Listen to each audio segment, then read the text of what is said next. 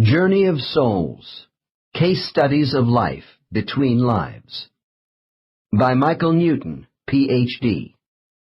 Narrated by Peter Burkrot. First edition copyright, 1994. Fifth revised edition copyright, 1996 by Michael Newton. This unabridged audiobook is published by arrangement with Llewellyn Worldwide Limited, and was produced in the year 2011 by Tantor Media, Incorporated, which holds the copyright thereto. You would know the hidden realm where all souls dwell. The journey's way lies through death's misty fell. Within this timeless passage, a guiding light does dance, lost from conscious memory, but visible in trance. Michael Newton. Introduction. Are you afraid of death? Do you wonder what is going to happen to you after you die? Is it possible you have a spirit which came from somewhere else and will return there after your body dies? Or is this just wishful thinking because you are afraid? It is a paradox that humans, alone of all creatures of the earth, must repress the fear of death in order to lead normal lives. Yet our biological instinct never lets us forget this ultimate danger to our being. As we grow older, the specter of death rises in our consciousness. Even religious people fear death as the end of personhood. Our greatest dread of death brings thoughts about the nothingness of death, which will end all associations with family and friends. Dying makes all our earthly goals seem futile. If death were the end of everything about us, then life indeed would be meaningless. However, some power within us enables humans to conceive of a hereafter, and to sense a connection to a higher power, and even an eternal soul. If we do actually have a soul, then where does it go after death? Is there really some sort of heaven full of intelligent spirits outside our physical universe? What does it look like? What do we do when we get there? Is there a supreme being in charge of this paradise? These questions are as old as humankind itself, and still remain a mystery to most of us. The true answers to the mystery of life after death remain locked behind a spiritual door for most people. This is because we have built-in amnesia about our soul identity, which on a conscious level aids in the merging of the soul and human brain. In the last few years, the general public has heard about people who temporarily died and then came back to life to tell about seeing a long tunnel, bright lights, and even brief encounters with friendly spirits. But none of these accounts, written in the many books on reincarnation, has ever given us anything more than a glimpse of all there is to know about life after death. This book is an intimate journal about the spirit world. It provides a series of actual case histories, which reveal in explicit detail what happens to us when life on earth is over. You will be taken beyond the spiritual tunnel and enter the spirit world itself to learn what transpires for souls before they finally return to earth in another life. I am a skeptic by nature, although it will not seem so from the contents of this book. As a counselor and hypnotherapist, I specialize in behavior modification for the treatment of psychological disorders. A large part of my work involves short-term cognitive restructuring with clients by helping them connect thoughts and emotions to promote healthy behavior. Together we elicit the meaning, function, and consequences of their beliefs, because I take the premise that no mental problem is imaginary. In the early days of my practice, I resisted past life requests from people because of my orientation toward traditional therapy.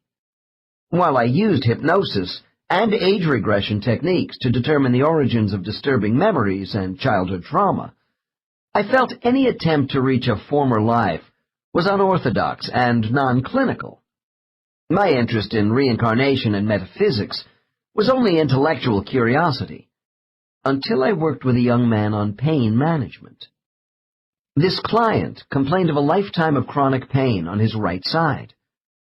One of the tools of hypnotherapy to manage pain is directing the subject to make the pain worse, so he or she can also learn to lessen the aching and thus acquire control. In one of our sessions involving pain intensification, this man used the imagery of being stabbed to recreate his torment. Searching for the origins of this image, I eventually uncovered his former life as a World War I soldier who was killed by a bayonet in France, and we were able to eliminate the pain altogether. With encouragement from some of my clients, I began to experiment with moving some of them further back in time, before their last birth on Earth. Initially, I was concerned that a subject's integration of current needs, beliefs, and fears would create fantasies of recollection. However, it didn't take long before I realized our deep-seated memories offer a set of past experiences which are too real and connected to be ignored. I came to appreciate just how therapeutically important the link is between the bodies and events of our former lives and who we are today. Then I stumbled onto a discovery of enormous proportions. I found it was possible to see into the spirit world through the mind's eye of a hypnotized subject, who could report back to me of life between lives on Earth. The case that opened the door to the spirit world for me was a middle-aged woman who was an especially receptive hypnosis subject. She had been talking to me about her feelings of loneliness and isolation in that delicate stage when a subject has finished recalling their most recent past life. This unusual individual slipped into the highest state of altered consciousness almost by herself. Without realizing I had initiated an overly short command for this action, I suggested she go to the source of her loss of companionship. At the same moment, I inadvertently used one of the trigger words to spiritual recall. I also asked if she had a specific group of friends whom she missed. Suddenly, my client started to cry. When I directed her to tell me what was wrong, she blurted out, "I miss some friends in my group, and that's why I get so lonely on Earth." I was confused, and questioned her further about where this group of friends was actually located. "Here, in my permanent home," she answered simply, "and I'm looking at all of them right now." After finishing with this client and reviewing her tape recordings, I recognized that finding the spirit world involves an extension of past life regression. There are many books about past lives, but none I could find which told about our lives as souls, or how to properly access the spiritual recollections of people. I decided to do the research myself, and with practice, I acquired greater skill in entering the spirit world through my subjects. I also learned that finding their place in the spirit world was far more meaningful to people than recounting their former lives on Earth. How is it possible to reach the soul through hypnosis? Visualize the mind as having 3 concentric circles, each smaller than the last and within the other, separated only by layers of connected mind consciousness. The first outer layer is represented by the conscious mind, which is our critical, analytic reasoning source. The second layer is the subconscious, where we initially go in hypnosis to tap into the storage area for all the memories that ever happened to us in this life and former lives. The third, the innermost core, is what we are now calling the superconscious mind. This level exposes the highest center of self, where we are an expression of a higher power. The superconscious houses our real identity, augmented by the subconscious, which contains the memories of the many alter egos assumed by us in our former human bodies. The superconscious may not be a level at all, but the soul itself. The superconscious mind represents our highest center of wisdom and perspective, and all my information about life after death comes from this source of intelligent energy. How valid is the use of hypnosis for uncovering truth? People in hypnosis are neither dreaming nor hallucinating. We don't dream in chronological sequences, nor hallucinate in a directed trance state. When subjects are placed in trance, their brainwaves slow from the beta wake state and continue to change vibration down past the meditative alpha stage, into various levels within the theta range. Theta is hypnosis, not sleep. When we sleep, we go to the final delta state, where messages from the brain are dropped into the subconscious and vented through our dreams. In theta, however, the conscious mind is not unconscious, so we are able to receive as well as send messages with all memory channels open. Once in hypnosis, people report the pictures they see and dialogue they hear in their unconscious minds as literal observations. In response to questions, subjects cannot lie, but they may misinterpret something seen in their unconscious mind, just as we do in the conscious state. In hypnosis, people have trouble relating to anything they don't believe is the truth. Some critics of hypnosis believe a subject in trance will fabricate memories and bias their responses in order to adopt any theoretical framework suggested by the hypnotist. I find this generalization to be a false premise. In my work, I treat each case as if I were hearing the information for the first time. If a subject was somehow able to overcome hypnosis procedure and construct a deliberate fantasy about the spirit world, or free associate from preset ideas about their afterlife, these responses would soon become inconsistent with my other case reports. I learned the value of careful cross-examination early in my work, and I found no evidence of anyone faking their spiritual experiences to please me. In fact, subjects in hypnosis are not hesitant in correcting my misinterpretations of their statements. As my case files grew, I discovered by trial and error to phrase questions about the spirit world in a proper sequence. Subjects in a superconscious state are not particularly motivated to volunteer information about the whole plan of soul life in the spirit world. One must have the right set of keys for specific doors. Eventually, I was able to perfect a reliable method of memory access to different parts of the spirit world by knowing which door to open at the right time during a session. As I gained confidence with each session, more people sensed I was comfortable with the hereafter and felt it was all right to speak to me about it. The clients in my cases represent some men and women who were very religious, while others had no particular spiritual beliefs at all. Most fall somewhere in between, with a mixed bag of personal philosophies about life. The astounding thing I found as I progressed with my research was that once subjects were regressed back into their soul state, they all displayed a remarkable consistency in responding to questions about the spirit world. People even used the same words and graphic descriptions in colloquial language when discussing their lives as souls. However, this homogeneity of experience by so many clients did not stop me from continually trying to verify statements between my subjects and corroborate specific functional activities of souls.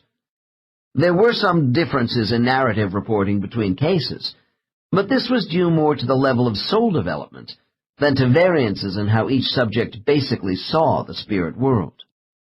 The research was painfully slow, but as the body of my cases grew, I finally had a working model of the eternal world where our souls live. I found thoughts about the spirit world would involve universal truths among the souls of people living on earth.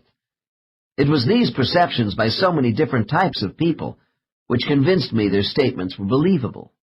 I am not a religious person, but I found the place where we go after death to be one of order and direction, and I have come to appreciate that there is a grand design to life and afterlife. When I considered how best to present my findings, I determined the case study method would provide the most descriptive way in which the reader could evaluate client recall about the afterlife. Each case I have selected represents a direct dialogue between myself and the subject. The case testimonies are taken from tape recordings from my sessions. This book is not intended to be about my subjects' past lives, but rather a documentation of their experiences in the spirit world relating to those lives. For readers who may have trouble conceptualizing our souls as non-material objects, the case histories listed in the early chapters explain how souls appear and the way in which they function. Each case history is abbreviated to some extent because of space constraints, and to give the reader an orderly arrangement of soul activity.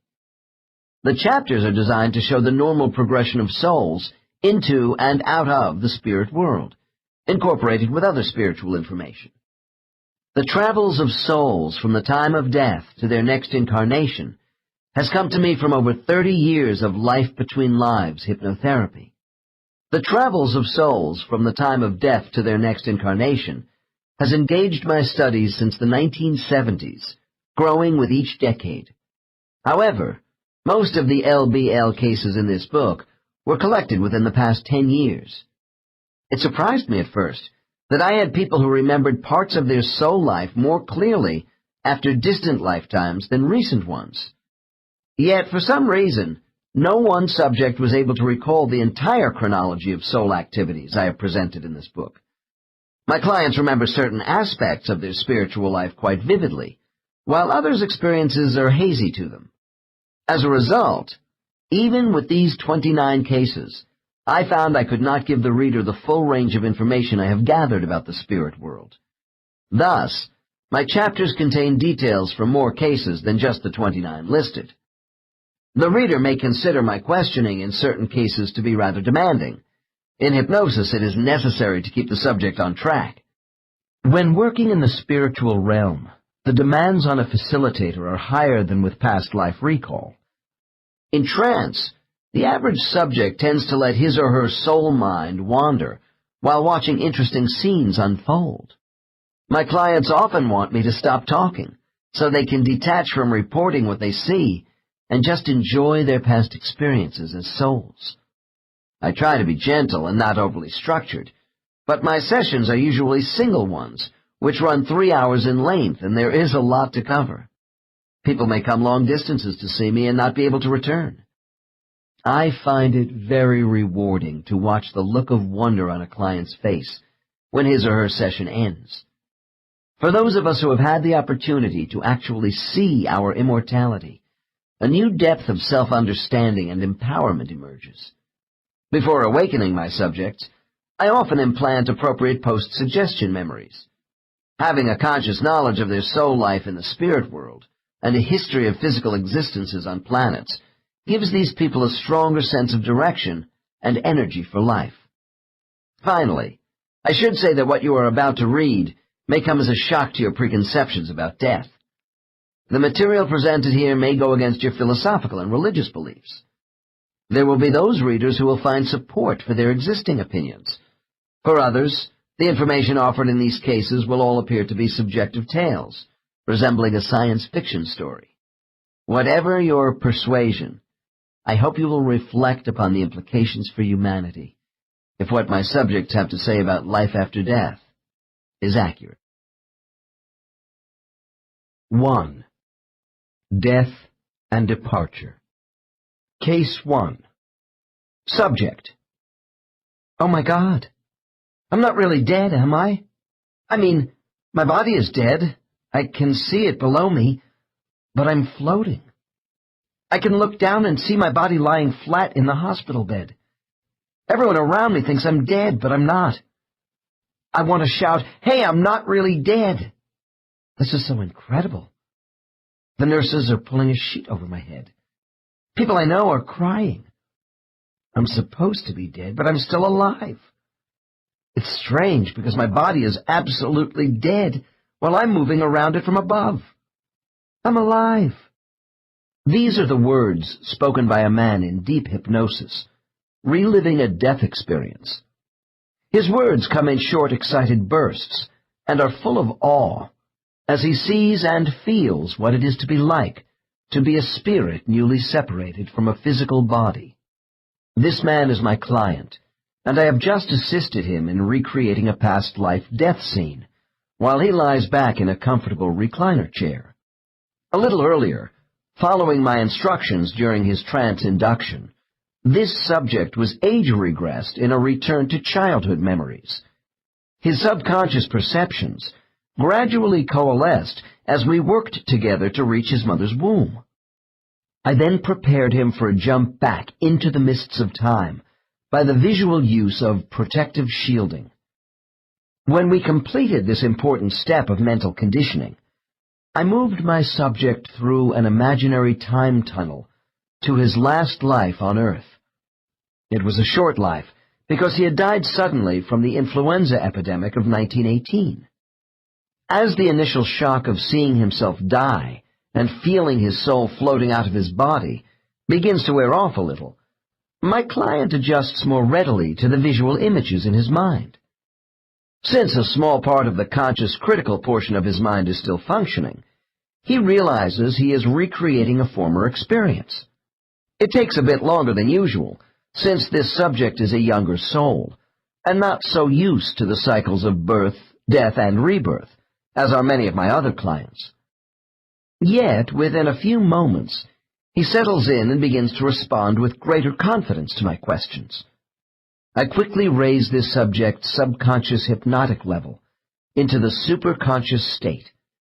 Now he is ready to talk to me about the spirit world, and I ask him what is happening to him. Subject: Well, I'm rising up higher, still floating, looking back at my body. It's like watching a movie, only I'm in it. The doctor is comforting my wife and daughter. My wife is sobbing. Subject wiggles with discomfort in his chair.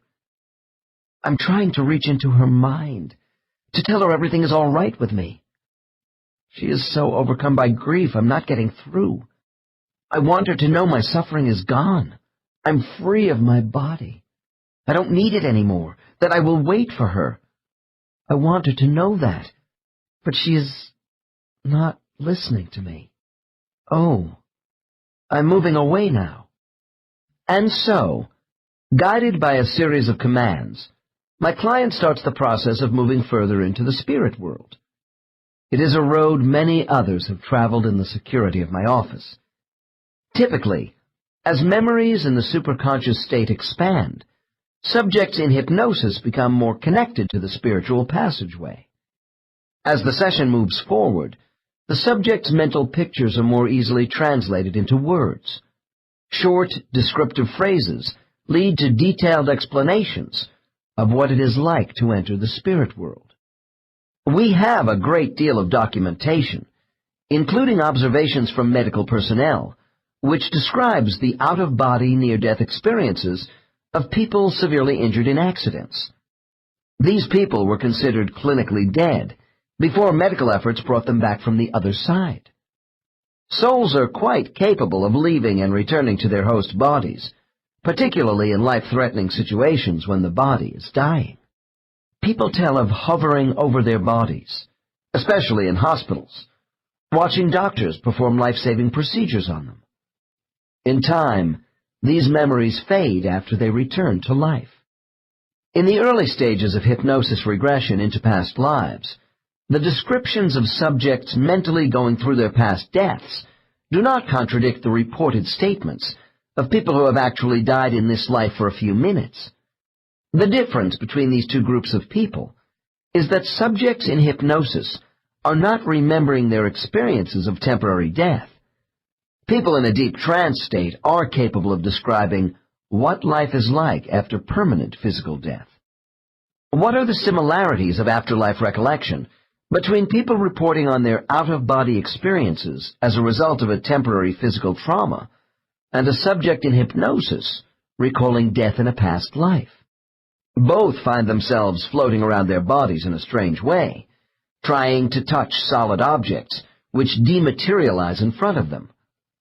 Both kinds of reporters say they are frustrated in their attempts to talk to living people who don't respond. Both state they feel a pulling sensation away from the place where they died, and experience relaxation and curiosity rather than fear. All these people report a euphoric sense of freedom and brightness around them. Some of my subjects see brilliant whiteness totally surrounding them at the moment of death, while others observe the brightness as farther away from an area of darker space through which they are being pulled. This is often referred to as the tunnel effect, and has become well known with the public. My second case will take us further into the death experience than case 1. The subject here is a man in his 60s, describing to me the events of his death as a young woman called Sally, who was killed by Kiowa Indians in an attack on a wagon train in 1866.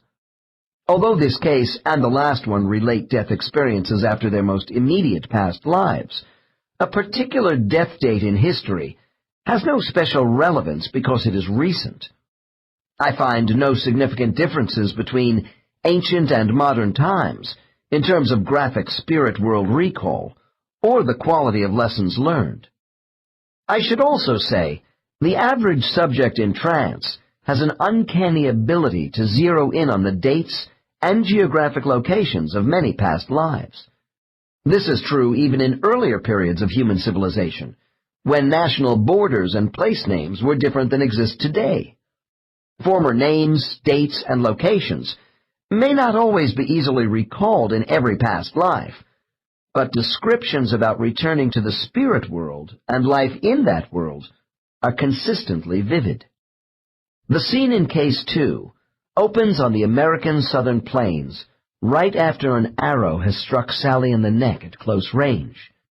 I am always careful with death scenes involving violent trauma in past lives, because the subconscious mind often still retains these experiences. The subject in this case came to me because of a lifetime of throat discomfort. Release therapy and deprogramming is usually required in these cases. In all past life recall, I use the time around death for quiet review and place the subject in observer status to soften pain and emotion. Case 2. Dr. N. Are you in great pain from the arrow? Subject. Yes. The point has torn my throat. I'm dying.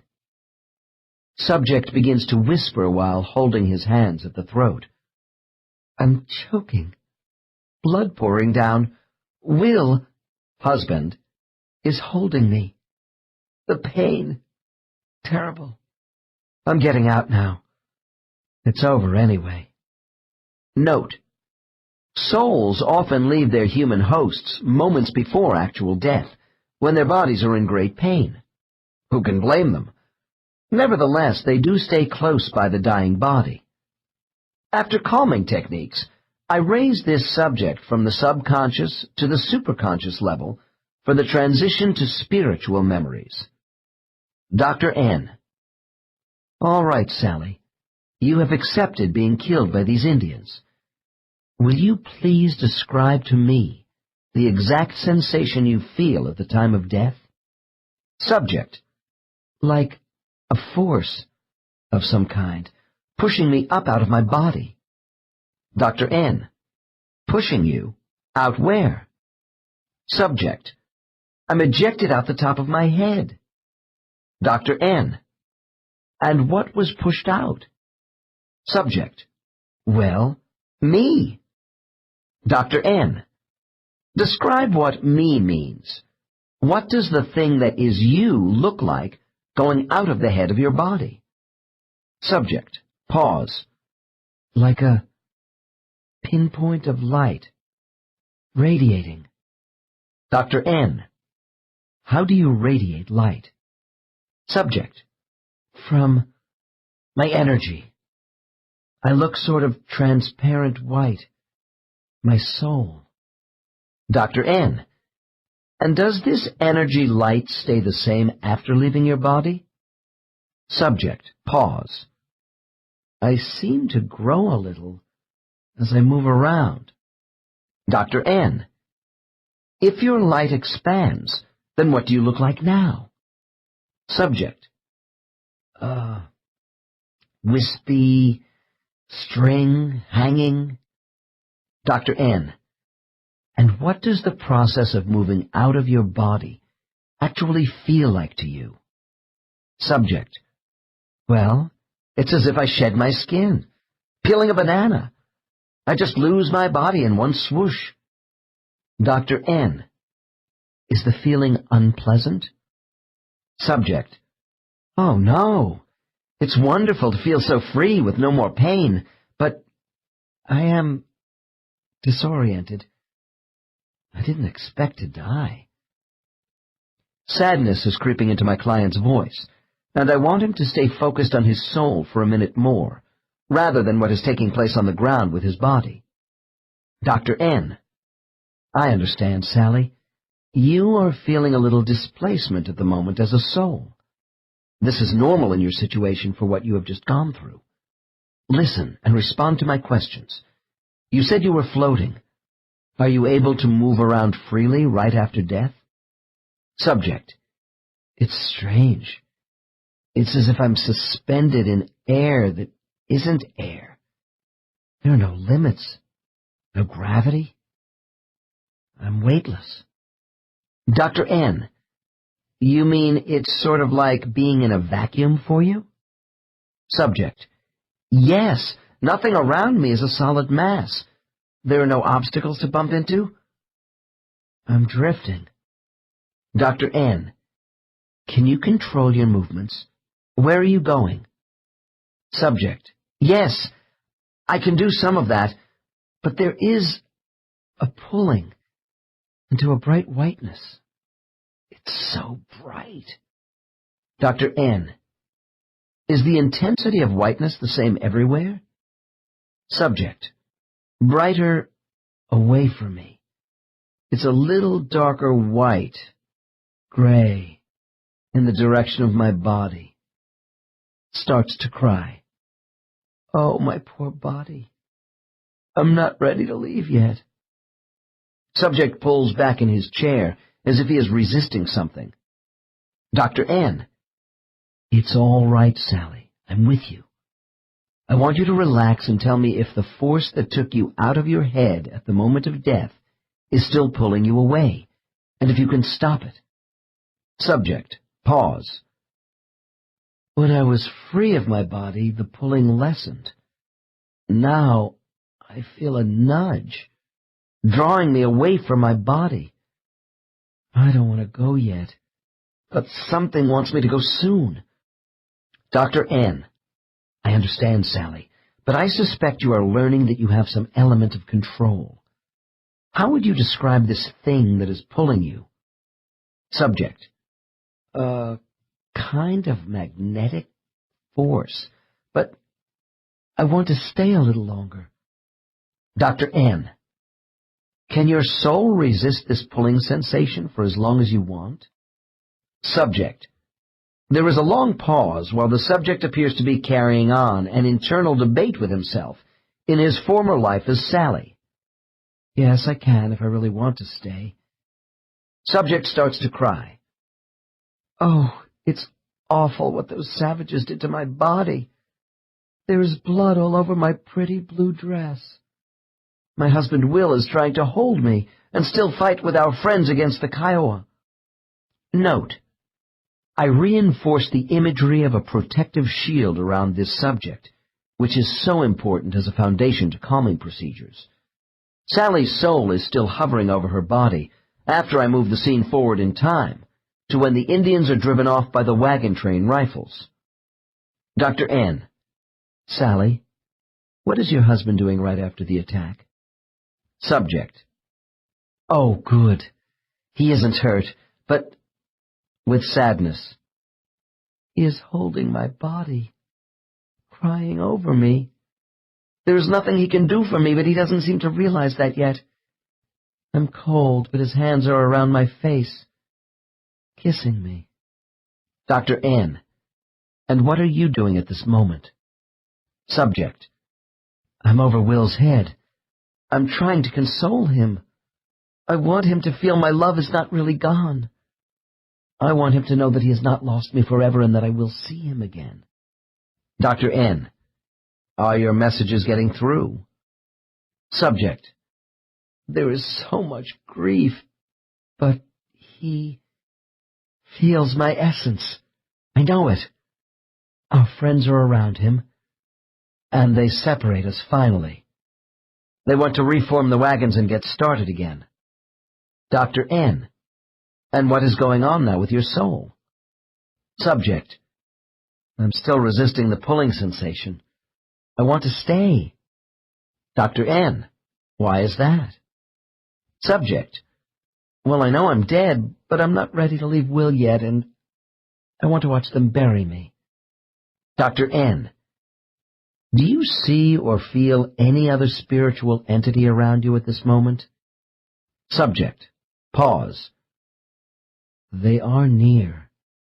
Soon I will see them. I feel their love as I want Will to feel mine. They are waiting until I am ready. Dr. N. As time passes, are you able to comfort Will? Subject. I'm trying to reach inside his mind. Dr. N. And are you successful? Subject. Pause. I think a little. He feels me. He realizes. Love. Dr. N. All right, Sally. Now we are going to move forward in relative time again. Do you see your wagon train friends placing your body in some kind of grave? Subject. Voice is more confident. Yes, they have buried me. It's time for me to go. They are coming for me now. I'm moving into a brighter light. Contrary to what some people believe, souls often have little interest in what happens to their bodies once they are physically dead. This is not callousness over personal situations and the people they leave behind on earth, but an acknowledgement of these souls to the finality of mortal death. They have a desire to hurry on their way to the beauty of the spirit world. However, many other souls want to hover around the place where they died for a few earth days, usually until after their funerals. Time is apparently accelerated for souls, and days on earth may be only minutes to them. There are a variety of motivations for the lingering soul.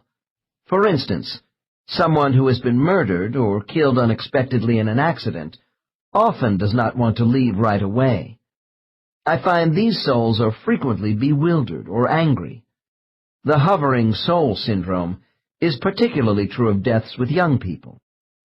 To abruptly detach from a human form, even after a long illness, is still a jolt to the average soul, and this too may make the soul reluctant to depart at the moment of death. There is also something symbolic about the normal 3 to 5 day funeral arrangement periods for souls. Souls really have no morbid curiosity to see themselves buried, because emotions in the spirit world are not the same as we experience here on earth. Yet I find soul entities appreciate the respect given to the memory of their physical life by surviving relatives and friends. As we saw in the last case, there is one basic reason for many spirits not wanting to immediately leave the place of their physical death. This comes from a desire to mentally reach out, to comfort loved ones before progressing further into the spirit world. Those who have just died are not devastated about their death, because they know those left on earth will see them again in the spirit world, and probably later in other lives as well. On the other hand, mourners at a funeral generally feel they have lost a loved one forever. During hypnosis, my subjects do recall frustration at being unable to effectively use their energy to mentally touch a human being who is unreceptive due to shock and grief. Emotional trauma of the living may overwhelm their inner minds to such an extent that their mental capabilities to communicate with souls are inhibited. When a newly departed soul does find a way to give solace to the living, however briefly, they usually are satisfied and want to then move on quickly away from Earth's astral plane. I had a typical example of spiritual consolation in my own life. My mother died suddenly from a heart attack. During her burial service, my sister and I were so filled with sadness, our minds were numb at the ceremony. A few hours later, we returned to my mother's empty house with our spouses and decided to take a needed rest. My sister and I must have reached the receptive alpha state at about the same time. Appearing in 2 separate rooms, my mother came through our subconscious minds as a dreamlike brush of whiteness above our heads. Reaching out, she smiled, indicating her acceptance of death and current well-being. Then she floated away. Lasting only seconds, this act was a meaningful form of closure, causing both of us to release into a sound sleep of the delta state. We are capable of feeling the comforting presence of the souls of lost loved ones, especially during or right after funerals. For spiritual communication to come through the shock of mourning, it is necessary to try to relax and clear your mind, at least for short periods. At these moments, our receptivity to a paranormal experience is more open to receive positive communications of love, forgiveness, hope, encouragement, and the reassurance your loved one is in a good place. When a widow with young children says to me, "A part of my husband comes to me during the difficult times," I believe her. My clients tell me as souls they are able to help those on earth connect their inner minds to the spirit world itself. As it has been wisely said, people are not really gone as long as they are remembered by those left on earth. In the chapters ahead, we will see how specific memory is a reflection of our own soul, while collective memories are the atoms of pure energy for all souls. Death does not break our continuity with the immortal soul of those we love, simply because they have lost the physical personhood of a mortal body. Despite their many activities, these departed souls are still able to reach us if called upon. Occasionally, a disturbed spirit does not want to leave the earth after physical death. This is due to some unresolved problem which has had a severe impact on its consciousness. In these abnormal cases, help is available from higher caring entities who can assist in the adjustment process from the other side. We also have the means to aid disturbed spirits in letting go on earth as well. I will have more to say about troubled souls in Chapter 4, but the enigma of ghosts portrayed in books and movies has been greatly overblown. How should we best prepare for our own death? Our lives may be short or long, healthy or sick, but there comes that time when we all must meet death in a way suited for us. If we have had a long illness leading to death, there is time to adequately prepare the mind once initial shock, denial, and depression have passed. The mind takes a shortcut through this sort of progression when we face death suddenly. As the end of our physical life draws near, each of us has the capacity to fuse with our higher consciousness. Dying is the easiest period in our lives for spiritual awareness, when we can sense our soul is connected to the eternity of time. Although there are dying people who find acceptance to be more difficult than resignation, caregivers working around the dying say most everyone acquires a peaceful detachment near the end. I believe dying people are given access to a supreme knowledge of eternal consciousness, and this frequently shows in their faces. Many of these people realize something universal is out there waiting, and it will be good. Dying people are undergoing a metamorphosis of separation by their souls from an adopted body. People associate death as losing our life force, when actually the opposite is true. We forfeit our body in death, but our eternal life energy unites with the force of a divine oversoul. Death is not darkness, but light. My clients say after recalling former death experiences, they are so filled with rediscovered freedom from their earthbound bodies that they are anxious to get started on their spiritual journey to a place of peace and familiarity. In the cases which follow, we will learn what life is like for them in afterlife. 2. Gateway to the Spirit World. For thousands of years, the people of Mesopotamia believed the gates into and out of heaven lay at opposite ends of the great curve of the Milky Way, called the River of Souls. After death, souls had to wait for the rising doorway of Sagittarius and the autumn equinox, when day and night are equal.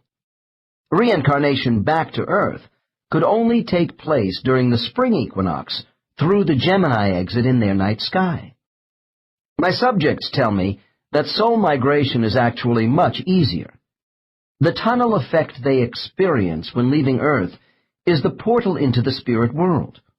Although souls leave their bodies swiftly, it seems to me entry into the spirit world is a carefully measured process.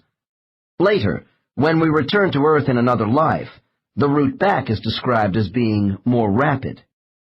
The location of the tunnel in relation to the Earth has some variations between the accounts of my subjects. Some newly dead people see it opening up next to them right over their bodies, while others say they move high above the Earth before they enter the tunnel. In all cases, however, the time lapse in reaching this passageway is negligible once the soul leaves Earth. Here are the observations of another individual in this spiritual location. Case 3. Dr. N. You are now leaving your body. See yourself moving further and further away from the place where you died, away from the plane of Earth. Report back to me what you are experiencing. Subject. At first, it was very bright, close to the Earth. Now it's a little darker because I have gone into a tunnel. Dr. N. Describe this tunnel for me. Subject. It's a hollow, dim vent, and there is a small circle of light at the other end. Dr. N. Okay, what happens to you next? Subject. I feel a tugging, a gentle pulling. I think I'm supposed to drift through this tunnel, and I do.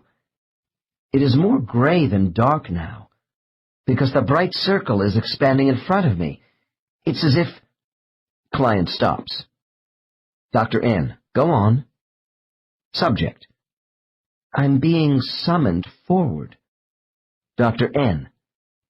Let the circle of light expand in front of you at the end of the tunnel, and continue to explain what is happening to you.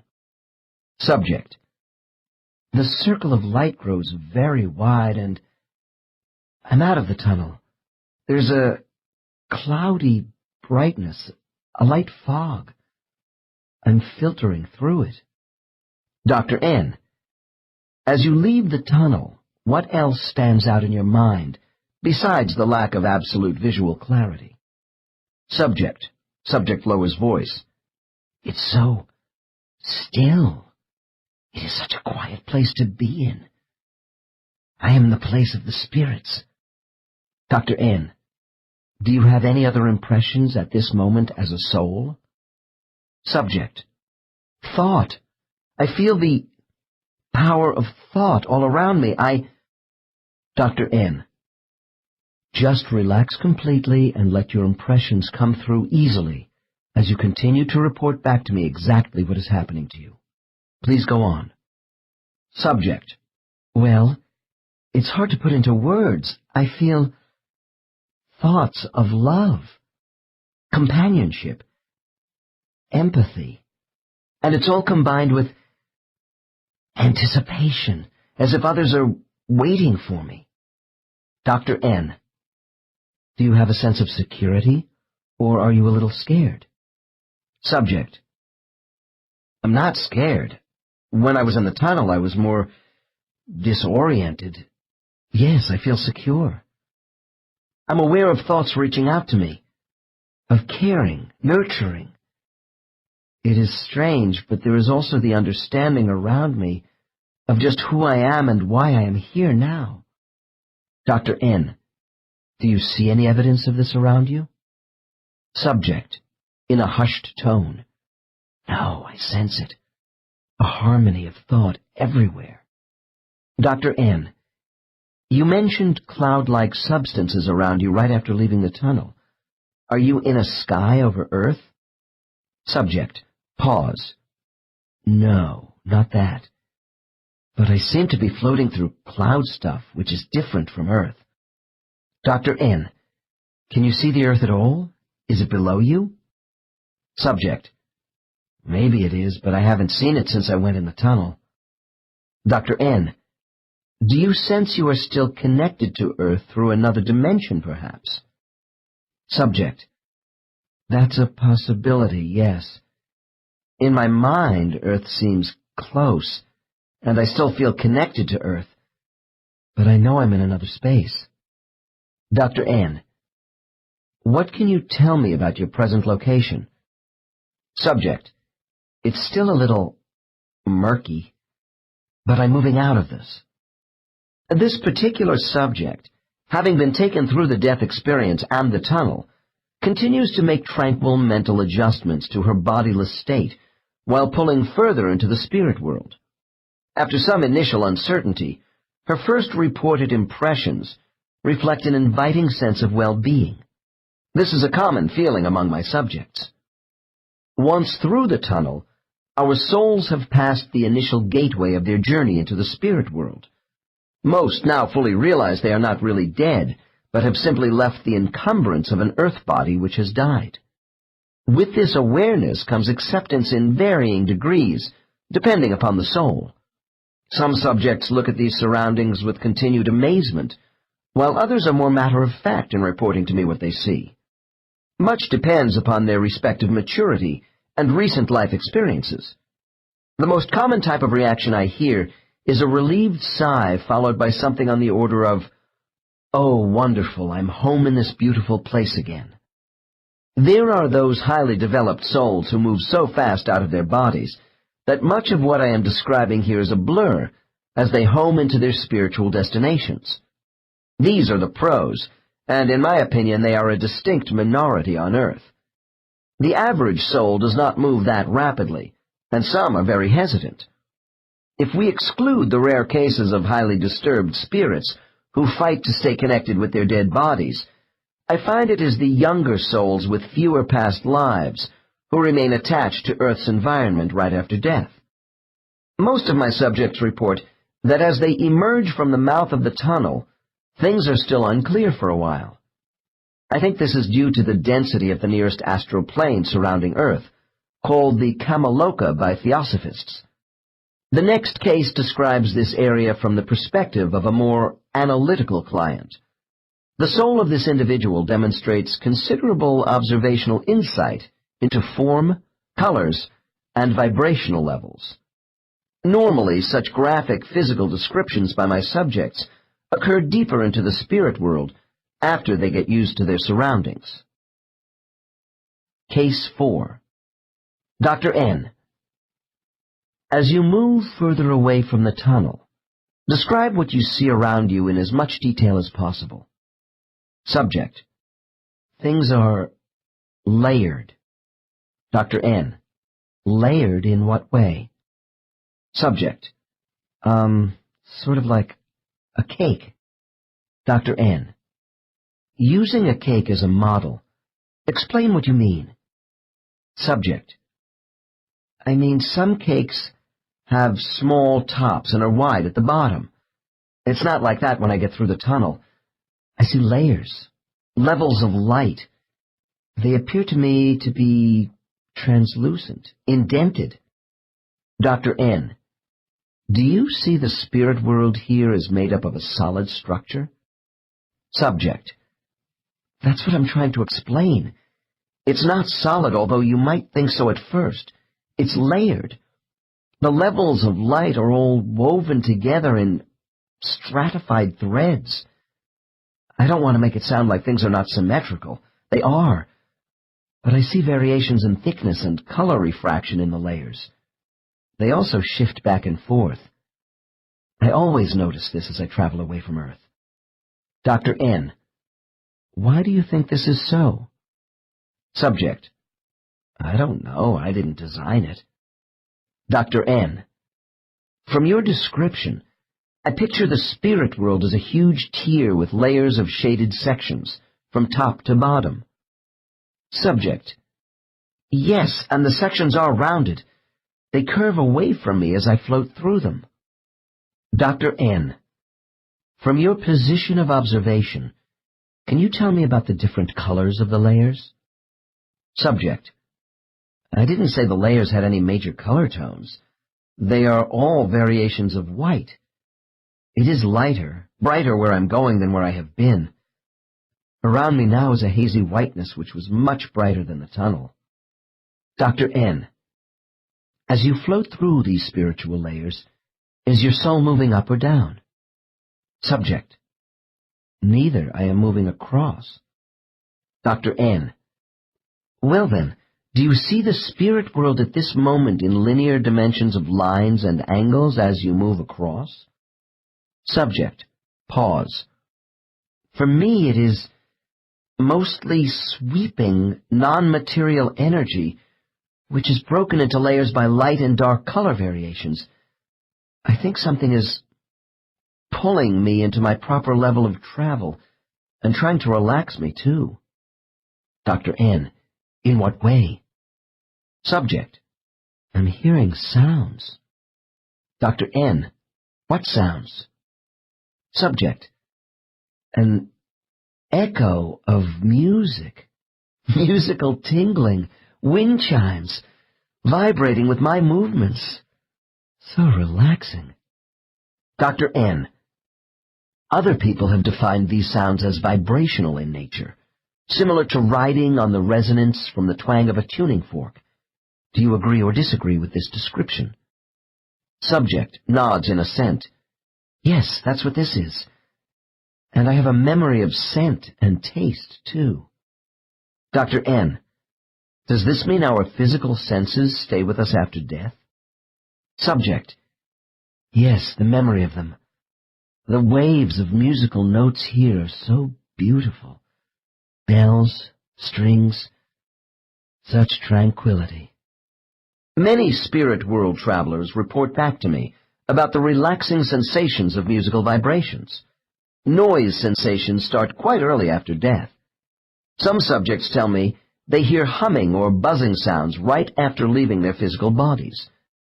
This is similar to the noise one hears standing near telephone wires, and may vary in volume before souls pull away from what I believe to be the Earth's astral plane.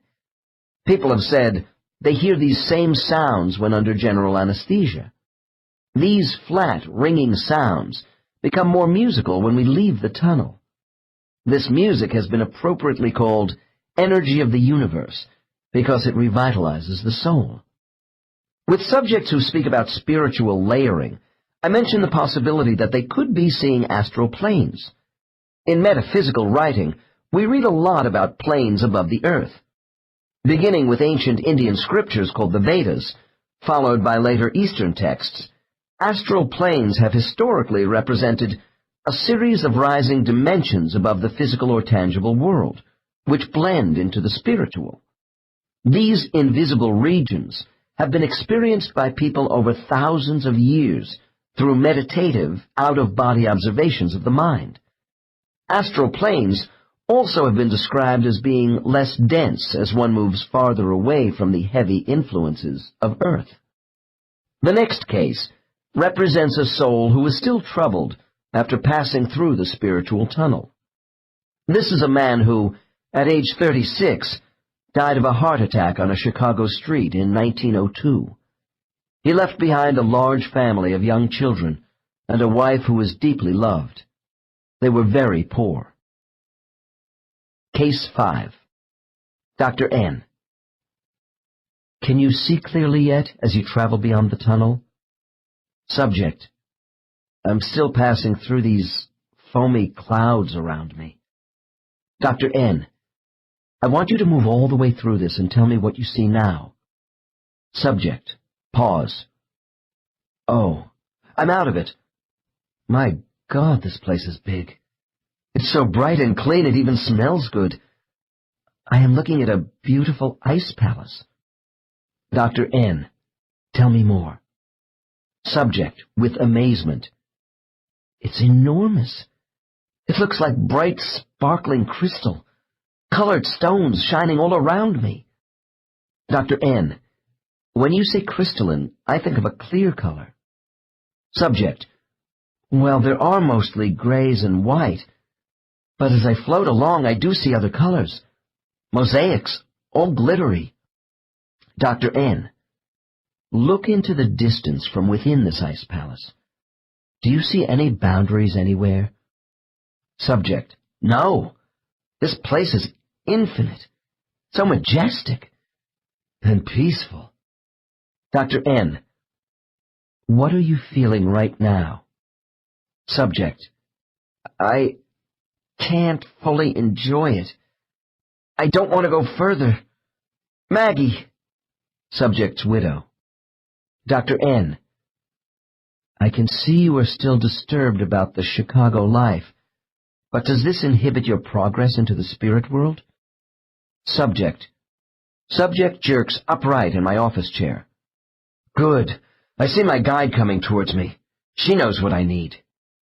Dr. N. Tell me what transpires between you and your guide. Subject.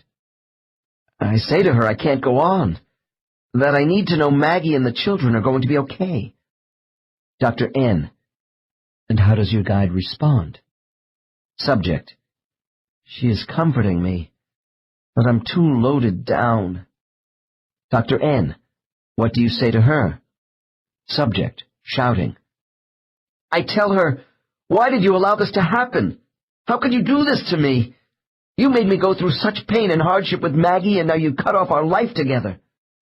Dr. N. What does your guide do? Subject.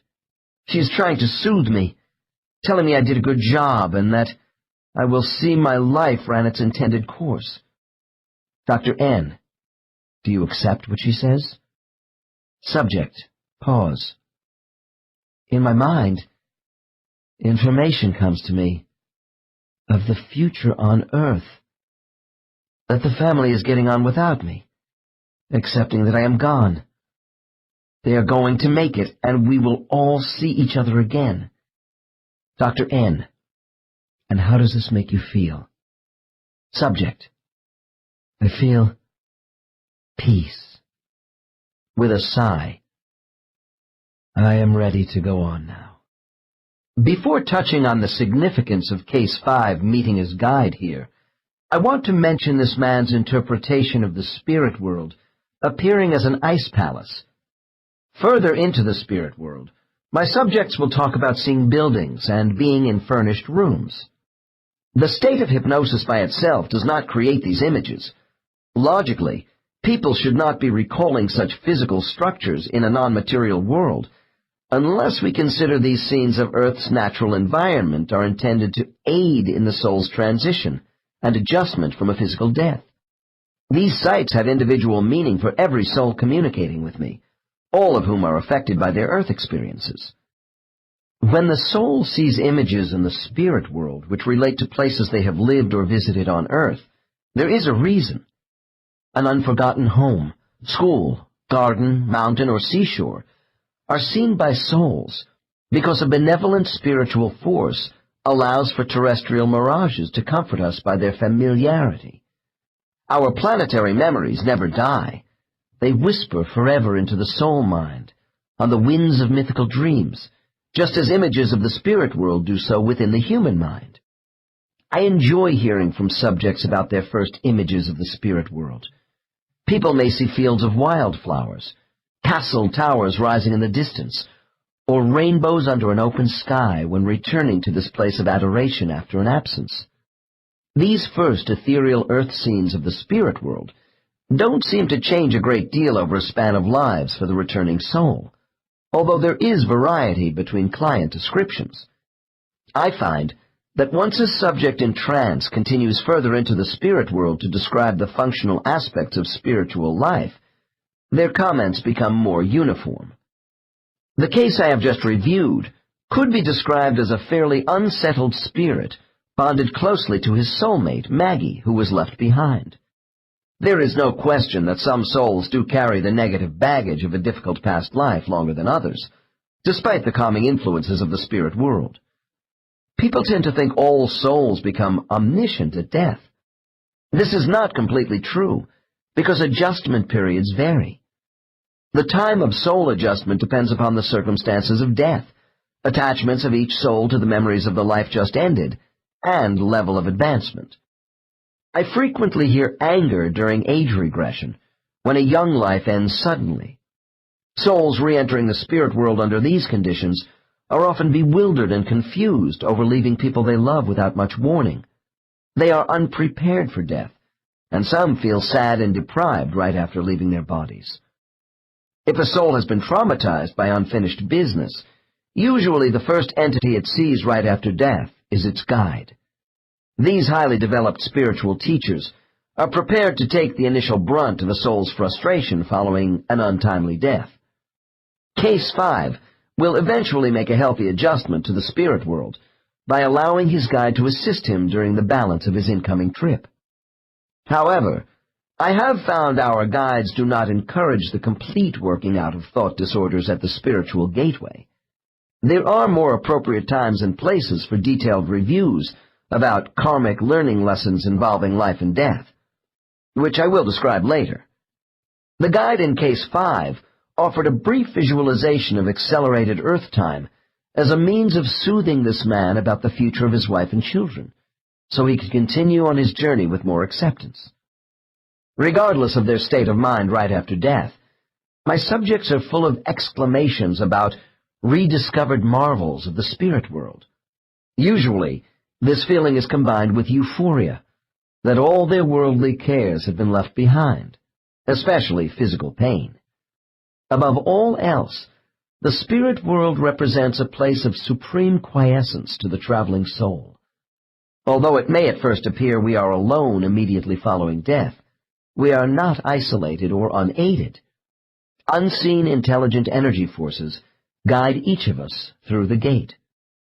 New arrivals in the spirit world have little time to float around wondering where they are or what is going to happen to them next.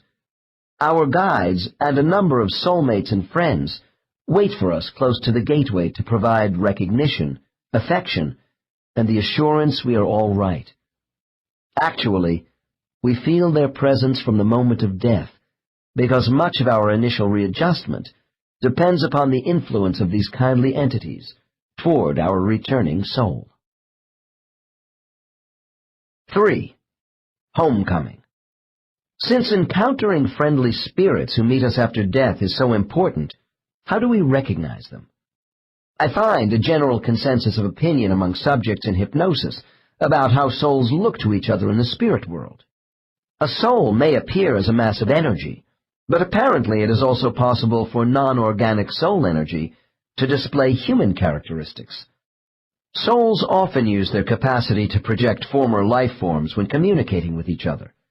Projecting a human life form is only one of an incalculable number of appearances, which can be assumed by souls from their basic energy substance. Later on, in Chapter 6, I will discuss another feature of soul identity, the possession of a particular color aura. Most of my subjects report the first person they see in the spirit world as their personal guide. However, after any life, we can be met by a soulmate. Guides and soulmates are not the same.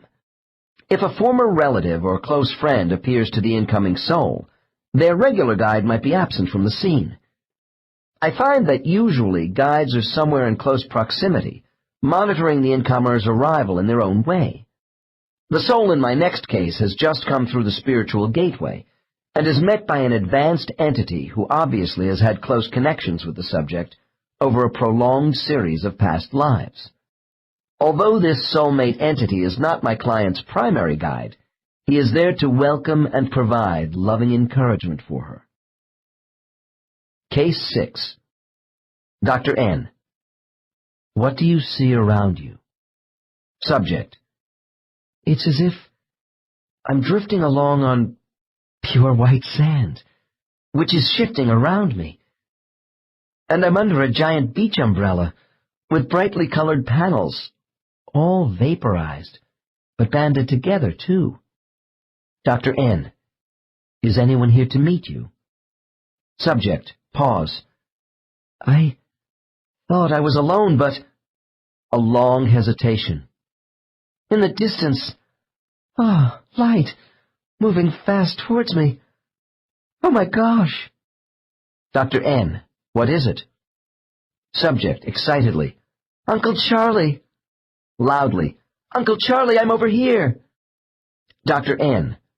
Why does this particular person come to meet you first? Subject.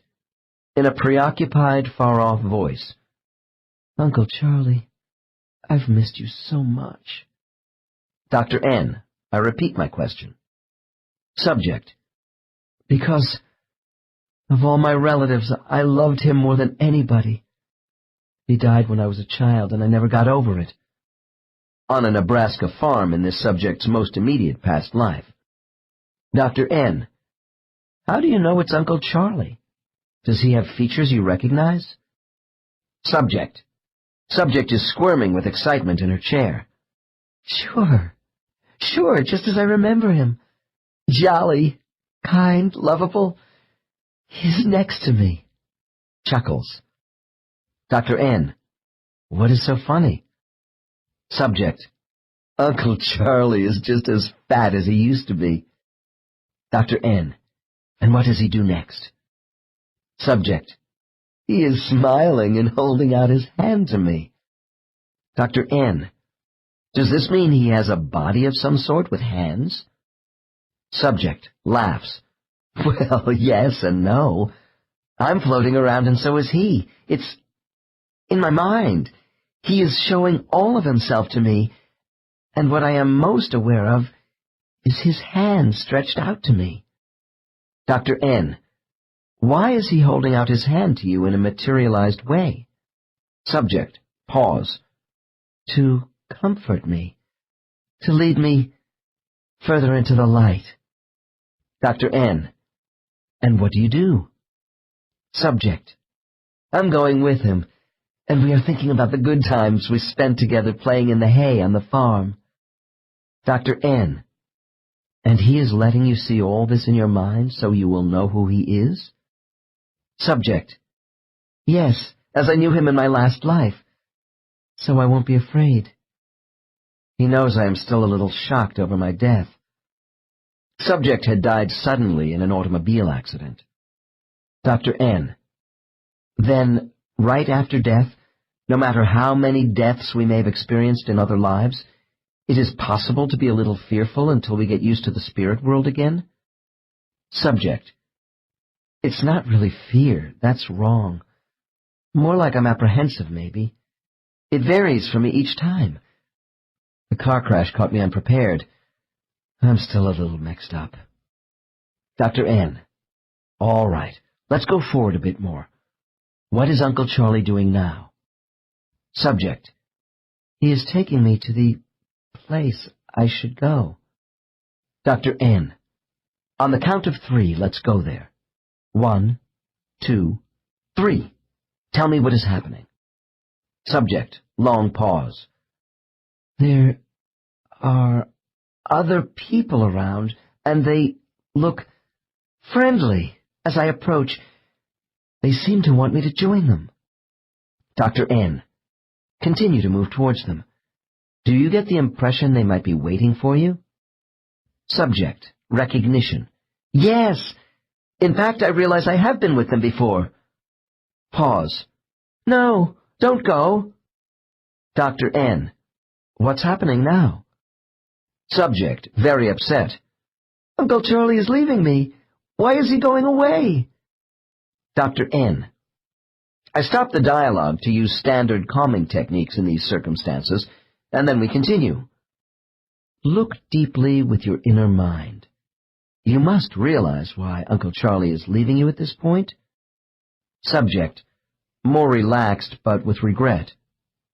Yes, he stays in a different place than I do. He just came to meet me, to bring me here. Dr. N. I think I understand. Uncle Charlie's job was to be the first person to meet you after your death and see you were okay. I'd like to know if you feel better now and more at home. Subject. Yes, I do. That's why Uncle Charlie has left me with the others. A curious phenomenon about the spirit world is that important people in our lives are always able to greet us, even though they may already be living another life in a new body. This will be explained in Chapter 6. In Chapter 10, I will examine the ability of souls to divide their essence so they can be in more than one body at a time on Earth.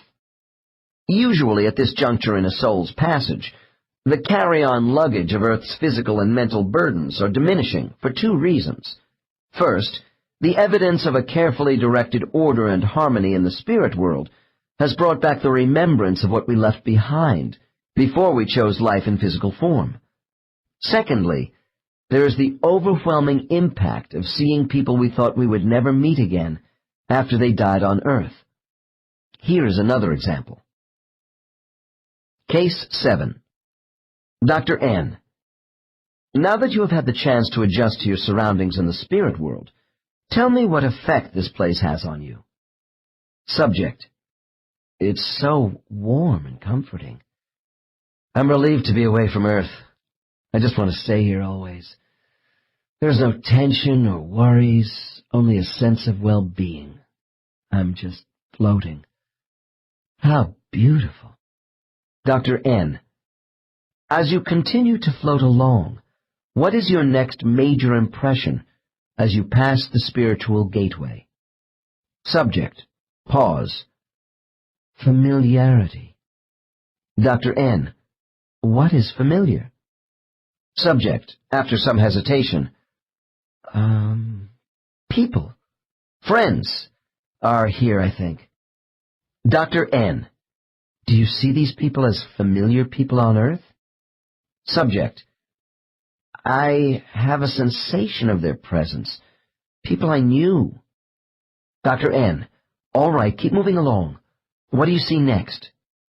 Subject: Lights. Soft. Kind of cloudy-like. Dr. N: As you are moving, does this light continue to look the same? Subject: No, they are growing. Blobs of energy. And I know they are people. Dr. N: Are you moving toward them, or are they coming toward you? Subject: We are drifting toward each other. But I am going slower than they are because I'm uncertain what to do. Dr. N: Just relax and continue floating while reporting back to me everything you see. Subject: Pause. Now I'm seeing half-formed human shapes. From the waist up only. Their outlines are transparent too. I can see through them. Dr. N: Do you see any sort of features to these shapes? Subject, anxiously: Eyes. Dr. N: You see just eyes?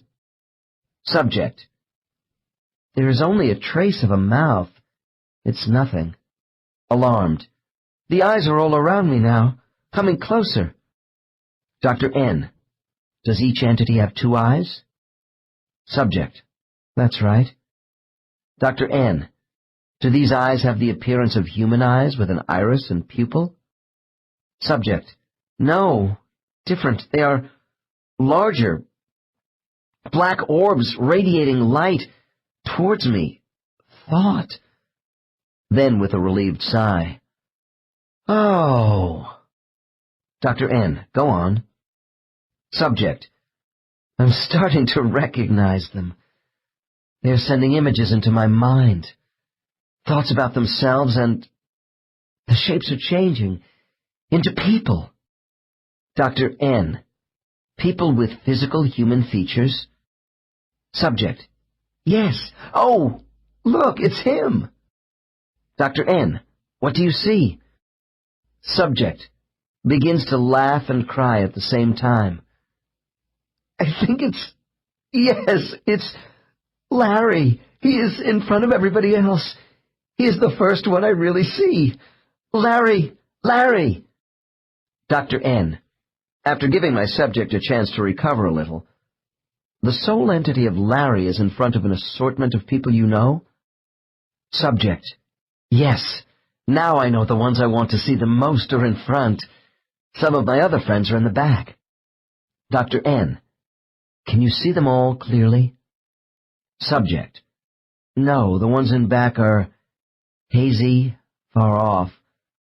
But I have the sensation of their presence.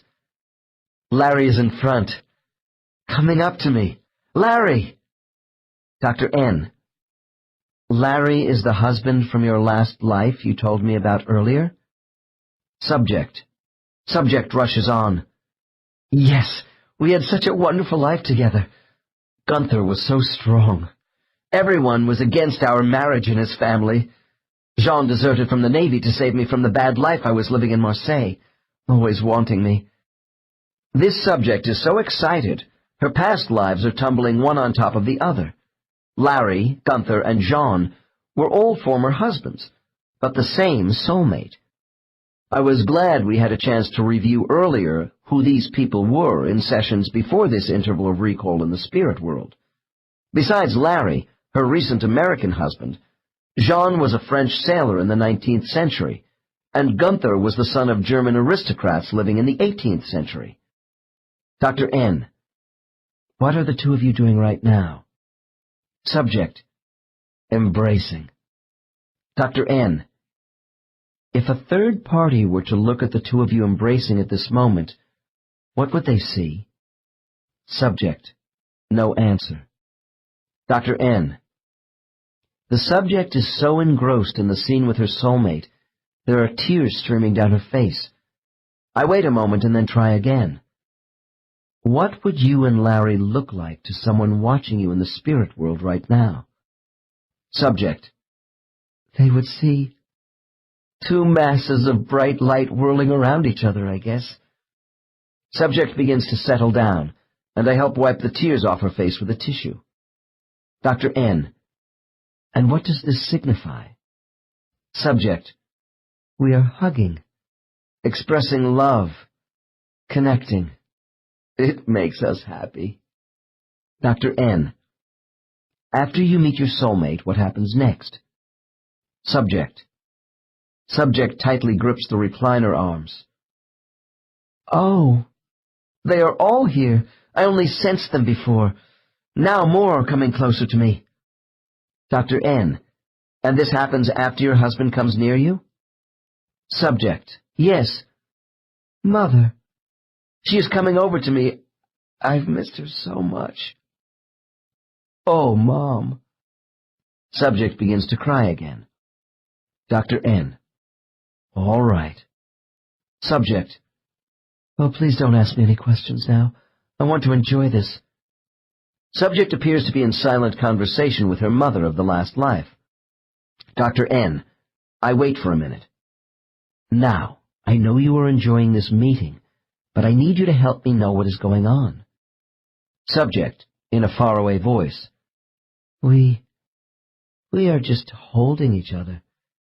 It's so good to be with her again. Dr. N. How do you manage to hold each other with no bodies? Subject, with a sigh of exasperation at me. We envelop each other in light, of course. Dr. N. Tell me what that is like for spirits. Subject. Like being wrapped in a bright, light blanket of love. Dr. N. I see, then. Subject. Subject interrupts with a high-pitched laugh of recognition. Tim! It's my brother. He died so young. A drowning accident at age 14 in her last life. It's so wonderful to see him here. Subject waves her arm. And there is my best girlfriend, Wilma, from next door. We are laughing together over boys like we did while sitting up in her attic. Dr. N. After Subject mentions her aunt and a couple of other friends, what do you think determines the sequence of how all these people come here to greet you? Subject. Pause. Why, how much we all mean to each other. What else? Dr. N. And with some you have lived many lives, while with others perhaps only one or two? Subject. Yes. I have been with my husband the most. Dr. N. Do you see your guide around anywhere? Subject. He is here. I see him floating off to the side. He knows some of my friends, too. Dr. N. Why do you call your guide a him? Subject. We all show what we want of ourselves. He always relates to me with a masculine nature. It's right and very natural. Dr. N. And does he watch over you in all your lives? Subject. Sure. And after death, too. Here, and he is always my protector. Our reception committee is planned in advance for us as we enter the spirit world. This case demonstrates how uplifting familiar faces can be to the incoming younger soul. I find there are a different number of entities waiting in greeting parties after each life. Although the meeting format varies, depending on a soul's special needs, I have learned there is nothing haphazard about our spiritual associates, knowing exactly when we are due and where to meet us upon our arrival in the spirit world. Frequently, an entity who is significant to us will be waiting a little in front of the others who want to be on hand as we come through the gateway. The size of welcoming parties not only changes for everyone after each life, but is drastically reduced to almost nothing for more advanced souls, where spiritual comfort becomes less necessary. Case 9 at the end of this chapter is an example of this type of spiritual passage. Cases 6 and 7 both represent one of the 3 ways newly arrived souls are received back into the spirit world. These 2 souls were met shortly after death by a principal entity, followed by others of decreasing influence. Case 7 recognized people more quickly than Case 6. When we meet such spirits in a gathering right after our death, we find they have been spouses, parents, grandparents, siblings, uncles, aunts, cousins, and dear friends in our past lives. I have witnessed some gut-wrenching emotional scenes with my clients at this stage of their passage. The emotional meetings which take place between souls at this interval in a spiritual passage are only a prelude to our eventual placement within a specific group of entities at our own maturity level. These meetings provide another emotional high for a subject in superconscious recall. Spiritual organizational arrangements involving how groups form and are cross-matched with other entities will be described in subsequent chapters. For the present, it is important we understand welcoming entities may not be part of our own particular learning group in the spirit world. This is because all the people who are close to us in our lives are not on the same developmental level. Simply because they choose to meet us right after death out of love and kindness does not mean they will be part of our spiritual learning group when we arrive at the final destination of this journey. For instance, in Case 6, Uncle Charlie was clearly a more advanced soul than my subject, and may even have been serving in the capacity of a spiritual guide. It was evident to me that one of the primary tasks of Uncle Charlie's soul was to help Case 6 as a child in the life just ended, and his responsibility continued right after my subject's death. With Case 7, the important first contact was Larry, a true soulmate on the same level as this subject. Notice also in Case 7 that my subject's spiritual guide was not conspicuous among her former relatives and friends. However, as the scene unfolded, there were indications of a spiritual guide orchestrating the whole meeting process, while remaining in the background. I see this in many cases. The second manner in which we are met right after death involves a quiet, meaningful encounter with one spiritual guide, where no one else is revealed in the immediate vicinity, as in Case 5. Case 8 further illustrates this sort of meeting. What type of after-death meeting we do experience appears to involve the particular style of our spiritual guide, along with requisites of our individual character. I find the duration of this first meeting with our guides does vary after each life, depending upon the circumstances of that life. Case 8 shows the very close relationships people have with their spiritual guides. Many guides have strange-sounding names, while others are rather conventional. I find it interesting that the old-fashioned religious term of having a guardian angel is now used metaphysically to denote an empathetic spirit. To be honest, this is a term I once denigrated as being foolishly loaded with wishful thinking and representing an outdated mythology at odds with the modern world. I don't have that belief anymore about guardian angels. I am repeatedly told that the soul itself is androgynous, and yet in the same breath, clients declare sex is not an unimportant factor. I have learned all souls can and do assume male and female mental impressions toward other entities as a form of identity preference. Cases 6 and 7 show the importance of the newly arrived soul in seeing familiar faces identified by gender. This is also true of the next case. Another reason why I selected Case 8 is to indicate how and why souls choose to visually appear in human form to others in the spirit world. Case 8. Dr. N. You have just started to actually leave the Earth's astral plane now, and are moving further and further into the spirit world. I want you to tell me what you feel. Subject. The silence, so peaceful. Dr. N. Is anyone coming to meet you? Subject. Yes, it's my friend Rachel. She is always here for me when I die. Dr. N. Is Rachel a soulmate who has been with you in other lives, or is she someone who always remains here? Subject, with some indignation. She doesn't always stay here, no. She is with me a lot in my mind when I need her. She is my own guardian. Said with possessive pride. Note, the attributes of guides as differentiated from soulmates and other supportive entities will be examined in Chapter 8. Dr. N. Why do you call this entity a she? Aren't spirits supposed to be sexless? Subject. That's right, in a literal way, because we are capable of both attributes. Rachel wants to show herself to me as a woman for the visual knowing, and it is a mental thing as well with her. Dr. N. Are you locked into male or female attributes during your spiritual existence? Subject. No. As souls, there are periods in our existence when we are more inclined toward one gender than another. Eventually, this natural preference evens out. Dr. N. Would you describe how Rachel's soul actually looks to you at this moment? Subject, quietly.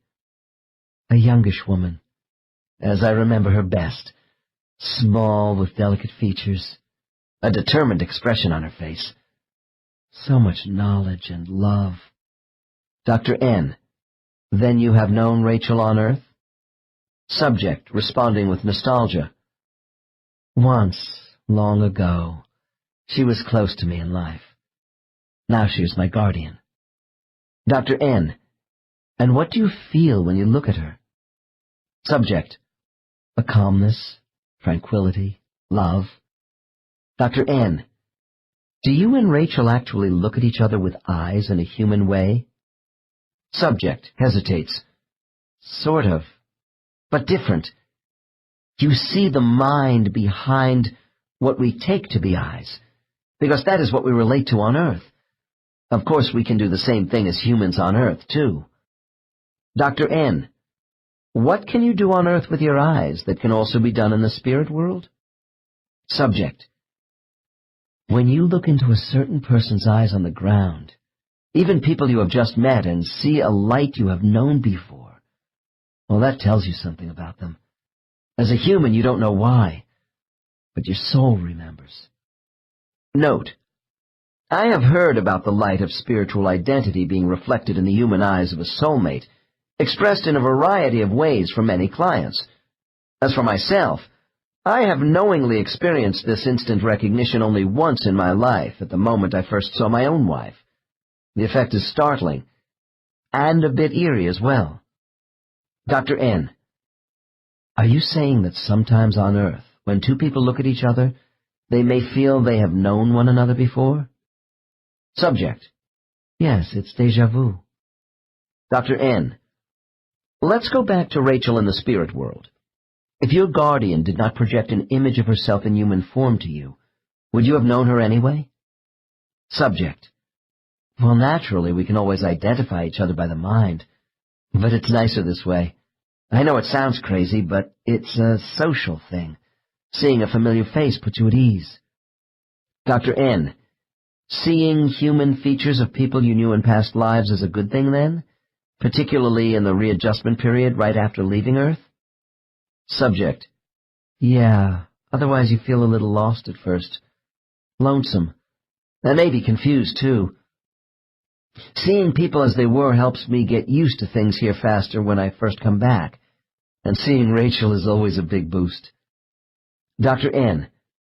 Does Rachel present herself to you in human form right after each death on Earth, as a way of getting you readjusted to the spirit world? Subject, eagerly. Oh, yes, she does, and she gives me security. I feel better when I see others I have known before, too. Dr. N. And do you speak to these people? Subject. No one speaks. We communicate by the mind. Dr. N. Telepathically? Subject. Yes. Dr. N. Is it possible for souls to have private conversations which cannot be telepathically picked up by others? Subject. Pause. For intimacy. Yes. Dr. N. How is this done? Subject. By touch. It's called touching communication. Note. When two spirits come so close to each other, they are conjoined. My subjects say that they can send private thoughts by touch, which passes between them as electrical sound impulses. In most instances, subjects in hypnosis do not wish to talk to me about these personal confidences. Dr. N. Could you clarify for me how human features can be projected by you as a soul? Subject. From my massive energy. I just think of the features I want, but I can't tell you what gives me the ability to do this. Dr. N. Well then, can you tell me why you and the other souls project certain features at different times? Subject. Long pause. It depends on where you are in your movements around here, when you see another, and your state of mind then. Dr. N. That's what I want to get at. Tell me more about recognition. Subject. You see, recognition depends on a person's feelings when you meet them here. They will show you what they want you to see of themselves and what they think you want to see. It also depends on the circumstances of your meeting with them. Dr. N. Can you be more specific?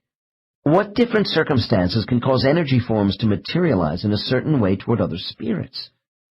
Subject. It is the difference between your being on their turf or your turf. They may choose to show you one set of features in one place, while in another you might see something else. Note, spiritual territory will be explained as we proceed further into the spirit world. Dr. N.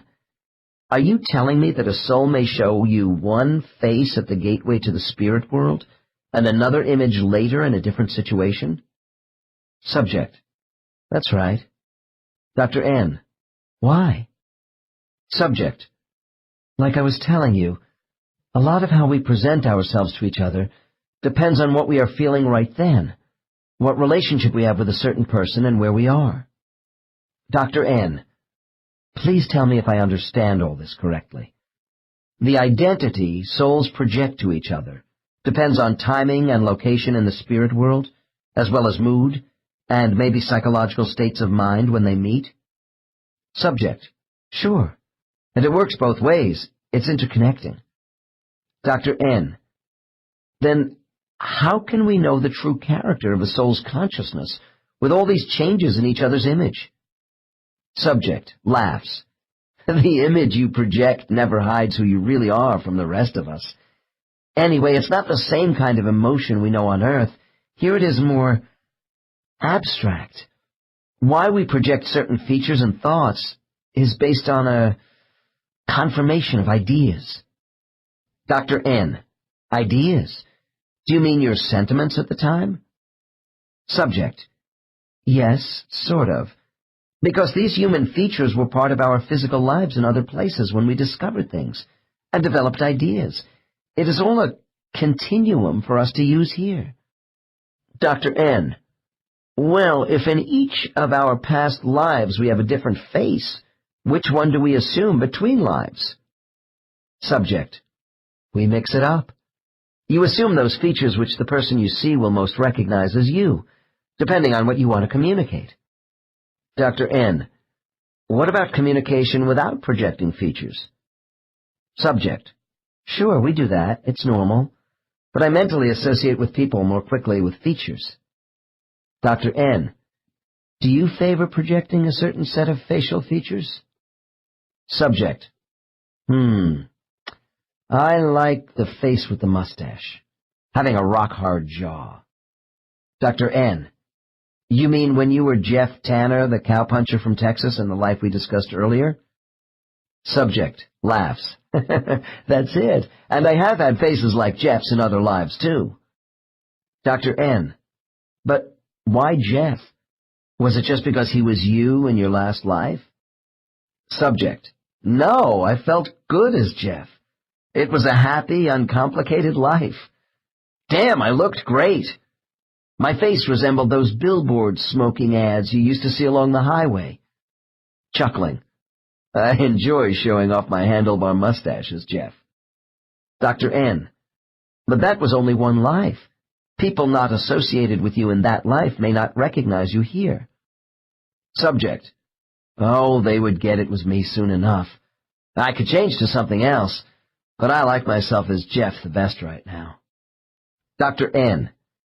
So this goes back to what you were saying about all of us really only having one identity, regardless of the number of facial features we might project as souls? Subject. Yeah, you see everyone as they truly are. Some only want their best side to show because of what you might think of them. They don't fully appreciate that it is what you are striving for which is important, not how you appear. We get a lot of laughs about how spirits think they should look, even taking faces they never had on Earth, and that's okay. Dr. N. Are we talking about the more immature souls, then? Subject. Yes, usually. They can get stuck. We don't judge. In the end, they are going to be all right. Dr. N. I think of the spirit world as a place of supreme, all-knowing, intelligent consciousness. Then you make it appear that souls have moods and vanity as though they were back on Earth. Subject. Burst of laughter. People are people no matter how they look on their physical worlds. Dr. N. Oh, do you see souls who have gone to planets other than Earth? Subject. Pause. Once in a while. Dr. N. What features do souls from other planets besides Earth show you? Subject. Evasively. I kind of stick with my own people, but we can assume any features we want for communication. Note. Gaining information from the subjects I have had who are able to recall leading physical past lives in non-human form on other worlds is always challenging. Recollection of these experiences are usually limited to older, more advanced souls, as we will see later. Dr. N. Is this ability to transmit features to each other as souls a gift the Creator provided for us based upon spiritual need? Subject. How should I know? I'm not God. The concept of souls having fallibility comes as a surprise to some people. The statements of Case 8 and all my other clients indicate most of us are still far from perfect beings in the spirit world. The essential purpose of reincarnation is self-improvement. The psychological ramifications of our development, both in and out of the spirit world, is the foundation of my work. We have seen the importance of meeting other entities while entering the spirit world. Besides uniting with our guides and other familiar beings, I have mentioned a third form of re-entry after death. This is the rather disconcerting manner in which a soul is met by no one. Although it is an uncommon occurrence for most of my clients, I still feel a little sorry for those subjects who describe how they are pulled by unseen forces all alone to their final destinations, where contact is finally made with others. This would be akin to landing in a foreign country where you have been before, but without any baggage handlers or a tourist information desk to assist you with directions. I suppose what bothers me the most about this type of entry is the apparent lack of any soul acclimation. My own conceptions of what it must be like to be alone at the spiritual gateway and beyond is not shared by those souls who utilize the option of going solo. Actually, people in this category are experienced travelers. As older, mature souls, they seem to require no initial support system. They know right where they are going after death. I suspect the process is accelerated for them as well, because they manage to more rapidly wind up where they belong than those who stop to meet others. Case 9 is a client who has had a great number of lives, spanning thousands of years. About 8 lives before his current one, people finally stopped meeting him at the spiritual gate. Case 9. Dr. N. What happens to you at the moment of death? Subject. I feel a great sense of release and I move out fast. Dr. N. How would you characterize your departure from Earth into the spirit world? Subject. I shoot up like a column of light and I'm on my way. Dr. N. Has it always been this fast for you? Subject: No, only after my last series of lives. Dr. N: Why? Subject: I know the way. I don't need to see anybody. I'm in a hurry. Dr. N: And it doesn't bother you that you are not met by anyone? Subject laughs. There was a time when it was good, but I don't require that sort of thing anymore. Dr. N: Whose decision was it to allow you to enter the spirit world without assistance? Subject pause, and then with a shrug. It was a mutual decision between my teacher and me, when I knew I could handle things by myself. Dr. N: And you don't feel rather lost or lonely right now? Subject: Are you kidding? I don't need my hand held anymore. I know where I'm going, and I'm anxious to get there. I'm being pulled along by a magnet, and I just enjoy the ride. Dr. N: Explain to me how this pulling process works, which will take you to your destination. Subject: I am riding on a wave, a beam of light. Dr. N: Is this beam electromagnetic or what? Subject: Well, it's similar to the bands of a radio with someone tuning the dial and finding the right frequency for me.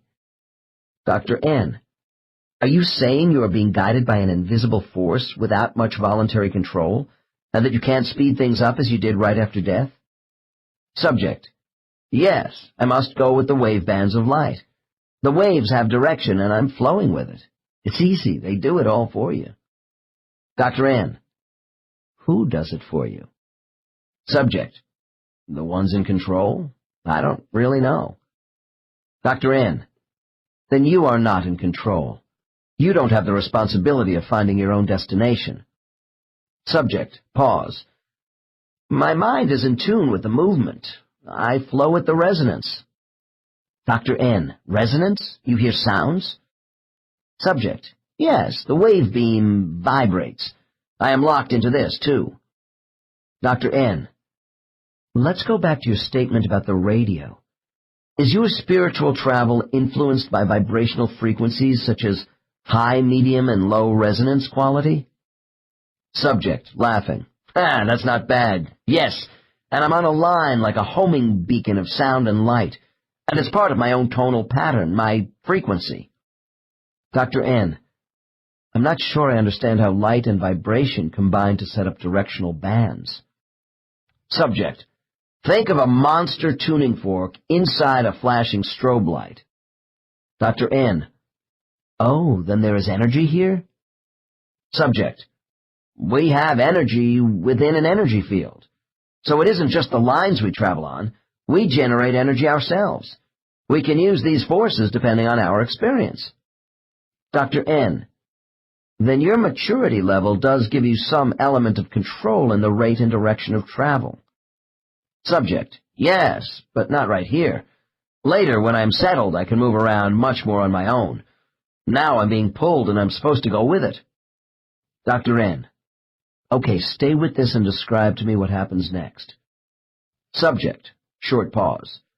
I'm moving alone, being homed into my proper space, going where I belong. In hypnosis, the analytical conscious mind works in conjunction with the unconscious mind to receive and answer messages directed to our deep-seated memories. The subject in Case 9 is an electrical engineer, and thus he utilized some technical descriptions to express his spiritual sensations. This client's predisposition to explain his thoughts on soul travel in technical terms was encouraged, but not dictated by my suggestions. All subjects bring their own segments of knowledge to bear on answering my questions about the spirit world. This case used physical laws familiar to him to describe motion, whereas another person might have said souls move in this tract within a vacuum. Before continuing with the passage of souls into the spirit world, I want to discuss those entities who either have not made it this far after physical death or will be diverted from the normal travel route. 4. The displaced soul. There are souls who have been so severely damaged they are detached from the mainstream of souls going back to a spiritual home base. Compared to all returning entities, the number of these abnormal souls is not large. However, what has happened to them on earth is significant, because of the serious effect they have on other incarnated souls. There are two types of displaced souls: those who do not accept the fact their physical body is dead and fight returning to the spirit world for reasons of personal anguish, and those souls who have been subverted by, or had complicity with, criminal abnormalities in a human body.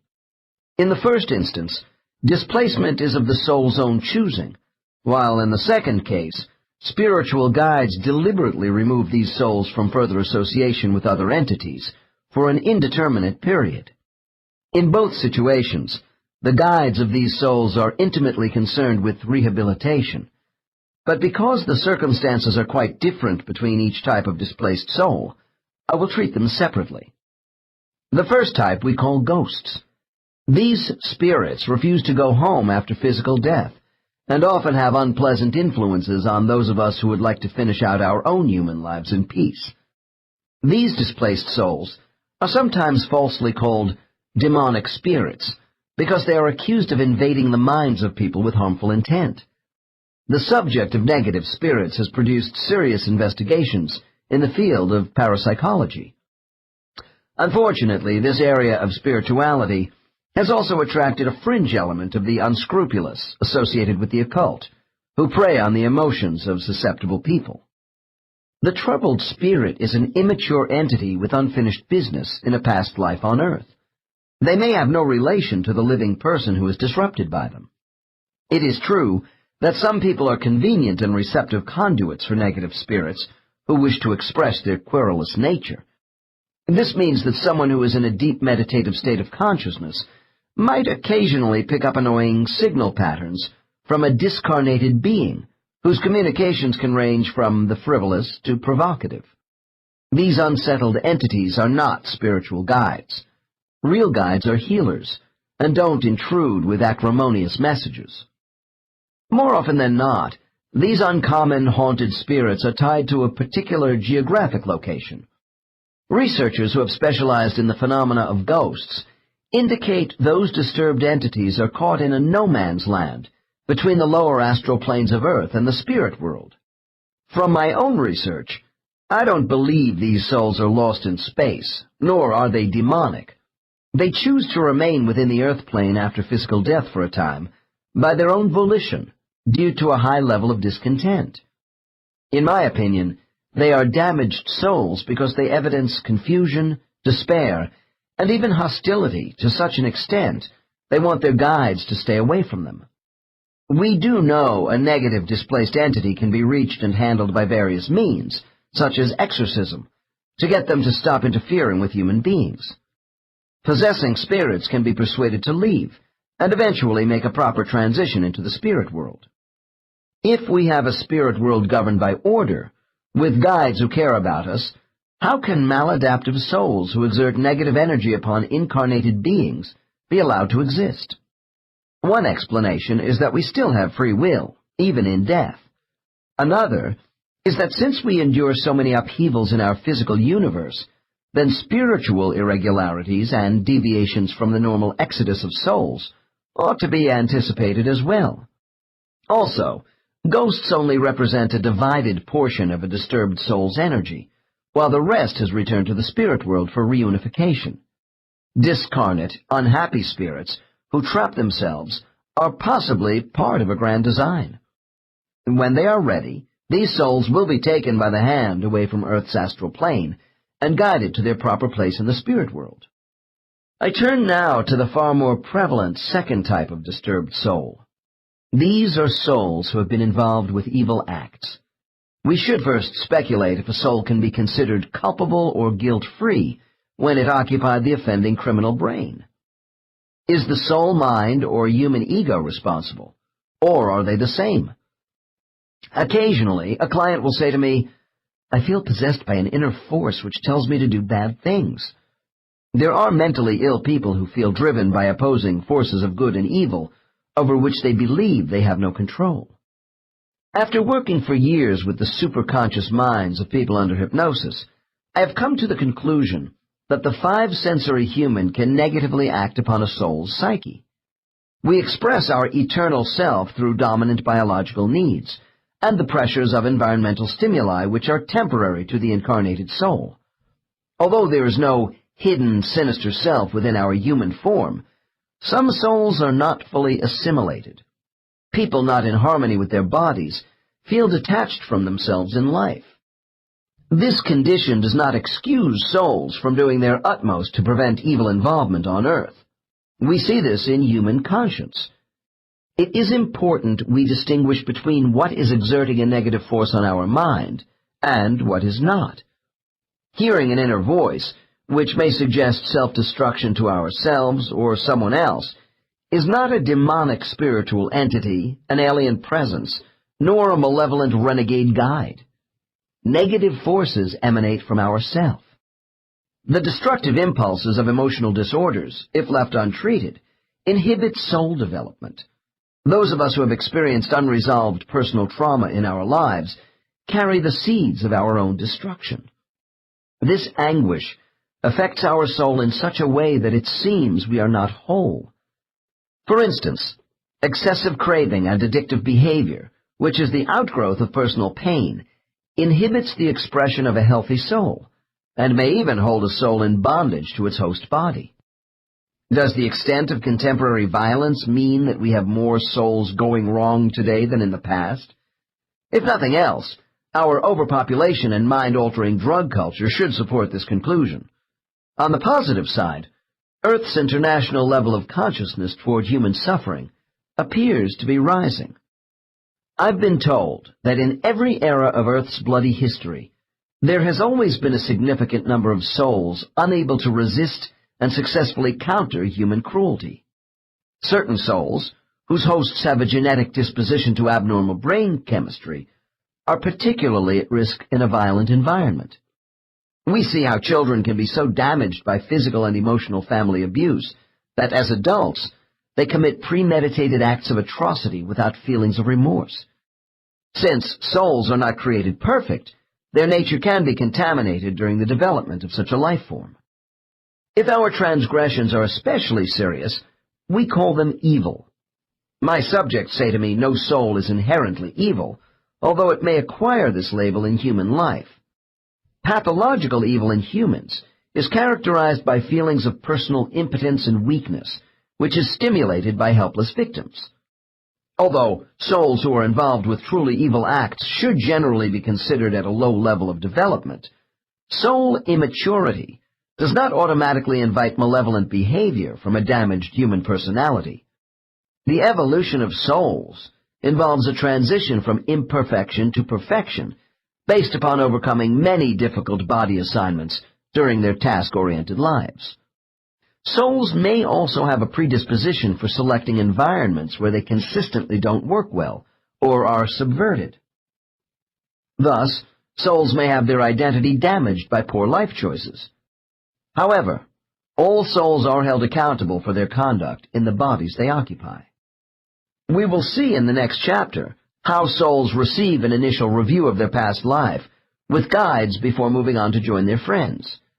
But what happens to souls who have, through their bodies, caused extreme suffering to another? If a soul is not capable of ameliorating the most violent human urges in its host body, how is it held accountable in afterlife? This brings up the issue of being sent to heaven or hell for good and bad deeds, because accountability has long been a part of our religious traditions. On the wall of my office hangs an Egyptian painting, the judgment scene, as represented in the Book of the Dead, which is a mythological ritual of death over 7,000 years old. The ancient Egyptians had an obsession with death and the world beyond the grave, because in their cosmic pantheon, death explained life. The picture shows a newly deceased man arriving in a place located between the land of the living and the kingdom of the dead. He stands by a set of scales about to be judged for his past deeds on earth. The master of ceremonies is the god Anubis, who carefully weighs the man's heart on one pan of the scale against the ostrich feather of truth on the opposite side. The heart, not the head, represented the embodiment of a person's soul conscience to the Egyptians. It is a tense moment. A crocodile-headed monster is crouched nearby with his mouth open, ready to devour the heart if the man's wrongs outweigh the good he did in life. Failure at the scales would end the existence of this soul. I get quite a few comments from my clients about this picture. A metaphysically oriented person would insist no one is denied entrance into the kingdom of afterlife, regardless of how unfavorably balanced the scales might be toward past conduct. Is this belief true? Are all souls given the opportunity to transmute back into the spirit world the same way, irrespective of their association with the bodies they occupied? To answer this question, I should begin by mentioning that a large segment of society believes all souls do not go to the same place. More moderate theology no longer stresses the idea of hellfire and brimstone for sinners. However, many religious sects indicate a spiritual coexistence of two mental states of good and evil. For the bad soul, there are ancient philosophical pronouncements denoting a separation from the God essence as a means of punishment after death. The Tibetan Book of the Dead, a source of religious belief thousands of years older than the Bible, describes the state of consciousness between lives, the bardo, as a time when the evil we have perpetrated projects us into spiritual separation. If the people of the East believed in a special spiritual location for evildoers, was this idea similar to the concept of purgatory in the Western world? From its earliest beginnings, Christian doctrine defined purgatory as a transitory state of temporary banishment for sins of a minor nature against humanity. The Christian purgatory is supposed to be a place of atonement, isolation, and suffering. When all negative karma is removed, these souls are eventually allowed into heaven. On the other hand, souls committing major, deadly sins are condemned to hell forever. Does hell exist to permanently separate good souls from bad ones? All my casework with the spirits of my subjects has convinced me there is no residence of terrible suffering for souls, except on earth. I am told all souls go to one spirit world after death, where everyone is treated with patience and love. However, I have learned that certain souls do undergo separation in the spirit world, and this happens at the time of their orientation with guides. They are not activated along the same travel routes as other souls.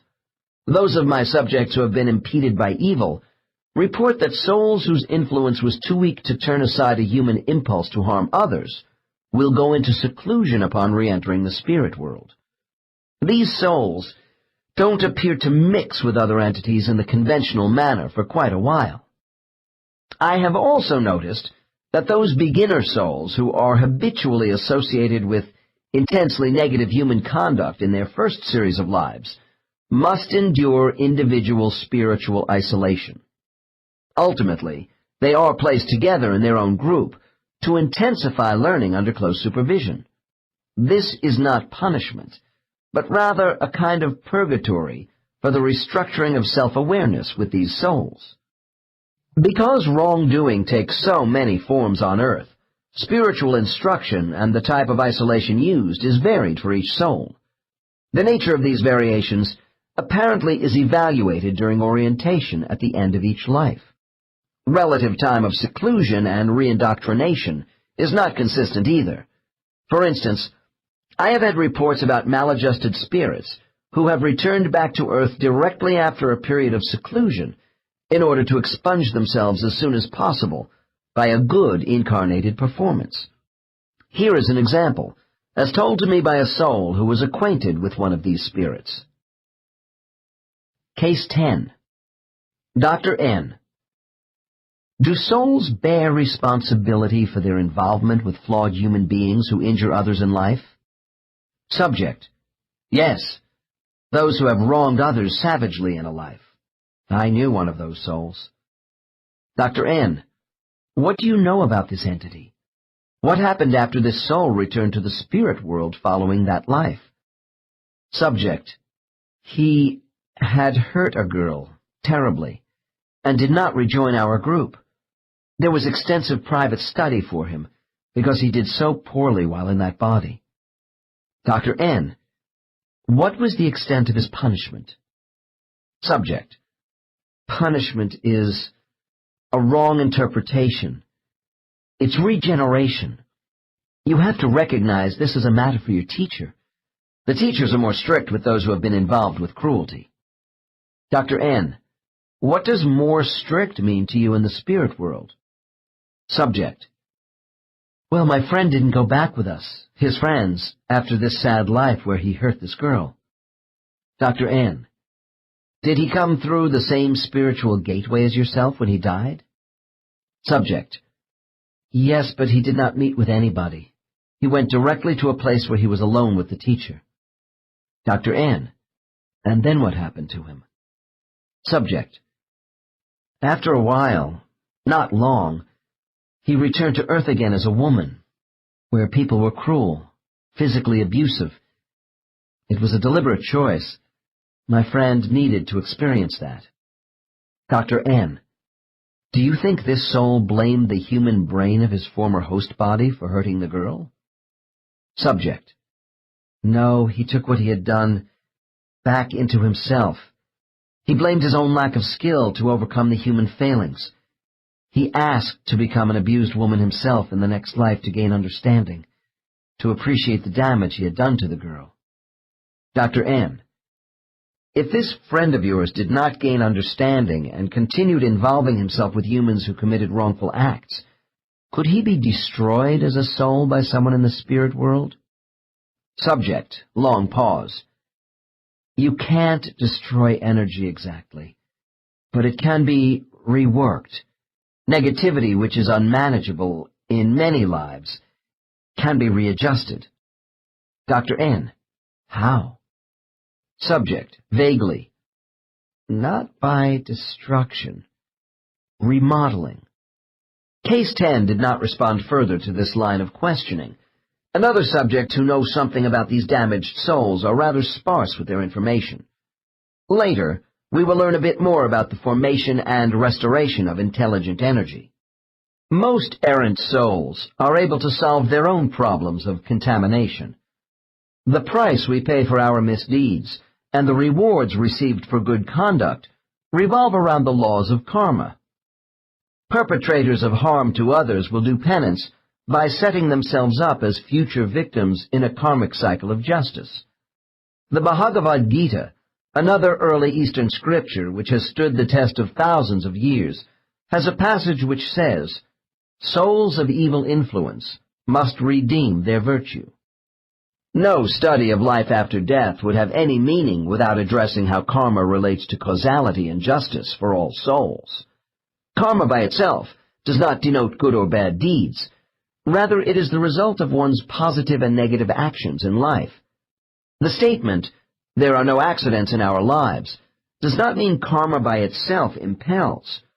What it does is propel us forward by teaching lessons. Our future destiny is influenced by a past from which we cannot escape, especially when we injure others. The key to growth is understanding we are given the ability to make mid-course corrections in our life, and having the courage to make necessary changes when what we are doing is not working for us. By conquering fear and taking risks, our karmic pattern adjusts to the effects of new choices. At the end of every life, rather than having a monster waiting to devour our souls, we serve as our most severe critic in front of teacher guides. This is why karma is both just and merciful. With the help of our spiritual counselors and peers, we decide on the proper mode of justice for our conduct. Some people who believe in reincarnation also think if negative souls do not learn their lessons within a reasonable span of lives, they will be eliminated and replaced by more willing souls. My subjects deny this premise. There is no set path of self-discovery designed for all souls. As one subject told me, souls are assigned to Earth for the duration of the war. This means souls are given the time and opportunity to make changes for growth. Souls who continue to display negative attitudes through their human hosts must overcome these difficulties by continually making an effort to change. From what I have seen, no negative karma remains attached to a soul who is willing to work during their many lives on this planet. It is an open question whether a soul should be held entirely at fault for humanity's irrational, unsocialized, and destructive acts. Souls must learn to cope in different ways with each new human being assigned to them. The permanent identity of a soul stamps the human mind with a distinctive character which is individual to that soul. However, I find there is a strange dual nature between the soul mind and human brain. I will discuss this concept further in later chapters, after the reader learns more about the existence of souls in the spirit world. 5. Orientation. After those entities who meet us during our homecoming have dispersed, we are ready to be taken to a space of healing. This will be followed by another stop, involving the soul's reorientation to a spiritual environment. In this place, we are often examined by our guide. I tend to call the cosmology of all spiritual locations as places or spaces, simply for convenient identification, because we are dealing with a non-physical universe. The similarity of descriptions among clients of what they do as souls at the next two combined stops is remarkable, although they do have different names for them. I hear such terms as chambers, travel berths, and interspace stopover zones, but the most common is the place of healing. I think of the healing station as a field hospital, or MASH unit, for damaged souls coming off Earth's battlefields. I have selected a rather advanced male subject who has been through this revitalization process many times to describe the nature of this next stop. Case 11. Dr. N. After you leave the friends who greeted you following your death, where does your soul go next in the spirit world? Subject. I am alone for a while, moving through vast distances. Dr. N. Then what happens to you? Subject. I am being guided by a force I can't see, into a more enclosed space, an opening into a place of pure energy. Dr. N. What is this area like? Subject. For me, it is the vessel of healing. Dr. N. Give me as much detail as possible about what you experience here. Subject. I'm propelled in, and I see a bright warm beam. It reaches out to me as a stream of liquid energy. There is a vapor-like steam swirling around me at first, then gently touching my soul as if it were alive.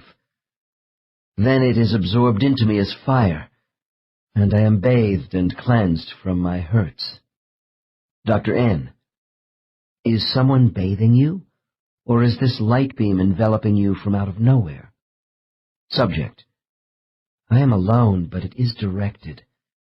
My essence is being bathed, restoring me after my exposure to Earth. Dr. N. I have heard this place is similar to taking a refreshing shower after a hard day's work. Subject laughs. After a lifetime of work, it's better, and you don't get wet either. Dr. N. You also don't have a physical body anymore, so how can this energy shower heal a soul? Subject. By reaching into my being. I'm so tired from my last life and with the body I had. Dr. N. Are you saying the ravages of the physical body and the human mind leave an emotional mark on the soul after death? Subject. God, yes. My very expression, who I am as a being, was affected by the brain and body I occupied. Dr. N. Even though you are now separated from that body forever? Subject. Each body leaves an imprint on you, at least for a while. There are some bodies I have had that I can never get away from altogether. Even though you are free of them, you keep some of the outstanding memories of your bodies in certain lives. Dr. N. Okay, now I want you to finish with your shower of healing and tell me what you feel. Subject. I am suspended in the light. It permeates through my soul, washing out most of the negative viruses. It allows me to let go of the bonds of my last life, bringing about my transformation so I can become whole again. Dr. N, does the shower have the same effect upon everyone? Subject, pause. When I was younger and less experienced, I came here more damaged. The energy here seemed less effective because I didn't know how to use it to completely purge the negativity. I carried old wounds with me longer despite the healing energy. Dr. N, I think I understand. So what do you do now? Subject, when I am restored, I leave here and go to a quiet place to talk to my guide. This place I have come to call the shower of healing is only a prelude for the rehabilitation of returning souls. The orientation stage, which immediately follows, especially with younger souls, involves a substantial counseling session with one's guide. The newly refreshed soul arrives at this station to undergo a debriefing of the life just ended. Orientation is also designed as an intake interview to provide further emotional release and readjustment back into the spirit world. People in hypnosis who discuss the type of counseling which goes on during orientation say their guides are gentle but probing. Imagine your favorite elementary school teacher and you have the idea. Think of a firm but concerned entity who knows all about your learning habits, your strong and weak points, and your fears, who is always ready to work with you as long as you continue to try. When you don't, everything remains stationary in your development. Nothing can be hidden by students from their spiritual teachers. No subterfuge or deception exists in a telepathic world. There are a multitude of differences in orientation scenes, depending upon the soul's individual makeup and their state of mind after the life just ended. Souls report their orientation often takes place in a room. The furnishings of these settings and the intensity of this first conference can vary after each life. The case below gives a brief example of an orientation scene which attests to the desire of higher forces to bring comfort to the returning soul. Case 12. Subject. At the center of this place I found my bedroom where I was so happy as a child. I see my rose-covered wallpaper and four-poster bed with the squeaky springs under a thick pink quilt made for me by my grandmother. My grandmother and I used to have heart-to-heart chats whenever I was troubled, and she is here too, just sitting on the edge of my bed with my favorite stuffed animals around her, waiting for me. Her wrinkled face is full of love as always. After a while, I see she is actually my guide, Amorphous. I talk to Amorphous about the sad and happy times of the life I have finished. I know I made mistakes, but she is so kind to me. We laugh and cry together while I reminisce. Then we discuss all the things I didn't do that I might have done with my life. But in the end, it's okay. She knows I must rest in this beautiful world. I'm going to relax. I don't care if I ever go back to Earth again, because my real home is here. Apparently, the more advanced souls do not require any orientation at this stage. This does not mean that 10% of my clients in this category just sail right by their guides with a wave upon their return from Earth. Everybody is held accountable for their past lives. Performance is judged upon how each individual interpreted and acted upon their life roles. Intake interviews for the advanced souls are conducted with master teachers later. The less experienced entities are usually given special attention by counselors because the abrupt transition from the physical to a spiritual form is more difficult for them. The next case I have selected has a more in-depth therapeutic spiritual orientation. The exploration of attitudes and feelings with a view to reorienting future behavior is typical of guides. The client in case 13 is a strong, imposing, 32-year-old woman of above-average height and weight. Dressed in jeans, boots, and a loose-fitting sweatshirt, Hester arrived at my office one day in a state of agitation. Her presenting problems fell into three parts. She was dissatisfied with her life as a successful real estate broker as being too materialistic and unfulfilling. Hester also felt she lacked feminine sexuality. She mentioned having a closet full of beautiful clothes which were hateful to wear. This client then told me how she had easily manipulated men all her life because there is a male aggression about me which also makes me feel incomplete as a woman. As a young girl, she avoided dolls and wearing dresses because she was more interested in competitive sports with boys. Her masculine feelings had not changed with age, although she had found a man who became her husband because he accepted her dominance in their relationship. Hester said she enjoyed sex with him as long as she was in physical control, and that he found this exciting. In addition, my client complained of headaches on the right side of her head above the ear, which after extensive medical examinations, doctors had attributed to stress.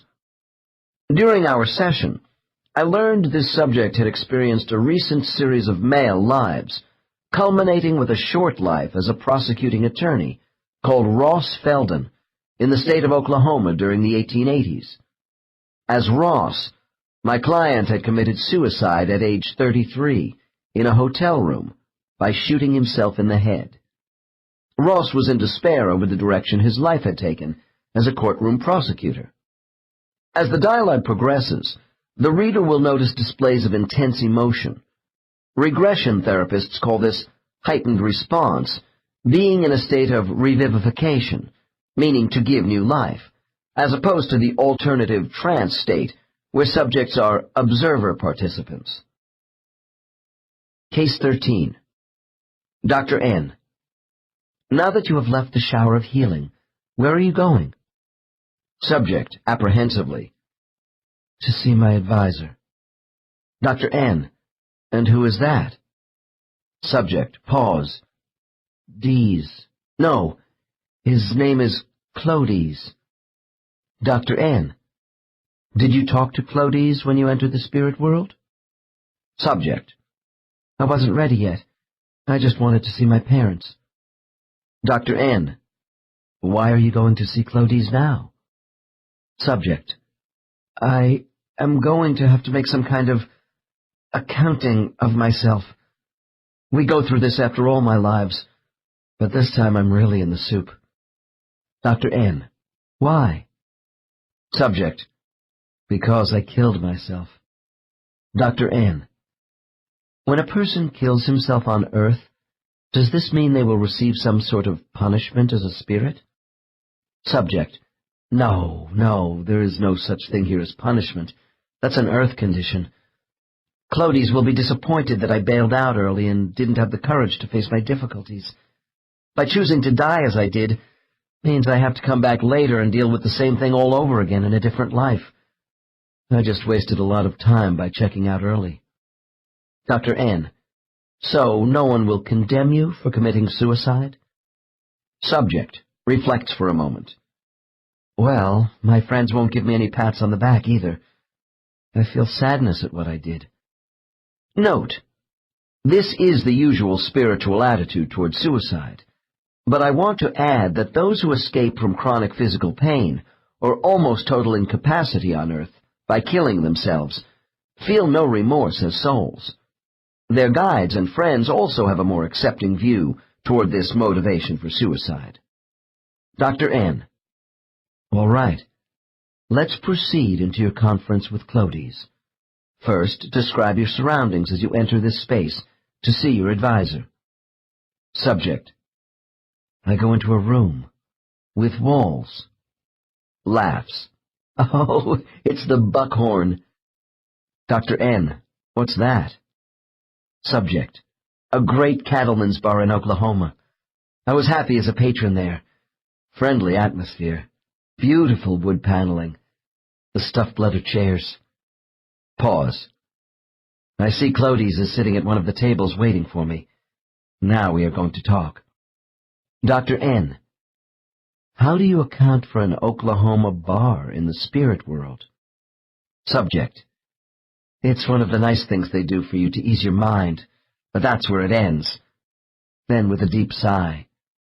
This talk is not going to be like a party at the bar. Dr. N. You sound a little depressed at the prospect of an intimate conversation with your guide about your last life. Subject, defensively. Because I blew it. I have to see him to explain why things didn't work out. Life is so hard. I tried to do it right, but... Dr. N. Do what right? Subject, with anguish. I had an agreement with Clodies to work on setting goals and then following through. He had expectations for me as Ross. Damn! Now I have to face him with this. Dr. N. You don't feel you met the contract you had with your advisor about lessons to be learned as Ross? Subject, impatiently. No, I was terrible. And of course I'll have to do it all over again. We never seem to get it perfect. Pause. You know, if it weren't for Earth's beauty, the birds, flowers, trees, I would never go back. It's too much trouble. Dr. N. I can see you are upset, but don't you think... Subject breaks in with agitation. You can't get away with a thing either. Everybody here knows you so well. There is nothing I can keep from Clodies. Dr. N. I want you to take a deep breath and go further into the Buckhorn Bar, and tell me what you do. Subject. Subject gulps and squares her shoulders. I float in and sit down across from Clodies at a round table near the front of the bar. Dr. N. Now that you are near Clodies, do you think he is as upset as you are over this past life? Subject. No. I'm more upset with myself over what I did and didn't do, and he knows that. Advisors can be displeased, but they don't humiliate us. They're too superior for that. The counseling input of a directive guide gives the healing process of our soul a boost during orientation, but that does not mean the defensive barriers to progress are completely removed. The painful emotional memories from our past do not die as easily as our bodies. Hester must see her negative past life script as Ross clearly, without distorted perceptions. Recreating spiritual orientation scenes during hypnosis assists me as a therapist. I have found the techniques of psychodramatic role-playing to be useful in exposing feelings and old beliefs related to current behavior. Case 13 had quite a long orientation, which I have condensed. At this juncture of the case, I shifted my questioning to involve the subject's guide. As the proceedings unfold with Ross Felden's life, I will take the role of a third-party intermediary between Ross and Clodies. Within this counseling mode, I also want to initiate a role transference, where Hester, Ross, will speak the thoughts of Clodies. The integration of a subject with their guide is a means of eliciting assistance from these higher entities, and bringing problems into sharper focus. I sometimes sense even my own guide is directing me in these sessions. I am cautious about summoning up guides without good cause. Facilitating communication directly with a client's guide always has an uncertain outcome. If my intrusion is clumsy or unnecessary, guides will block a subject's response by silence, or use metaphoric language which is obscure. I have had guides speak through a subject's vocal cords in raspy tones, which are so discordant I can hardly understand the responses to questions. When subjects talk for their guides, rather than guides speaking for themselves through the subject, usually the cadence of speech is not as broken. In this case, Clodies comes through Hester Ross easily, and allows me some latitude in working with his client. Dr. N. Ross, we both need to understand what is happening psychologically to you right from the start of your orientation with Clodies. I want you to assist me. Are you willing to do this? Subject. Yes, I am. Dr. N. Good. And now you are going to be able to do something unusual. On the count of 3, you will have the ability to assume the dual roles of Clodies and yourself. This ability will enable you to speak to me about your thoughts and those of your guide as well.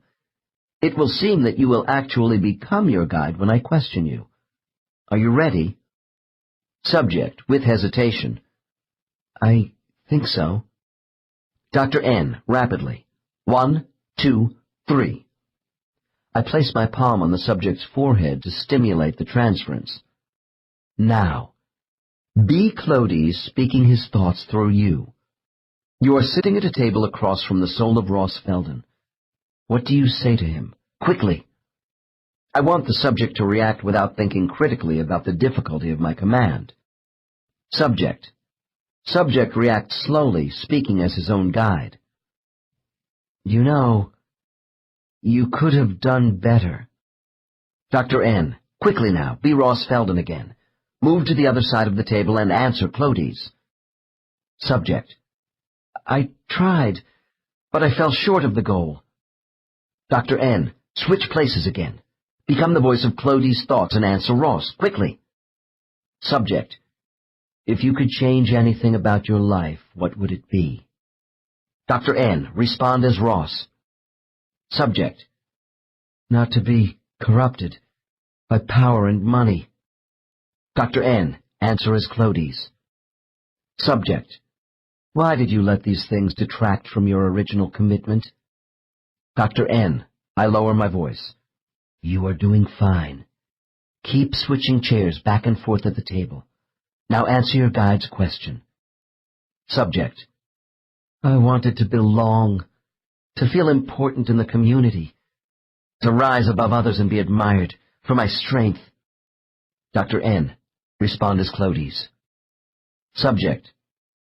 Especially by women.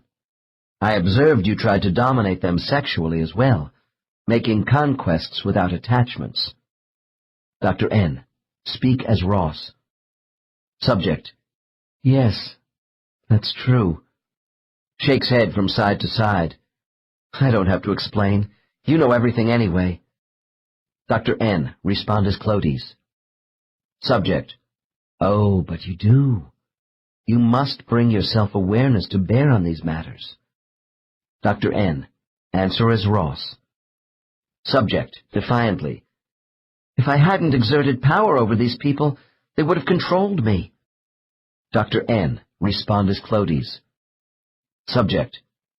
This lacks merit and was unworthy of you. What you became is not how you started. We chose your parents carefully. Note, the Felden family were farmers of modest means, who displayed honesty, forbearance, and sacrificed much so Ross could study law. Dr. N. Answer as Ross. Subject, in a rush. Yes, I know. They brought me up to be idealistic, to help the little guy, and I wanted this too, but it didn't work for me. You saw what happened. I was in debt when I began as a lawyer. Ineffective, of no consequence. I didn't want to be poor anymore, defending people who couldn't pay me. I hated the farm, the pigs and the cows. I liked being around substantial people, and when I joined the establishment as a prosecutor, I had the idea of reforming the system and helping farm people. It was the system that was wrong. Dr. N. Respond as Clodies. Subject. Ah, you were corrupted by the system. Explain this to me. Dr. N. Answer as Ross. Subject. Hotly. People had to pay fines they couldn't afford. Others I sent to jail because of offenses they didn't mean to commit. Others I had hung. Voice breaks. I became a legal killer. Dr. N. Respond as Clodies. Subject. Why did you feel responsible for prosecuting criminals who were guilty of hurting others? Dr. N. Answer as Ross. Subject. Few of those, most were just ordinary people like my parents who got caught up in the system, needing money to survive. And there were those who were sick in the head. Dr. N. Respond as Clodies. Subject. What about the victims of the people you prosecuted? Didn't you choose a life of law to help society and to make the farms and the towns safer with justice? Dr. N. Answer as Ross. Subject. Loudly. Don't you see? It didn't work for me. I was turned into a murderer by a primitive society. Dr. N. Respond as Clodies. Subject. And so you murdered yourself? Dr. N. Answer as Ross. Subject. I got off track. I couldn't go back to being a nobody, and I couldn't go forward. Dr. N. Respond as Clodies. Subject: Too easily you became a participant with those whose motivations were for personal gain and notoriety. This was not you. Why did you hide from yourself? Dr. N. Answer as Ross. Subject, with anger: Why didn't you help me more when I started as a public defender? Dr. N. Respond as Clodes. Subject: What benefit do you get from thinking I should pick you up at every turn? Dr. N. I ask Hester to respond as Ross, but when she remains silent after the last question, I step in. Ross, if I may interrupt, I believe Clodes is inquiring into the payoff for you from both the pain you feel now and strokes you get from blaming him over your last life. Subject, pause. Wanting sympathy, I guess. Dr. N. Okay. Respond as Clodes to this thought. Subject, very slowly. What more would you have me do? You didn't reach far enough inside yourself. I placed thoughts in your mind of temperance, moderation, responsibility, original goals, your parents' love. You ignored these thoughts and were stubborn to alternative action. Subject. Ross responds without my command. I know I missed the signs you set up.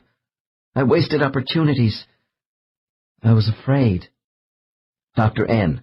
Respond as Clodes to your statement. Subject. What do you value most about who you are? Dr. N. Answer your guide. Subject. That I had the desire to change things on Earth. I started with wanting to make a difference for the people of Earth. Dr. N. Respond as Clodes. Subject. You left that assignment early, and now I see you missing opportunities again, being afraid to take risks, taking paths which damage you, trying to become someone who is not you, and there is sadness again. Recreating the orientation stage does not produce abrupt transitions during my hypnosis sessions. While Case 13 is speaking as Clodes, notice how her responses take on a more lucid and decisive quality, which is different from either my client Hester or her former self as Ross. I am not always successful with my subjects translating their guide's comments so insightfully in former spiritual orientations. Nevertheless, past life memories often spill over into contemporary problems, in whatever spiritual setting is selected. Whether my subject or her guide actually directed the conversation in the Buckhorn bar scene, while I moved the time frame around, does not matter to me. After all, Ross Felden as a person is dead. But Hester is caught in the same quagmire, and I want to do what I can to break this destructive pattern of behavior. I spend a few minutes reviewing with this subject what her guide has indicated about lack of self-concept, alienation, and lost values. After asking Clodes for his continued assistance, I close the orientation scene and immediately take Hester to a later spiritual stage, just before her rebirth today. Dr. N. With all the knowledge of who you were as Ross, and having a greater understanding of your real spiritual identity after your stay in the spirit world, why did you choose your current body? Subject. I chose to be a woman so people would not feel intimidated by me. Dr. N. Really? Then why did you take the body of such a strong, forceful woman in the 20th century? Subject. They won't see a prosecuting attorney dressed in black in a courtroom. This time I am a surprise package. Dr. N. A surprise package? What does that mean? Subject. As a woman, I knew I would be less intimidating to men. I can catch them off guard and scare them to death. Dr. N. What kind of men? Subject. The big guys. The power structure in society. Catch them when they are lulled into a false sense of security because I'm a woman. Dr. N. Catch them and do what? Subject. Drives her right fist into the left palm. Nail them. To save the little guy from the sharks who want to eat up all the small fish in this world. Dr. N. I move my subject into the present while she remains in the superconscious state. Let me understand your reason for choosing to be a woman in this life. You wanted to help the same sort of people who you were unable to help as a man in your previous life. Is this correct? Subject, sadly. Yeah, but it's not the best way. It's not working out for me like I thought. I'm still too strong and macho. Energy is pouring out of me in the wrong direction. Dr. N. What wrong direction? Subject, wistfully. I'm doing it again. Misusing people. I chose the body of a woman who is intimidating to men, and I don't feel like a woman. Dr. N. Give me an example. Subject. Sexually and in business. I'm in the power game again, pushing aside principles, getting off track as before, as Ross. This time I manipulate real estate deals. I'm too interested in acquiring money. I want status. Dr. N. And how does this hurt you, Hester? Subject. The influence of money and position is a drug to me as it was in my last life. My being a woman now has done nothing to change my desire to control people. So stupid. Dr. N. Then do you think your motivations were wrong in choosing to be a female? Subject. Yes. I do feel more natural living as a man. But I thought as a woman this time around I would be more subtle. I wanted this chance to try again in a different sex, and Clody's let me take it. Client slumps down in her chair. What a blunder. Dr. N. Don't you think you are being a little hard on yourself, Hester? I have the sense you also chose to be a woman because you wanted a woman's insight and intuition to give you a different perspective to tackle your lessons. You can have masculine energy, if you want to call it that, and still be feminine. Before finishing this case, I should touch on the issue of homosexuality. Most of my subjects select the bodies of one gender over another 75% of the time. This pattern is true of all but the advanced souls, who maintain more of a balance in choosing to be men and women. A gender preference by a majority of earthbound souls does not mean they are unhappy the other 25% of the time as males or females. Hester is not necessarily gay or bisexual because of her body choice. Homosexuals may or may not be comfortable with their anatomy as humans. When I do have a client who is gay, they often ask if their homosexuality is the result of choosing to be the wrong sex in this life. When their sessions are over, this inquiry is usually answered. Regardless of the circumstances which lead souls to make gender choices, this decision was made before arriving on Earth. Sometimes I find that gay people have chosen in advance of their current lives to experiment with a sex that was seldom used in former lives. Being gay carries a sexual stigma in our society, which presents a more difficult road in life. When this road is chosen by one of my clients, it can usually be traced to a karmic need to accelerate personal understanding of the complex differences in gender identity, as related to certain events in their past. Case 13 chose to be a woman in this life to try and get over the stumbling blocks experienced as Ross Felden. Would Hester have benefited from knowing about her past as Ross from birth, rather than having to wait over 30 years and undergo hypnosis? Having no conscious memory of our former existences is called amnesia. This human condition is perplexing to people attracted to reincarnation. Why should we have to grope around in life trying to figure out who we are and what we are supposed to do, and wondering if some spiritual divinity really cares about us? I closed my session with this woman by asking about her amnesia. Dr. N. Why do you think you had no conscious memory about your life as Ross Felden? Subject. When we choose a body and make a plan before coming back to Earth, there is an agreement with our advisors. Dr. N. An agreement about what? Subject. We agree not to remember other lives. Dr. N. Why? Subject. Learning from a blank state is better than knowing in advance what could happen to you because of what you did before. Dr. N. But wouldn't knowing about your past life mistakes be valuable in avoiding the same pitfalls in this life? Subject: If people knew all about their past, many might pay too much attention to it rather than trying out new approaches to the same problem. The new life must be taken seriously. Dr. N: Are there any other reasons? Subject: Pause. Without having old memories, our advisors say there is less preoccupation for trying to avenge the past, to get even for the wrongs done to you. Dr. N: Well, it seems to me that so far this has been part of the motivation and conduct in your life as Hester. Subject: Forcefully: That's why I came to you. Dr. N: And do you still think a total blackout of our eternal spiritual life on earth is essential to progress? Subject: Normally, yes, but it's not a total blackout. We get flashes from dreams during times of crisis.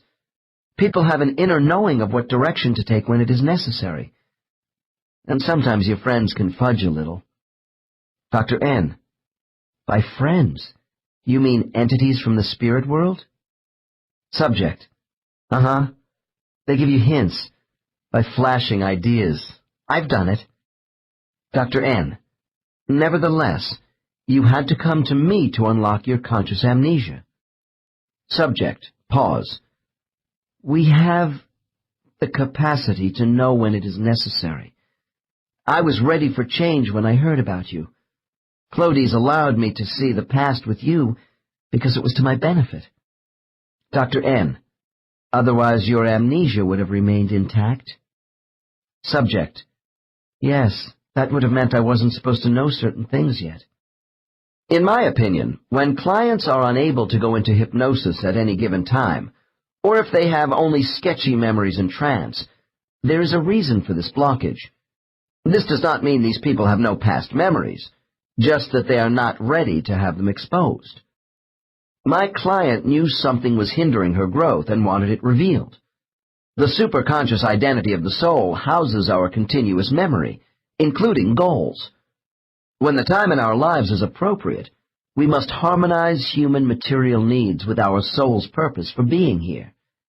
I try to take a common-sense approach in bringing past and present experiences into alignment. Our eternal identity never leaves us alone in the bodies we choose, despite our current status. In reflection, meditation, or prayer, the memories of who we really are do filter down to us in selective thought each day. In small intuitive ways, through the cloud of amnesia, we are given clues for the justification of our being. By desensitizing the source of her headaches, I completed my session with Hester by reinforcing her choice to be a woman for reasons other than intimidating men.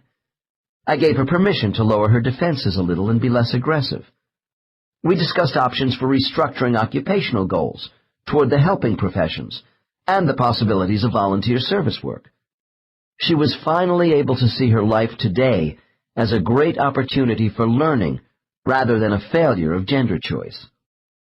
After a case is completed, I never cease to admire the brutal honesty of souls. When a soul has led a productive life beneficial to themselves and those around them, I notice they return to the spirit world with enthusiasm. However, when subjects like Case 13 report they wasted a past life, especially from early suicide, then they describe going back rather dejected. When orientation is upsetting to a subject, I find an underlying reason is the abruptness with which a soul is once again in full possession of all past knowledge. After physical death, unencumbered by a human body, the soul has a sudden influx of perception. The stupid things we did in life hit us hard in orientation. I see more relaxation and greater clarity of thought as I move my subjects further into the spirit world. Souls are created in a positive matrix of such love and wisdom that when a soul starts to come to a planet like Earth and join the physical beings who have evolved from a primitive state, the violence is a shock. Humans have the raw negative emotions of anger and hate as an outgrowth of their fear and pain, connected with survival going back to the Stone Age. Both positive and negative emotions are mixed between soul and host for their mutual benefit. If a soul only knew love and peace, it would gain no insight and never truly appreciate the value of these positive feelings. The test of reincarnation for a soul coming to earth is the conquering of fear in a human body. A soul grows by trying to overcome all negative emotions connected to fear, through perseverance in many lifetimes, often returning to the spirit world bruised or hurt, as Case 13 indicated. Some of this negativity can be retained even in the spirit world, and may reappear in another life with a new body. On the other hand, there is a trade-off. It's in joy and unabashed pleasure that the true nature of an individual soul is revealed on earth in the face of a happy human being. Orientation conferences with our guides allow us to begin the long process of self-evaluation between lives. Soon we will have another conference, this time with more master beings in attendance. In the last chapter, I referred to the ancient Egyptian tradition of newly deceased souls being taken into a hall of judgment to account for their past lives. In one form or another, the concept of a torturous courtroom trial awaiting us right after death has been part of the religious belief system of many cultures. Occasionally, a susceptible individual in a traumatic situation will say they had an out-of-body experience with nightmarish visions of being taken by frightening specters into an afterlife of darkness, where they were sentenced in front of demonic judges. In these cases, I suspect a strong preconditioned belief system of hell. In the quiet, relaxing state of hypnosis, with continuity on all mental levels, my subjects report that the initial orientation session with their guides prepares them to go before a panel of superior beings. However, the words courtroom and trial are not used to describe these proceedings. A number of my cases have called these wise beings, directors, and even judges, but most refer to them as a council of masters or elders. This board of review is generally composed of between 3 and 7 members, and since souls appear before them after arriving at their home base, I will go into this conference in more detail at the end of the next chapter. All soul evaluation conferences, be they with our guides, peers, or a panel of masters, have one thing in common. The feedback and past life analysis we receive in terms of judgment is based upon the original intent of our choices as much as the actions of a lifetime. Our motivations are questioned and criticized, but not condemned in such a way as to make us suffer. As I explained in Chapter 4, this does not mean souls are exonerated for their acts which harmed others simply because they are sorry. Karmic payment will come in a future life. I have been told that our spiritual masters constantly remind us that because the human brain does not have an innate moral sense of ethics, conscience is the soul's responsibility. Nevertheless, there is overwhelming forgiveness in the spirit world. This world is ageless, and so too are our learning tasks. We will be given other chances in our struggle for growth. When the initial conference with our guide is over, we leave the place of orientation and join a coordinated flow of activity involving the transit of enormous numbers of other souls into a kind of central receiving station. 6. Transition. All souls, regardless of experience, eventually arrive at a central port in the spirit world, which I call the staging area. I have said there are variations in the speed of soul movement right after death, depending upon spiritual maturity. Once past the orientation station, there seems to be no further travel detours for anyone entering this space of the spirit world. Apparently, large numbers of returning souls are conveyed in a spiritual form of mass transit. Sometimes, souls are escorted by their guides to this area. I find this practice is especially true for the younger souls. Others are directed through by an unseen force, which pulls them into the staging area and then beyond to waiting entities. From what I am able to determine, accompaniment by other entities depends upon the volition of one's guide. In most cases, haste is not an issue, But souls do not dawdle along on this leg of their journey. The feelings we have along this path depend on our state of mind after each life. The assembly and transfer of souls really involves two phases. The staging area is not an encampment space. Spirits are brought in, collected, and then projected out to their proper final destinations. When I hear accounts of this particular junction, I visualize myself walking with large numbers of travelers through the central terminal of a metropolitan airport, which has the capacity to fly all of us out in any direction. One of my clients described the staging area as resembling the hub of a great wagon wheel, where we are transported from a center along the spokes to our designated places. My subjects say this region appears to them as having a large number of unacquainted spirits moving in and out of the hub in an efficient manner with no congestion. Another person called this area the Los Angeles Freeway without gridlock. There may be other similar wheel hubs with freeway-type on- and off-ramps in the spirit world, but each client considers their own route to and from this center to be the only one. The observations I hear about the nature of the spirit world when entering the staging area have definitely changed from those first impressions of layering and foggy stratification. It is as if the soul is now traveling through the loosely wound arms of a mighty galactic cloud into a more unified celestial field. While their spirits hover in the open arena of the staging area, preparing for further transport out to prescribed spaces, I enjoy listening to the excitement in the voices of my subjects.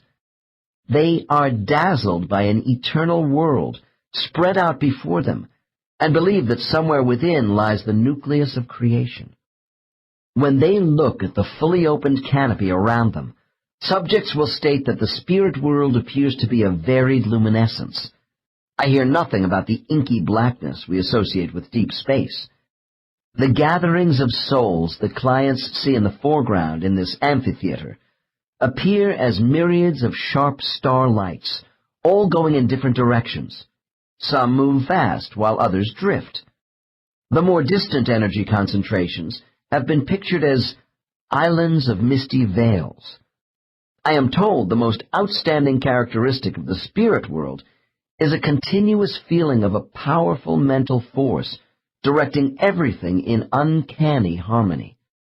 People say this is a place of pure thought. Thought takes many forms. It is at this vantage point in their return that souls begin to anticipate meeting others who wait for them. A few of these companions may have already been seen at the gateway, but most have not. Without exception, souls who wish to contact each other, especially when on the move, do so by just thinking of the entity they want. Suddenly, the individual called will appear in the soul mind of the traveler.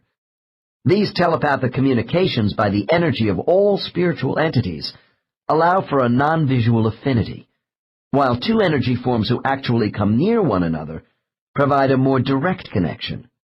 There is uniformity in the accounts of my subjects as to their manner of spiritual travel, routes, and destinations, although what they see along the way is distinctive with each person. I searched through my case files to find a subject whose experiences along this route to an ultimate spiritual destination was both descriptive and yet representative of what many others have told me. I selected an insightful 41-year-old graphic designer with a mature soul. This man's soul had traveled over this course many times between a long span of lives. Case 14. Dr. N.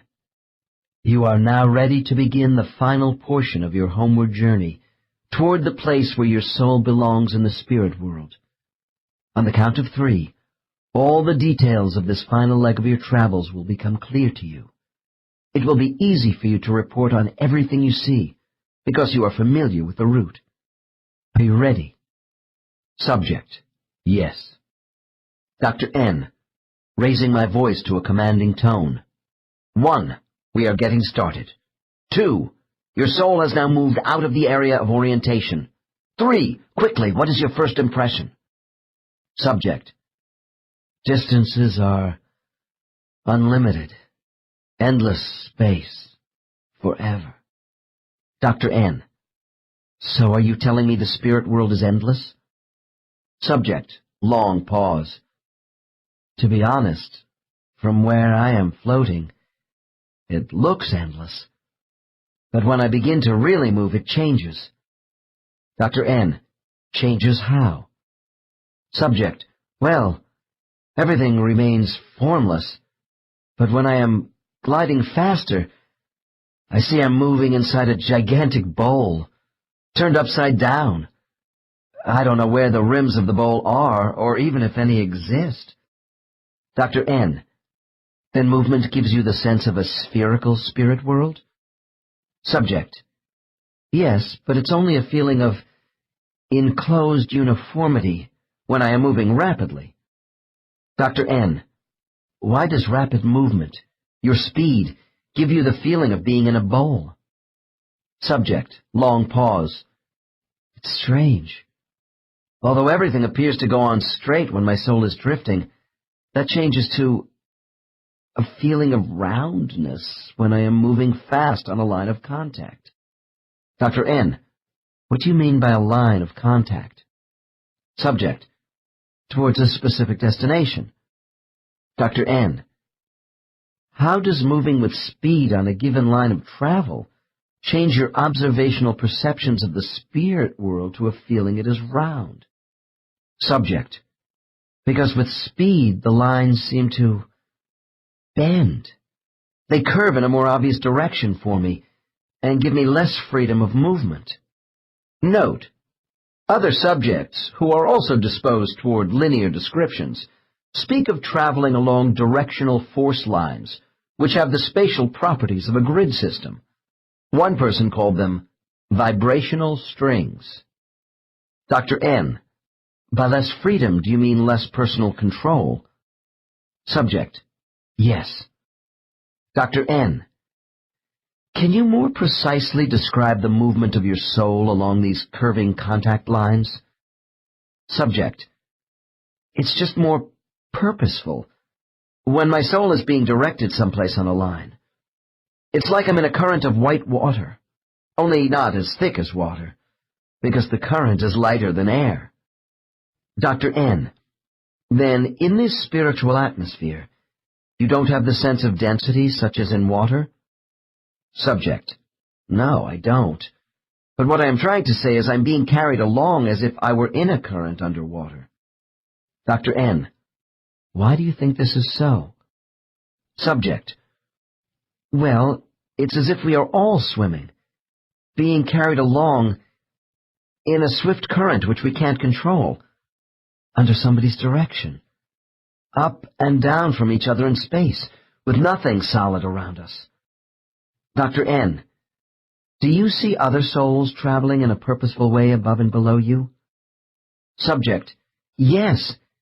It's as if we start in a stream, and then all of us returning from death are pulled into a great river together. Dr. N. When do the numbers of returning souls seem the highest to you? Subject. When the rivers converge into... I can't describe it. Dr. N. Please try. Subject. Pause. We are gathered into a sea, where all of us swirl around in slow motion.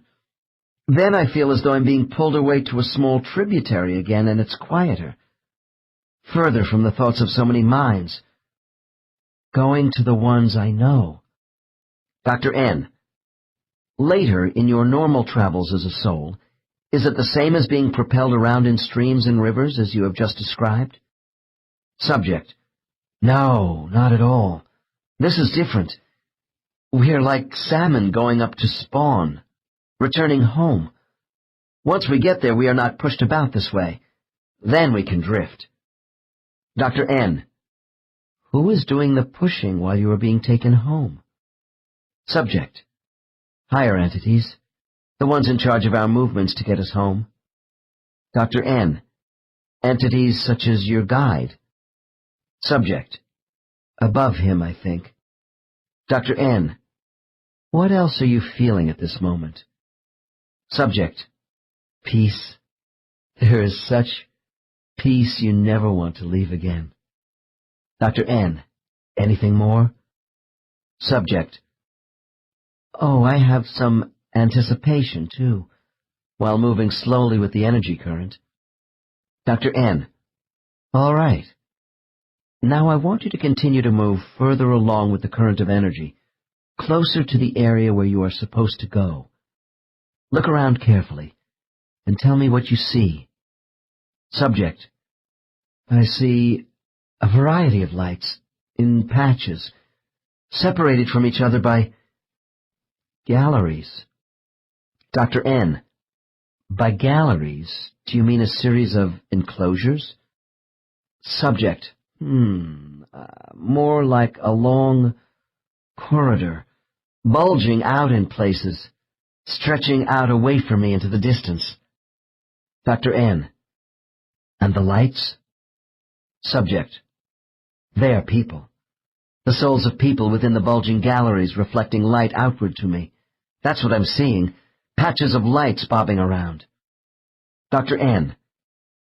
Are these clusters of people structurally separated from each other in the bulges along the corridor? Subject. No, there are no walls here. Nothing is structural with angles and corners. It's hard for me to explain exactly. Dr. N. You are doing fine. Now I want you to tell me what separates the light clusters from each other along this corridor you are describing. Subject. The people are divided by thin, wispy filaments, making the light milky like the transparency of frosted glass. There is an incandescent glow from their energy as I pass by. Dr. N. How do you see individual souls within the clusters? Subject. Pause. As light dots. I see masses of dots hanging in clumps, as hanging grapes all lit up. Dr. N. Do these clumps represent various groups of soul energy masses with space between them? Subject. Yes.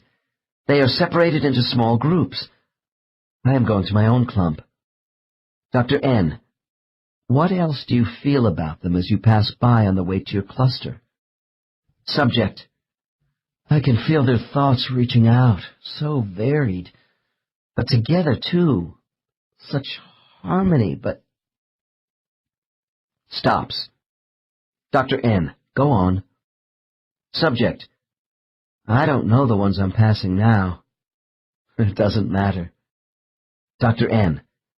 Okay, let's pass on by these clusters which seem to bulge out along a corridor. Give me an example of what the whole thing looks like to you from a distance. Subject. Laughs. A long glowworm. Its sides bulging in and out. The movement is rhythmic. Dr. N. You mean the corridor itself appears to move? Subject. Yes, parts of it. Swaying as a ribbon in the breeze while I am going further away. Dr. N. Continue floating and tell me what happens to you next. Subject. Pause. I'm at the edge of another corridor. I'm slowing down. Dr. N. Why? Subject. Grows excited. Because... Oh, good. I'm coming in towards the site where my friends are attached. Dr. N. And how do you feel at this moment? Subject. Fantastic. There's a familiar pulling of minds, reaching out to me. I'm catching the tail of their kite, joining them in thought. I'm home. Dr. N. Is your particular cluster group of friends isolated from the other groups of souls, living in other corridors? Subject. No one is really isolated, although some of the younger ones may think so. I've been around a long time, though, and I have a lot of connections. Said with modest confidence. Dr. N. So you felt connections with those other corridors, even with spirits in them you might not know from past experience? Subject. I do because of the connections I have had. There is a oneness here. Dr. N. When you are moving around as a spirit, What is the major difference in your interactions with other souls compared to being in human form on Earth? Subject: Here no one is a stranger.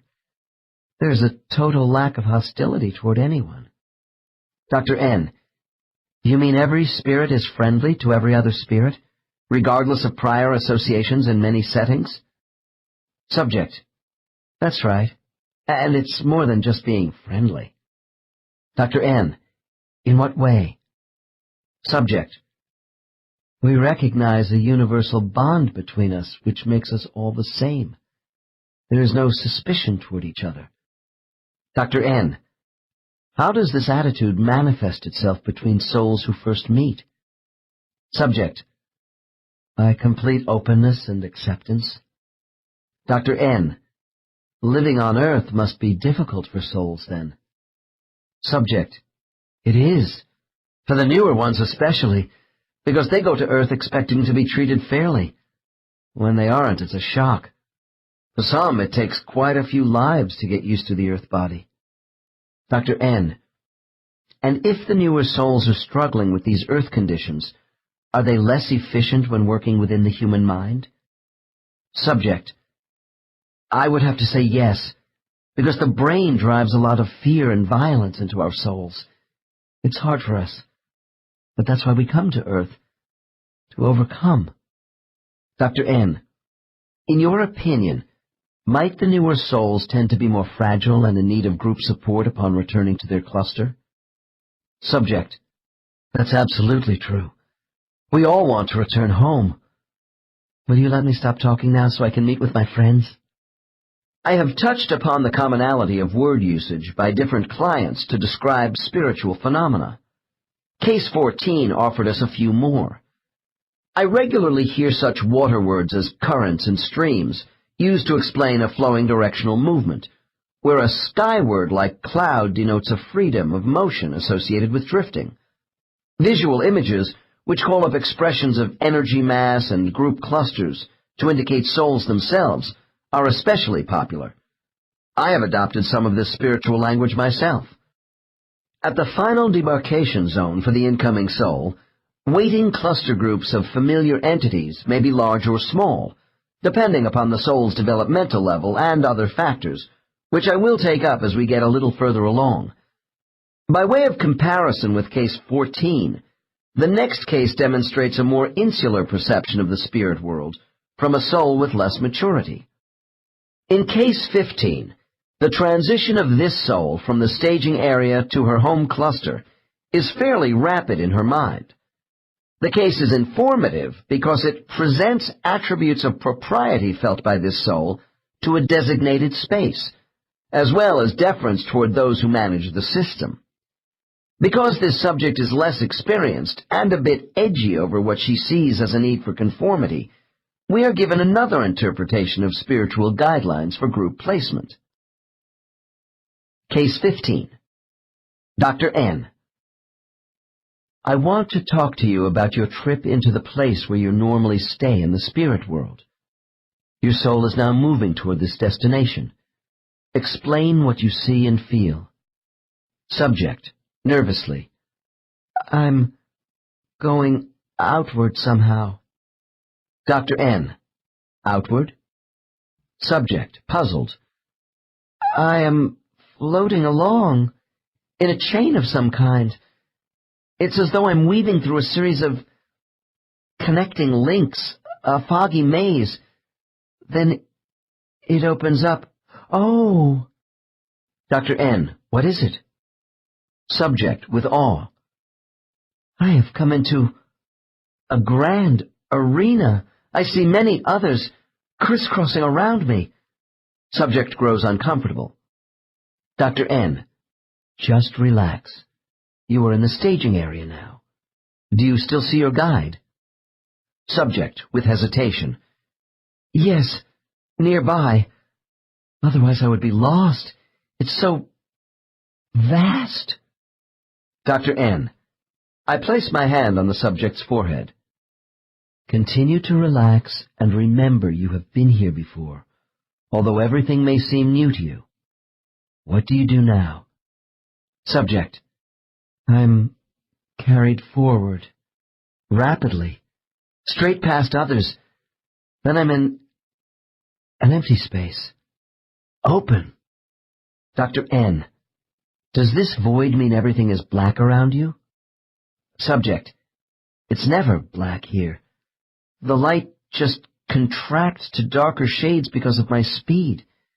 When I slow down, things get brighter. Others confirm this observation. Dr. N. Continue on and report back to me what you see next. Subject. After a while I see nests of people.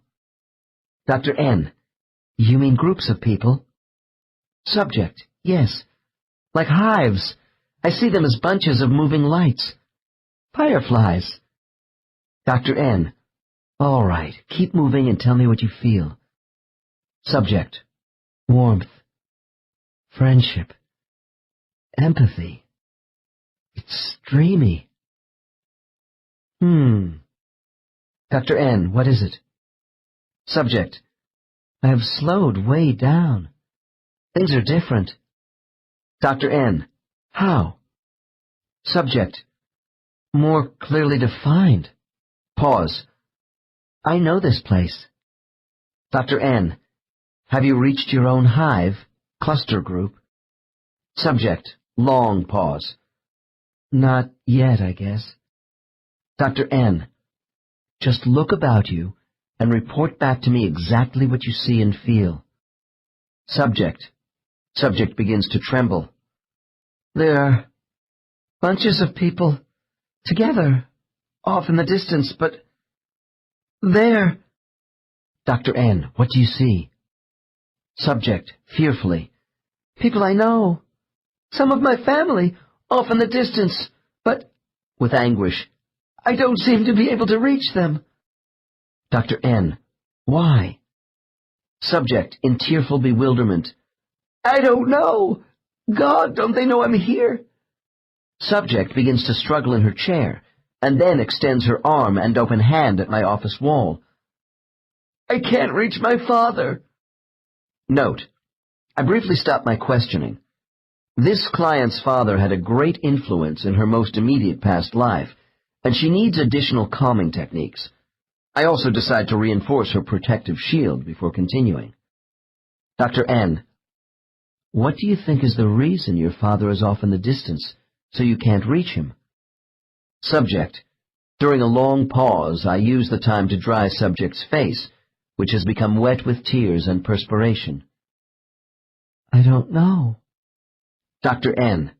I place my hand on subject's forehead and command, Connect with your father, now. Subject. After a pause, the subject relaxes. It's okay. He is telling me to be patient and everything will become clear to me. I want to go over there and be near him. Dr. N. And what does he tell you about that? Subject. Sadly. He says that he can always be in my mind if I need him, and I will learn to do this better, think telepathically, but he has to stay where he is. Dr. N. What do you think is the basic reason for your father remaining in this other place? Subject, tearfully. He does not belong in my hive. Dr. N. Anything else? Subject. The directors, they don't... Crying again. I'm not sure. Note. Normally, I try to avoid too much intervention when subjects are describing their spiritual transitions. In this case, my client is confused and disoriented, so I offer a little guidance of my own. Dr. N. Let's analyze why you can't reach your father's position right now. Could this separation be the result of higher entities believing this is a time for individual reflection on your part, and that you should associate only with other souls at your own level of development? Subject. Subject is more restored. Yes, those messages are coming through. I have to work things out for myself, with others like me. The directors encourage us, and my father is helping me understand too. Dr. N. Are you satisfied with this procedure? Subject. Pause. Yes. Dr. N. All right. Please continue with your passage from the moment you see some of your family in the distance. What happens next? Subject. Well, I'm still slowing down, moving gradually. I'm being taken along a course I have been on before. I'm passing some other bunches of people, group clusters. Then I stop. Note: the final transit inward is especially important for the younger souls. One client, upon awakening, described this scene as giving him the sense he was arriving back home at twilight after a long trip. Having passed from the countryside into his town, he finally reached the proper street. The front windows of his neighbors' houses were lit, and he could see people inside as he drove slowly past, before reaching the driveway of his own home.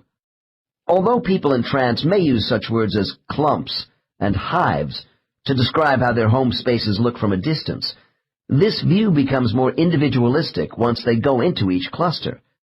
Then the subject's spiritual surroundings are associated with towns, schools, and other living areas identified with earthly landmarks of security and pleasure. Dr. N. Now that you are stationary, what are your impressions? Subject. It's large activity. There are a lot of people in the vicinity. Some are familiar to me. Others are not. Dr. N. Can we get a little closer to all of them? Subject. Abruptly, my subject raises her voice with indignation. You don't understand. I don't go over there. Points a finger toward my office wall. Dr. N. What's the problem? Subject. I'm not supposed to. You can't just go off anywhere. Dr. N. But you have reached your destination? Subject. It doesn't matter. I don't go over there. Again points a finger at her mental picture. Dr. N. Does this tie in with the messages you received about your father? Subject. Yes, it does. Dr. N. Are you saying to me your soul energy cannot arbitrarily float anywhere, such as outside your group? Subject, pointing outward. They are not in my group over there. Dr. N. Define what you mean by over there. Subject, in a grave tone of voice. Those others nearby. That is their place. Points down to the floor. This is our place. We are here. Nods head to confirm her statement. Dr. N. Who are they? Subject. Well, the others, of course. People not in my group. In a burst of nervous laughter. Oh, look! My own people! It's wonderful to see them again. They are coming toward me. Dr. N. I act as though I am hearing this information for the first time, to encourage spontaneous answers. Really? This does sound wonderful. Are these the same people who were involved with your past life? Subject. More than one life, I can tell you. With pride. These are my people. Dr. N. These people are entities who are members of your own group? Subject. Of course, yes. I have been with them for so long. Oh, it's fun seeing them all again. Subject is overjoyed, and I give her a few moments with this picture. Dr. N. I see quite a change in your understanding in just the short time since we arrived here. Look off in the distance at the others around this space. What is it like where they live? Subject, agitated. I don't want to know. That is their business. Can't you see? I'm not attached to them. I'm too busy with the people I am supposed to be with here. People I know and love. Dr. N. I do see. But a few minutes ago you were quite distressed at not being able to get close to your father.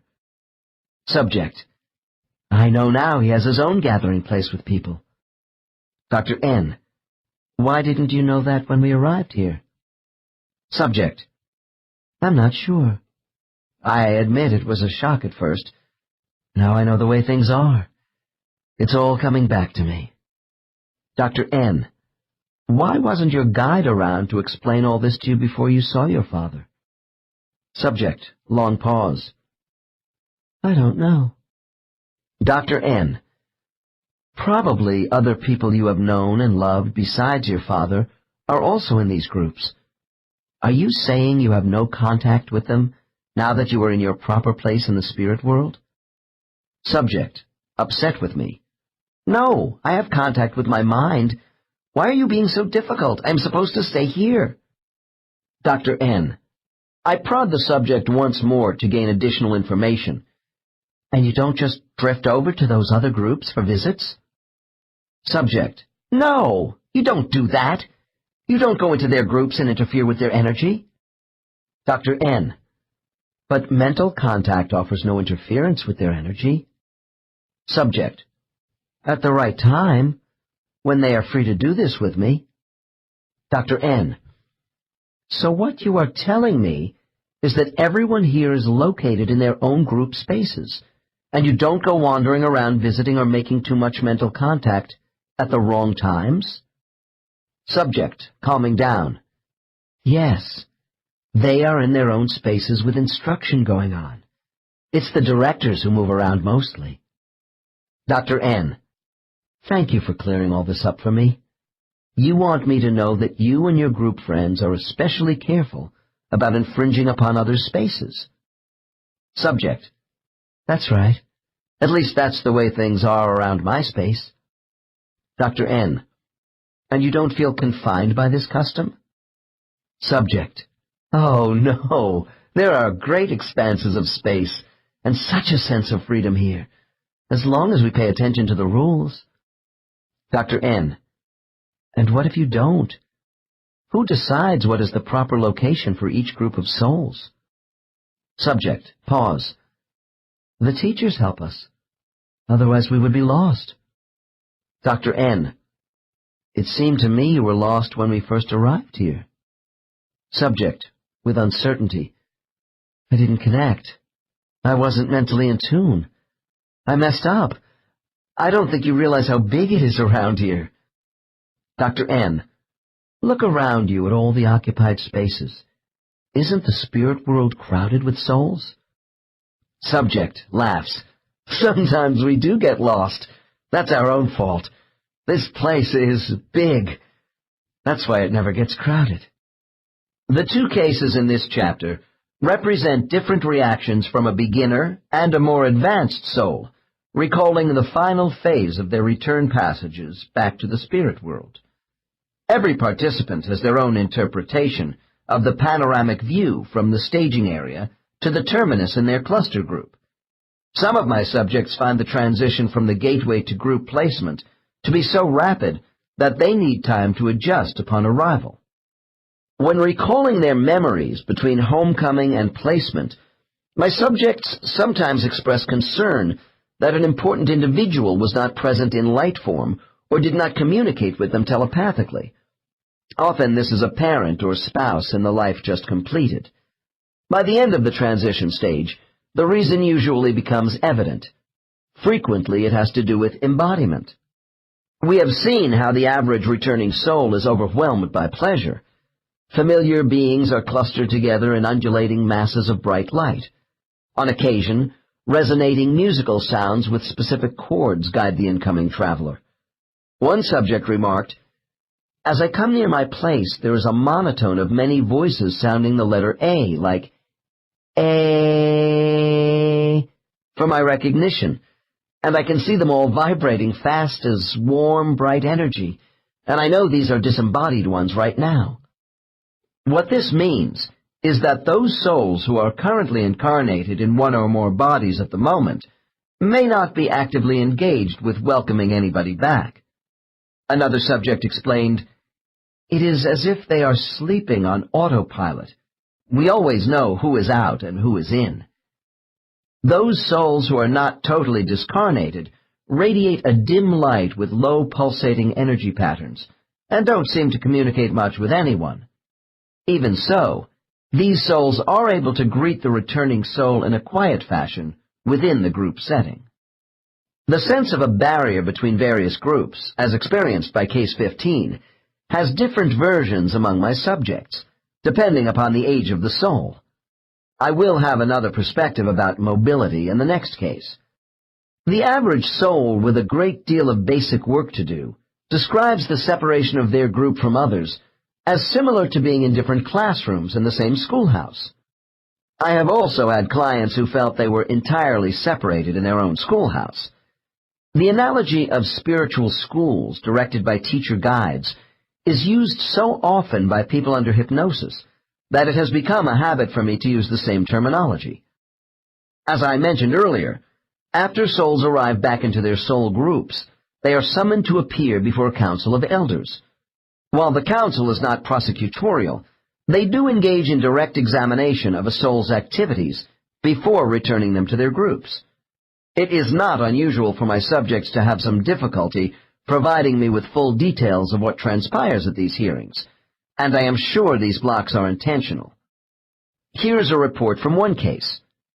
After I meet with my friends, my guide Veronica, subject's younger teacher, takes me to another place to meet with my panel of elders.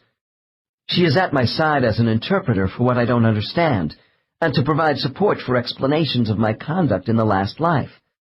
At times, she speaks on my behalf as a kind of defense advocate, but Quazel, subject's senior guide who arrived before Veronica, carries the most weight with the panel. There are always the same 6 elders in front of me who wear long white robes. Their faces are kindly, and they evaluate my perceptions of the life I have just lived, and how I could have done better with my talents, and what I did that was beneficial. I am freely allowed to express my frustrations and desires.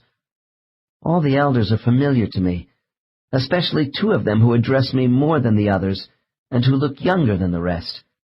I think I can distinguish appearances which are male or female.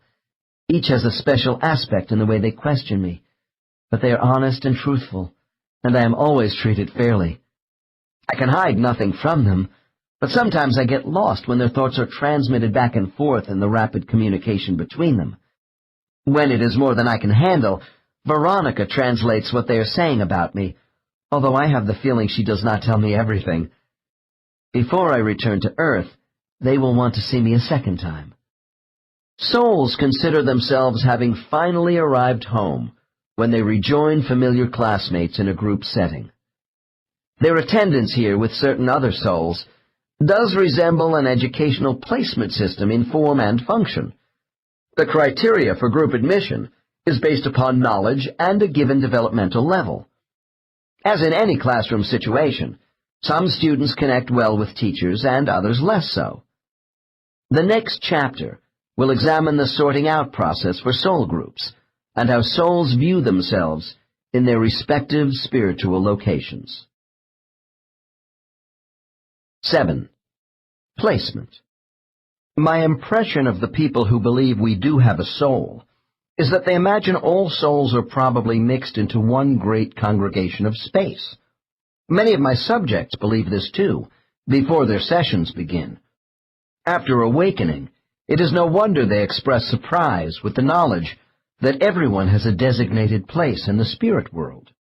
When I began to study life in the spirit world with people under hypnosis, I was unprepared to hear about the existence of organized soul support groups.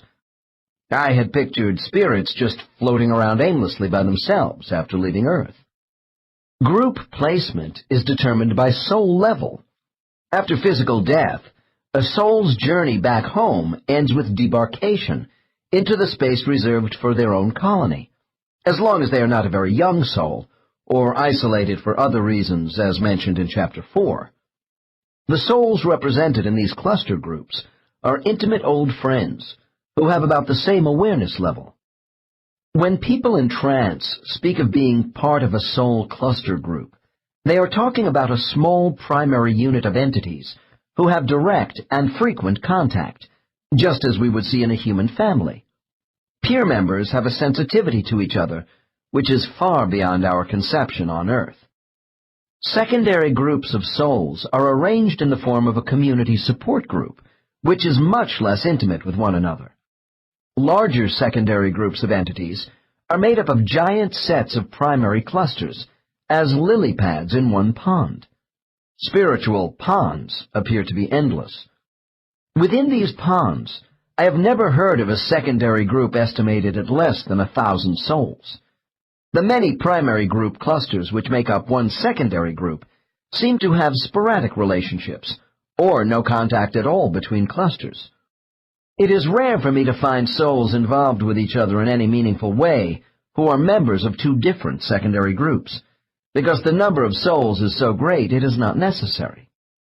The smaller subgroup primary clusters vary in number, containing anywhere from 3 to 25 souls. I am told the average assemblage is around 15, which is called the inner circle. Any working contact between members of different cluster groups is governed by the lessons to be learned during an incarnation. This may be due to a past life connection, or the particular identity trait of the souls involved. Soul acquaintanceships between members of different cluster groups usually involve peripheral roles in life on Earth. An example would be a high school classmate who was once a close friend, but who you now see only at class reunions. Members of the same cluster group are closely united for all eternity. These tightly knit clusters are often composed of like-minded souls with common objectives, which they continually work out with each other. Usually they choose lives together as relatives and close friends during their incarnations on Earth. It is much more common for me to find a subject's brother or sister from former lives in the same cluster group, rather than souls who have been their parents. Parents can meet us at the gateway to the spirit world after a death on Earth, but we may not see much of their souls in the spirit world. This circumstance exists not for reasons of maturity, since a parent's soul could be less developed than their human offspring. Rather, it is more a question of social learning between siblings, who are contemporary in one time frame. Although parents are a child's primary identification figures for both good and bad karmic effects, it is frequently our relations with spouses, brothers, sisters, and selected close friends over a whole lifetime that most influences personal growth. This takes nothing away from the importance of parents, aunts, uncles, and grandparents, who serve us in different ways from another generation. The next case offers us an account of what it is like coming back to one's cluster group after physical death. Case 16. Dr. N.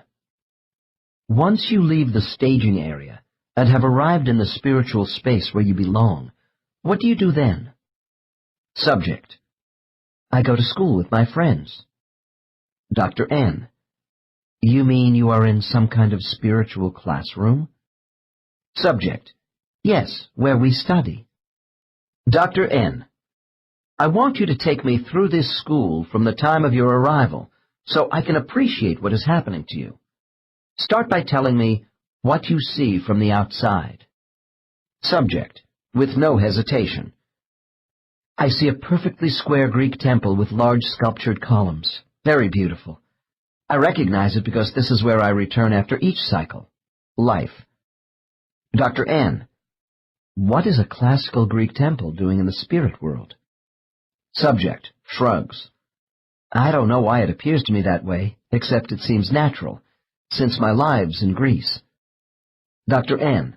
All right, let's continue. Does anyone come to meet you? Subject. Subject smiles broadly. My teacher, Carla. Dr. N. And how does she appear to you?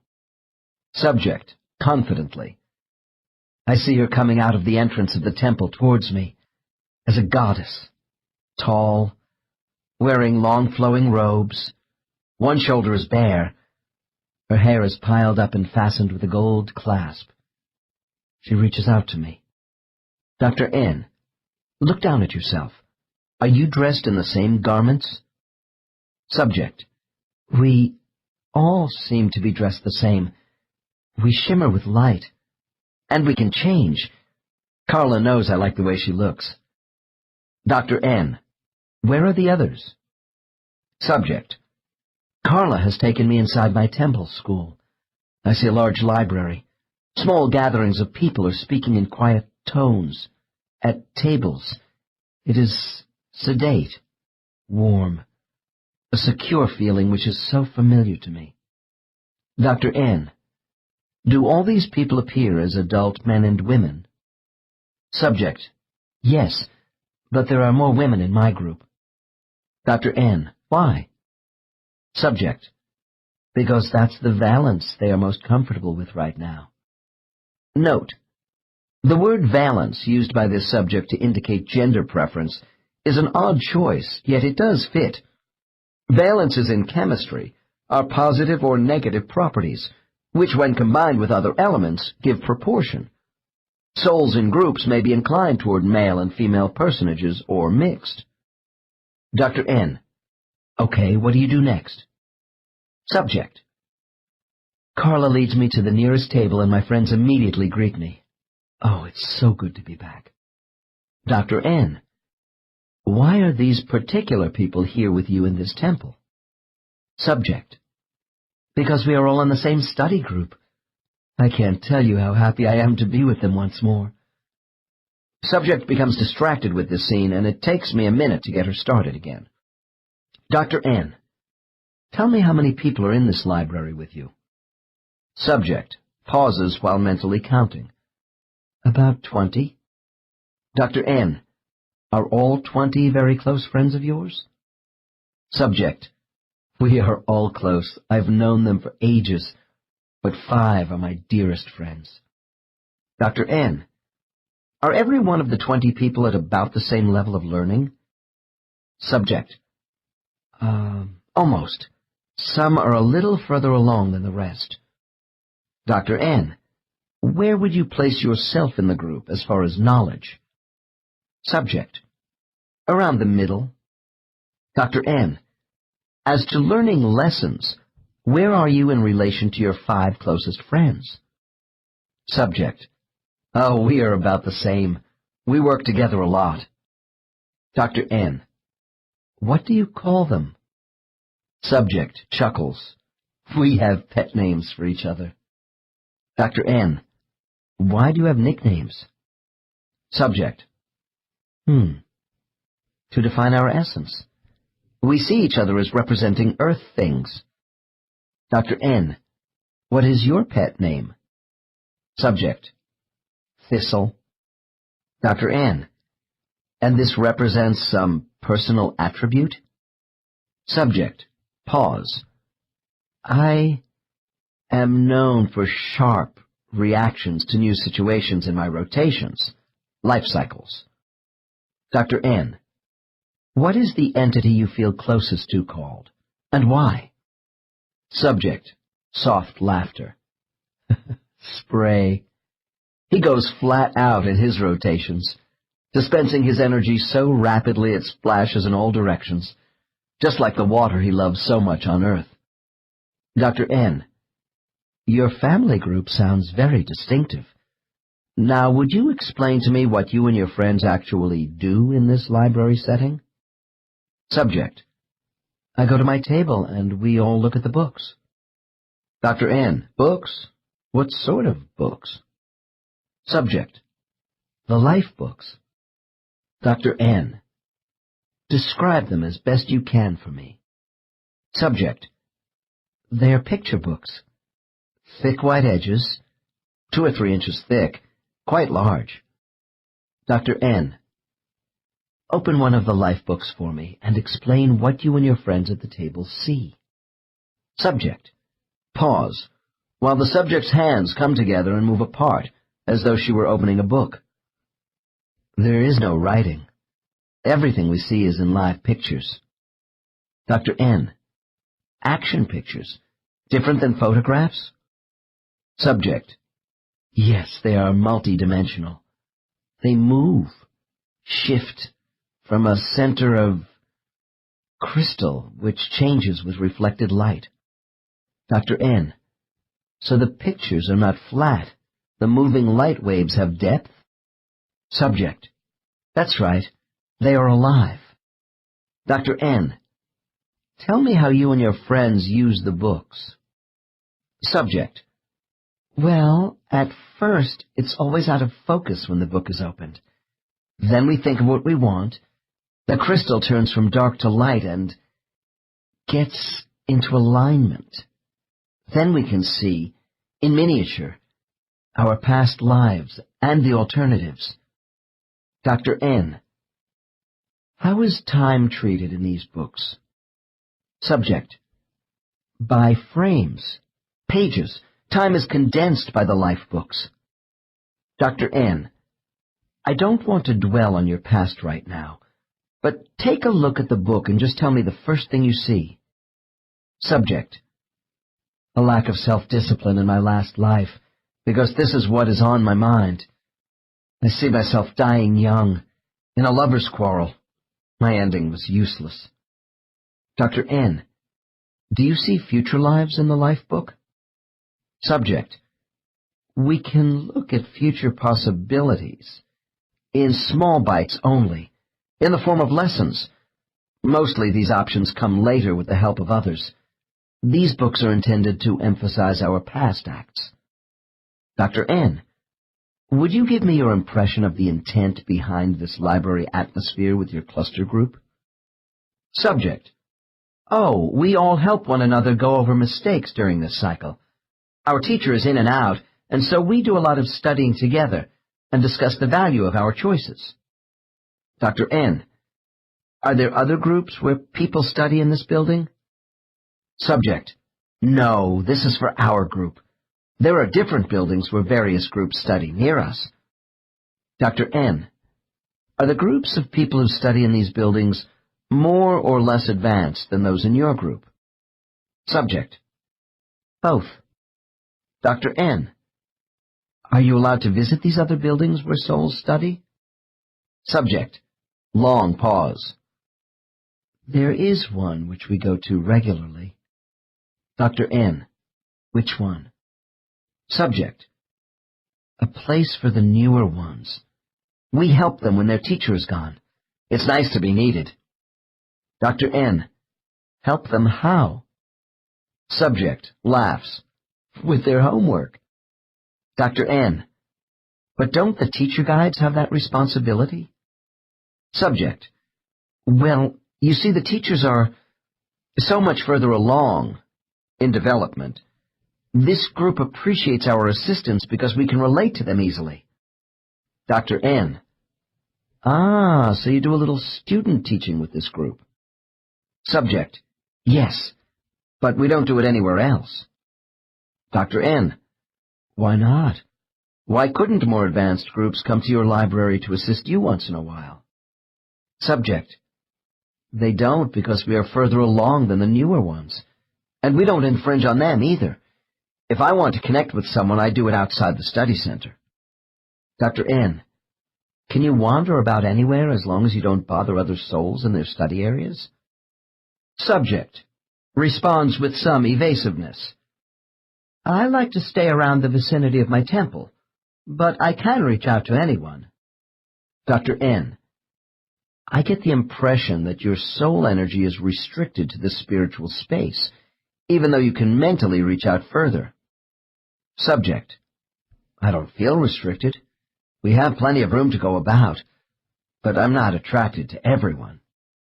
The statement about non-restriction, cited by Case 16, seems contrary to those boundaries of spiritual space seen by the last case.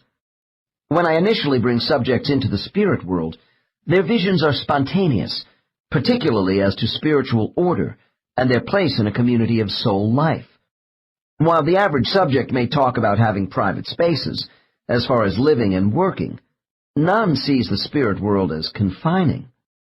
Once their superconscious recall gets rolling, most people are able to tell me about having freedom of movement and going to open spaces where souls of many learning levels gather in a recreational atmosphere.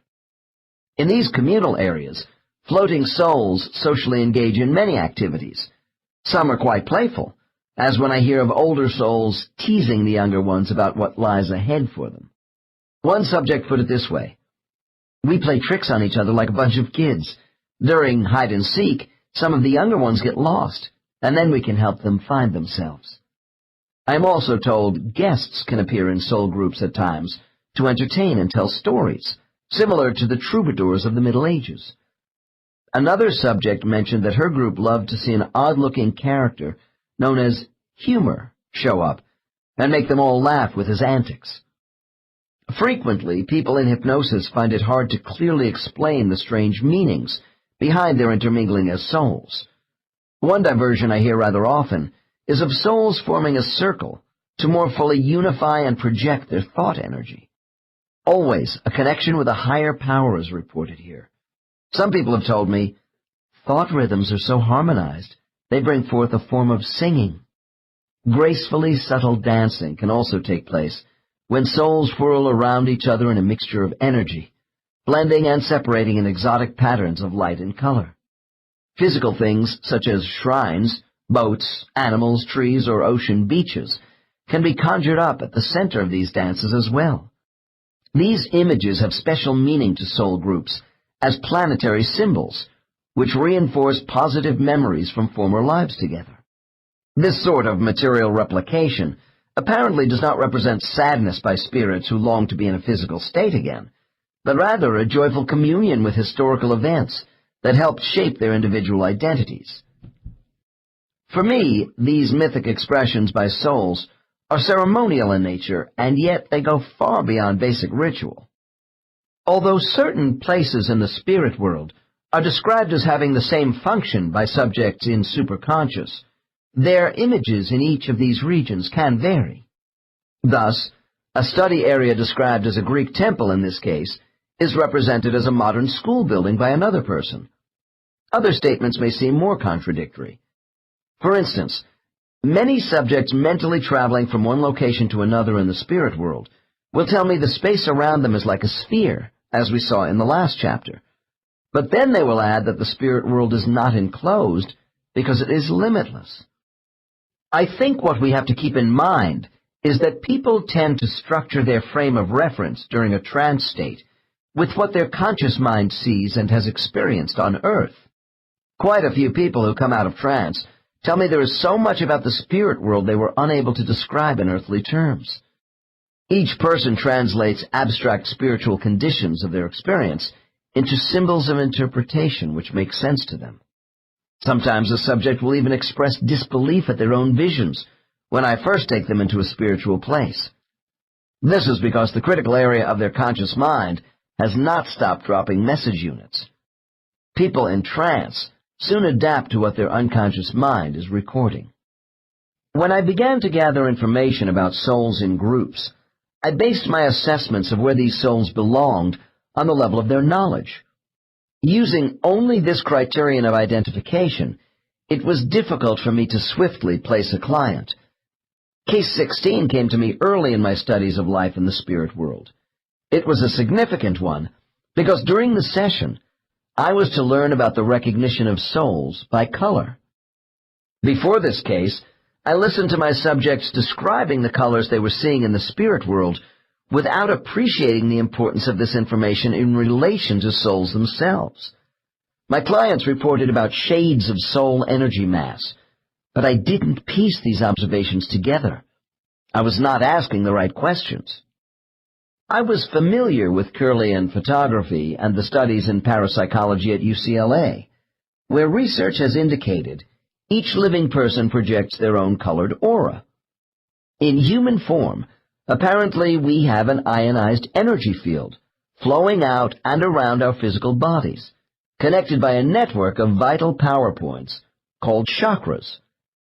Since spiritual energy has been described to me as a moving, living force, the amount of electromagnetic energy required to hold a soul on our physical plane could be another factor in producing different earthly colors. It has also been said that a human aura reflects thoughts and emotions combined with the physical health of an individual. I wondered if these personal meridians projected by humans had a direct connection to what I was being told about the light emitted by souls in the spirit world. With case 16, I realized that radiated soul light visualized by spirits is not all white. In the minds of my subjects, every soul generates a specific color aura. I credit this case with helping me decipher the meaning of these manifestations of energy. Dr. N. All right. Let's float outside your temple of study. What do you see around you or off in the distance? Subject. People. Large gatherings of people. Dr. N. How many would you say? Subject. In the distance. I can't count. Hundreds and hundreds. There are so many. Dr. N. And do you identify with all these souls? Are you associated with them? Subject. Not really. I can't even see all of them. It's sort of fuzzy out there. But my gang is near me. Dr. N. If I could call your gang of about 20 souls your primary cluster group, are you associated with the larger secondary body of souls around you now? Subject. We are all associated, but not directly. I don't know those others. Dr. N. Do you see the physical features of all these other souls in the same way as you did your own group in the temple? Subject. No, that isn't necessary. It's more natural out here in the open. I see them all as spirits. Dr. N. Look out in the distance from where you are now. How do you see all these spirits? What are they like? Subject. Different lights, buzzing around as fireflies. Dr. N. Can you tell if the souls who work with each other, such as teachers and students, stick together all the time? Subject. People in my gang do, but the teachers kind of stick to themselves when they are not assisting in our lessons. Dr. N. Do you see any teacher guides from where we are now? Subject. Pause. Some, yes. There are much fewer of them than us, of course. I can see Carla with 2 of her friends. Dr. N. And you know they are guides, even without seeing any physical features? You can look out there at all the bright white lights and just mentally tell they are guides? Subject. Sure, we can do that. But they are not all white. Dr. N. You mean souls are not all absolutely white? Subject. That's partially true. The intensity aspect of our energy can make us less brilliant. Dr. N. So Carla and her 2 friends display different shades of white? Subject. No, they aren't white at all. Dr. N. I don't follow you. Subject. She and her 2 friends are teachers. Dr. N. What is the difference? Are you saying these guides radiate energy which is not white? Subject. That's right. Dr. N. Well, what color are they? Subject. Yellow, of course. Dr. N. Oh, so all guides radiate yellow energy? Subject. No, they don't. Dr. N. What? Subject. Carla's teacher is Valere. He is blue. We see him sometimes here. Nice guy, very smart. Dr. N. Blue? How did we get to blue? Subject. Valere shows a light blue. Dr. N. I'm confused. You didn't say anything about another teacher called Valere being part of your group. Subject. You didn't ask me. Anyway, he is not in my group. Neither is Carla. They have their own groups. Dr. N. And these guides have auras which are yellow and blue? Subject. Yes. Dr. N.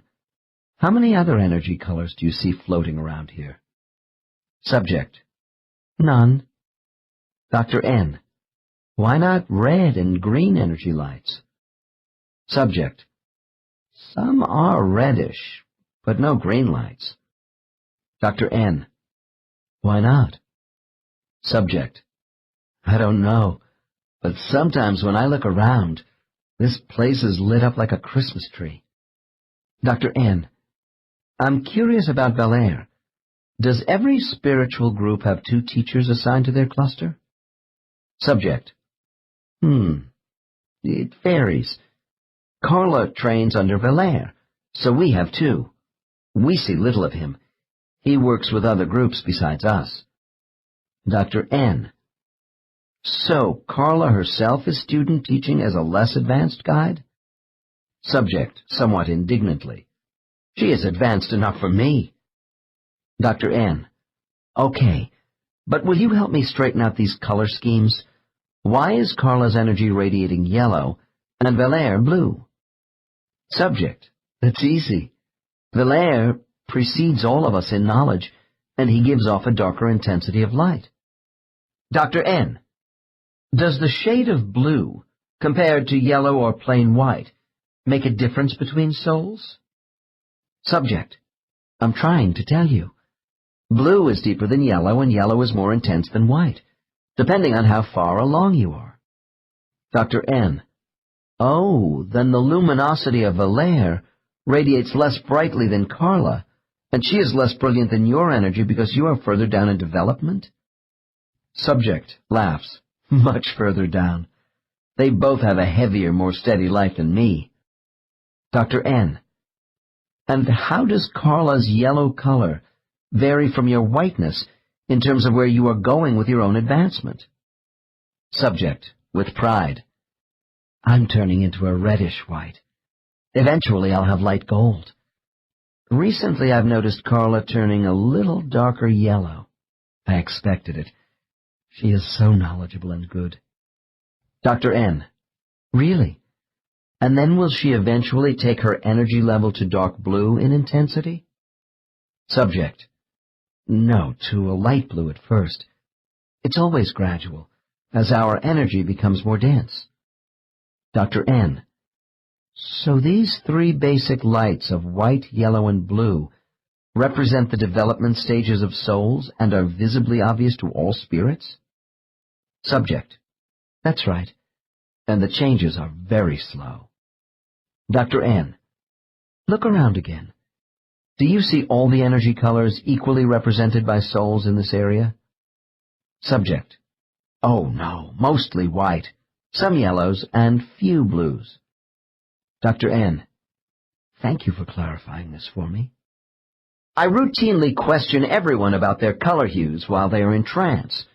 Aside from the general whiteness of the spirit world itself, my subjects report seeing a majority of other souls displaying shades of white.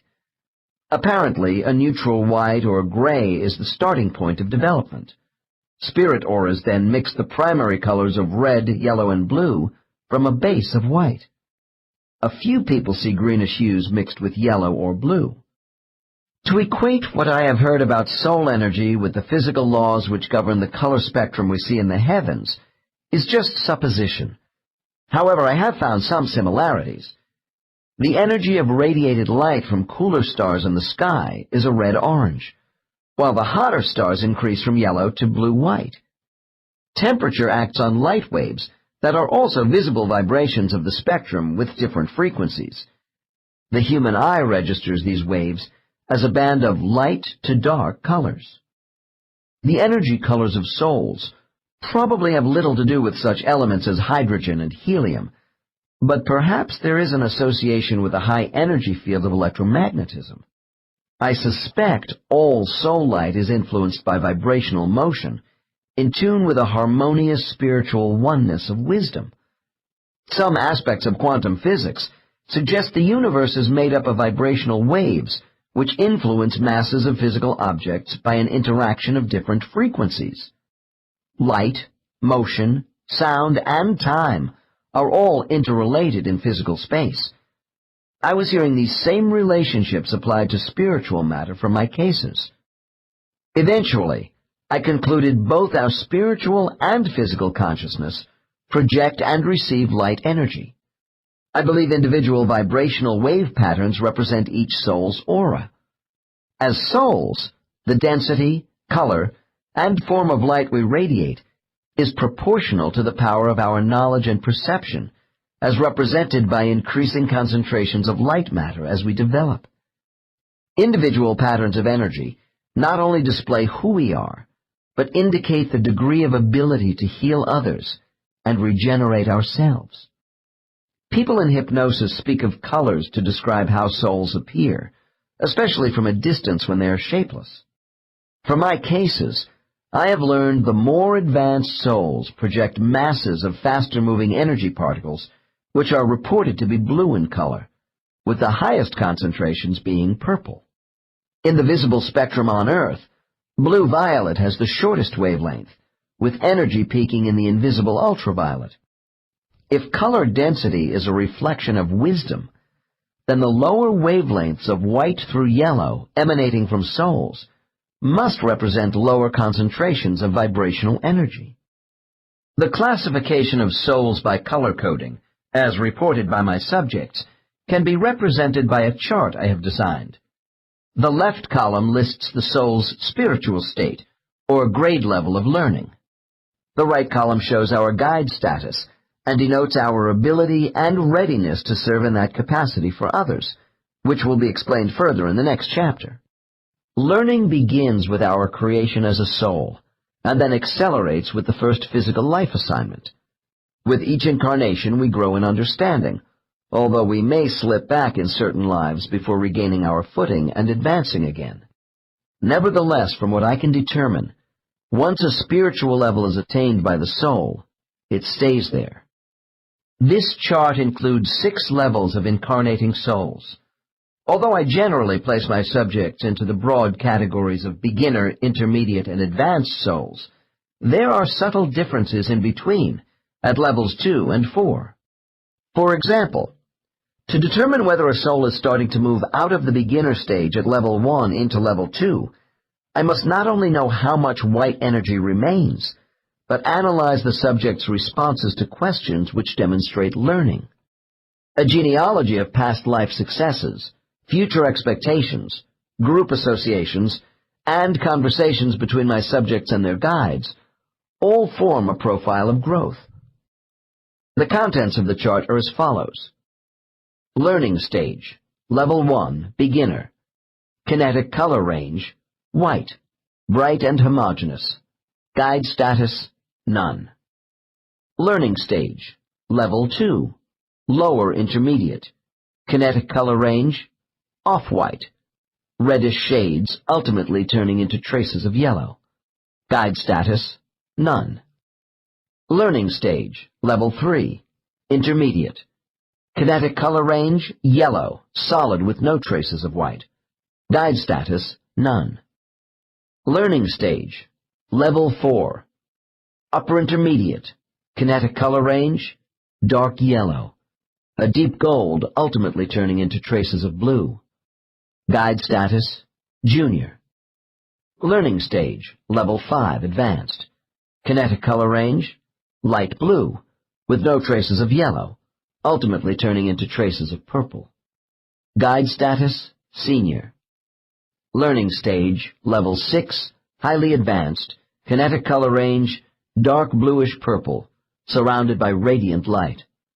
Guide status, master. Some of my subjects object to my characterizing the spirit world as a place governed by societal structure and organizational management.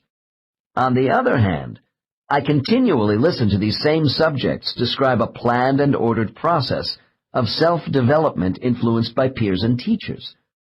If the spirit world does resemble one great schoolhouse, with a multitude of classrooms under the direction of teacher souls who monitor our progress, then it has structure. My chart represents a basic working placement model for my own use. I know it has imperfections. I hope follow-up research by regression therapists in future years may build upon my conceptualizations, with their own replications to measure soul maturity. This chapter may give the reader the impression that souls are as segregated by light level in the spirit world as people are by class and communities on Earth. Societal conditions on Earth cannot be compared with the spirit world.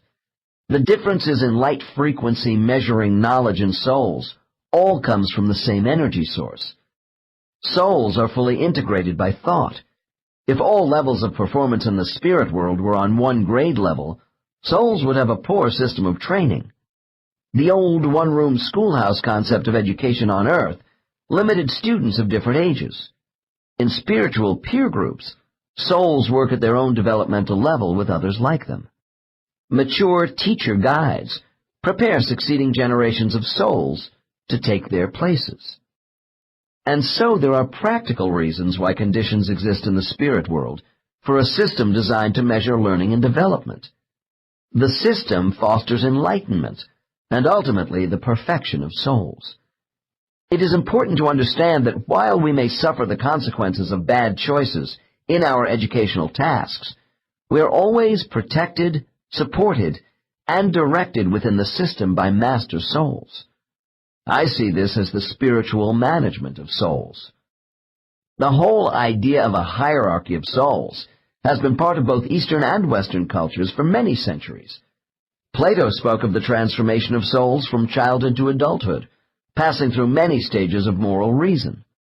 The Greeks felt humankind moves from amoral, immature, and violent beings over many lives to people who are finally socialized with pity, patience, forgiveness, honesty, and love.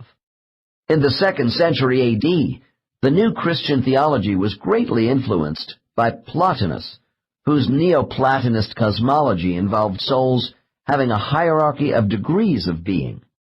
The highest being was a transcendent one, or God creator, out of which the soul self was born, which would occupy humans. Eventually, these lower souls would return to complete reunion with the universal Oversoul. My classification of soul development is intended to be neither socially nor intellectually elitist. Souls in a high state of advancement are often found in humble circumstances on earth. By the same token, people in the upper strata of influence in human society are by no means in a blissful state of soul maturity. Often just the reverse is true. In terms of placement by soul development, I cannot overemphasize the importance of our spiritual groups. Chapter 9 on beginner souls, levels 1 and 2, will more closely examine how a soul group functions. Before going further, however, I want to summarize what I have learned about the basic principles of soul group assignments. Regardless of the relative time of creation after their novice status is completed, all beginner souls are assigned to a new group of souls at their level of understanding. Once a new soul support group is formed, no new members are added in the future. There appears to be a systematic selection procedure for homogeneous groupings of souls. Similarities of ego, cognitive awareness, expression, and desire are all considerations. Irrespective of size, cluster groups do not directly intermix with each other's energy, but souls can communicate with one another across primary and secondary group boundaries. Primary clusters in levels 1 and 2 may split into smaller subgroups for study, but are not separated from the integrated whole within a single cluster of souls. Rates of learning vary among peer group members. Certain souls will advance faster than others in a cluster group, although these students may not be equally competent and effective in all areas of their curricula. Around the intermediate level of learning, souls demonstrating special talents, healing, teaching, creating, etc., are permitted to participate in specialty groups for more advanced work, while still remaining with their cluster group. At the point where a soul's needs, motives, and performance abilities are judged to be fully at level 3 in all areas of self-development, they are then loosely formed into an independent studies work group. Usually, their old guides continue to monitor them through one master teacher. Thus, a new pod of entities graduating into full level 3 could be brought together from many clusters within one or more secondary groups. When they approach level 4, souls are given more independence outside group activities. Although group size diminishes as souls advance, the intimate contact between original peer group members is never lost. Spirit guides have a wide variety of teaching methods and instructional personifications, depending upon group composition. 8. Our guides. I have never worked with a subject in trance who did not have a personal guide. Some guides are more in evidence than others during hypnosis sessions. It is my custom to ask subjects if they see or feel a discarnate presence in the room. If they do, this third party is usually a protective guide. Often, a client will sense the presence of a discarnate figure before visualizing a face or hearing a voice. People who meditate a great deal are naturally more familiar with these visions than someone who has never called upon his or her guide. The recognition of these spiritual teachers brings people into the company of a warm, loving, creative power. Through our guides, we become more acutely aware of the continuity of life and our identity as a soul. Guides are figures of grace in our existence because they are part of the fulfillment of our destiny. Guides are complex entities, especially when they are master guides. The awareness level of the soul determines to some extent the degree of advancement of the guide assigned to them. In fact, the maturity of a particular guide also has a bearing on whether these teachers have only one student or many under their direction. Guides at the senior level of ability and above usually work with an entire group of souls in the spirit world and on earth. These guides have other entities who assist them. From what I can see, every soul group usually has one or more rather new teachers in training. As a result, some people may have more than one guide helping them. The personal names my clients attach to their guides range from ordinary, whimsical, or quaint-sounding words to the bizarre. Frequently, these names can be traced back to a specific past life a teacher spent with a student. Some clients are unable to verbalize their guide's name because the sound cannot be duplicated, even when they see them clearly while under hypnosis. I tell these people it is much more important that they understand the purpose of why certain guides are assigned to them, rather than possessing their names. A subject may simply use a general designation for their guide, such as director, advisor, instructor, or just my friend. One has to be careful how the word friend is interpreted. Usually, when a person in trance talks about a spiritual friend, they are referring to a soulmate or peer group associate rather than a guide. Entities who are our friends exist on levels not much higher or lower than ourselves. These friends are able to offer mental encouragement from the spirit world while we are on earth, and they can be with us as incarnated human companions while we walk the roads of life. One of the most important aspects of my therapeutic work with clients is assisting them on a conscious level with appreciating the role their guides play in life. These teacher entities edify all of us with their skillful instruction techniques.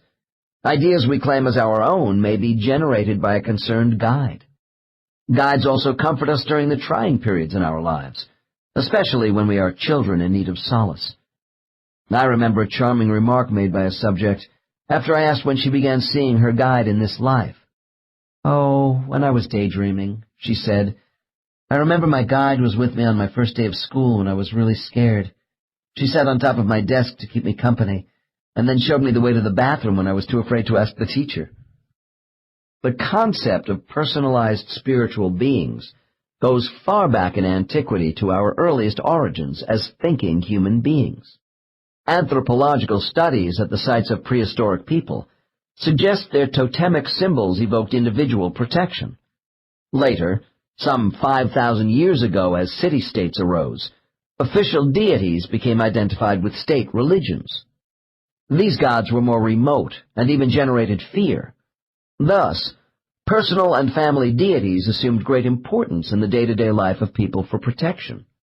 A personal soul deity served as a guardian angel to each person or family, and could be called upon for divine help during a crisis.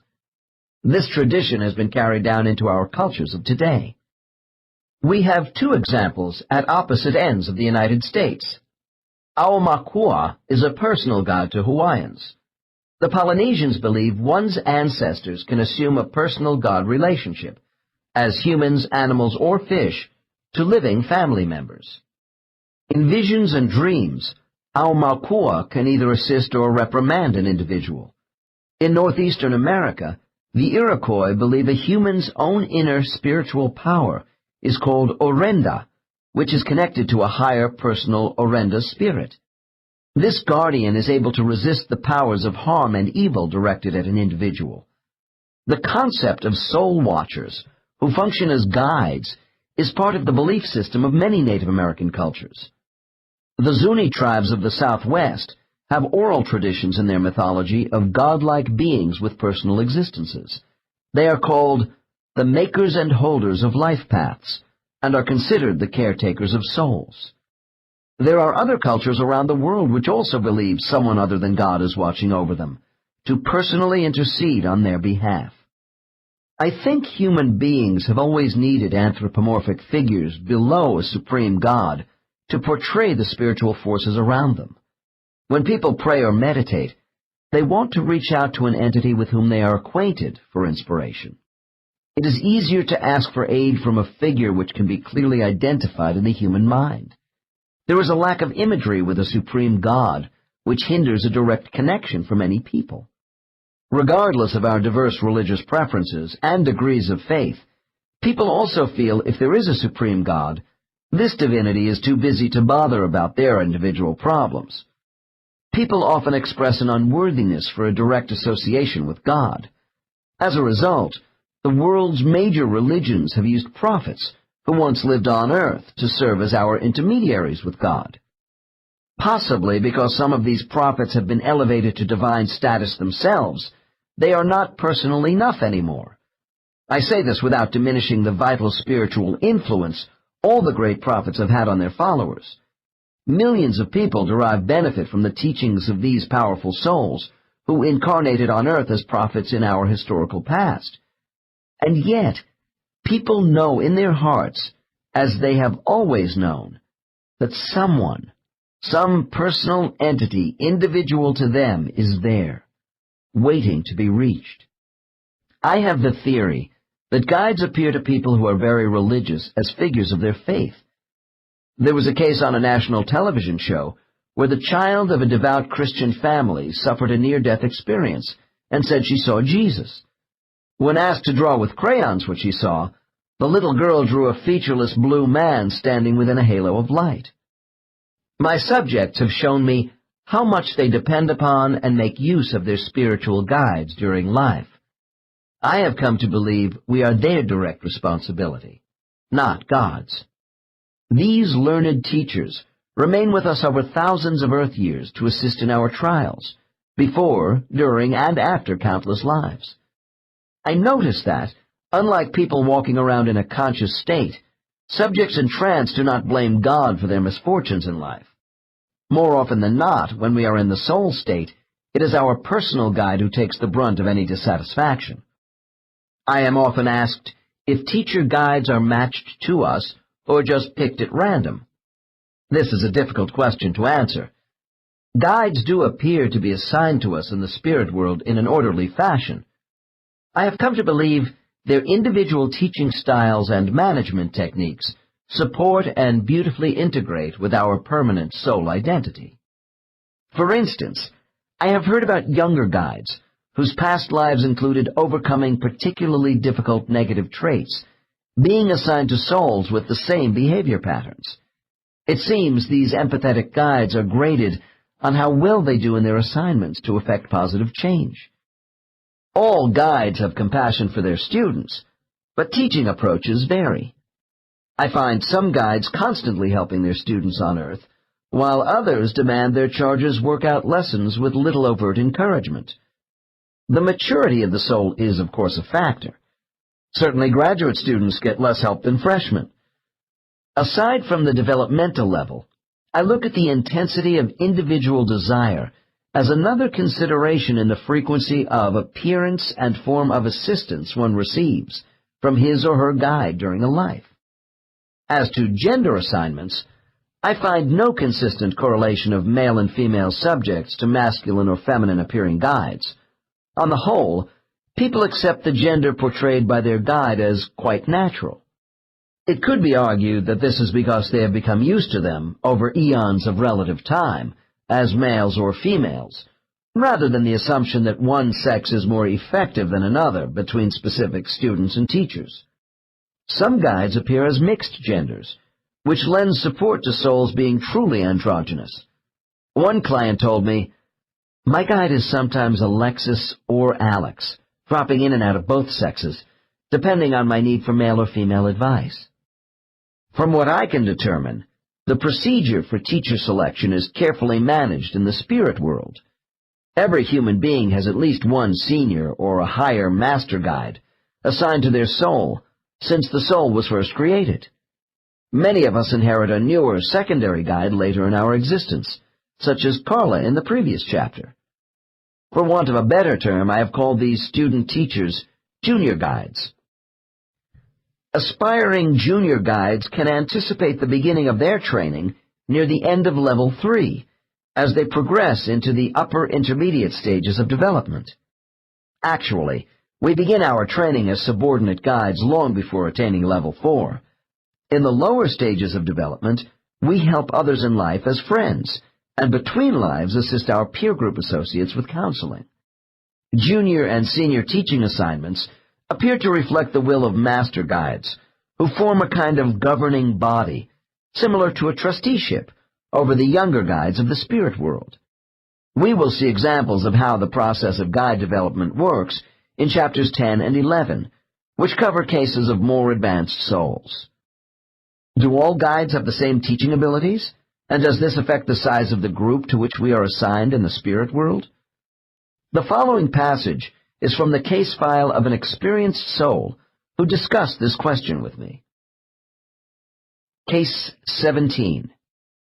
Dr. N. I'm curious about teacher assignments in the spirit world in relation to their abilities to help undeveloped souls. When souls progress as guides, are they given quite a few souls to work with? Subject. Only the more practiced ones. Dr. N. I would imagine a large group of souls needing guides could become quite a responsibility for one advanced guide, even with an assistant. Subject. They can handle it. Size doesn't matter. Dr. N. Why not? Subject. Once you attain competency and success as a teacher, the number of souls you are given doesn't matter. Some sections, clusters, have lots of souls, and others don't. Dr. N. So if you are a senior in the blue light aura, class size has no relation to assignments because you have the ability to handle large numbers of souls? Subject. I didn't exactly say that.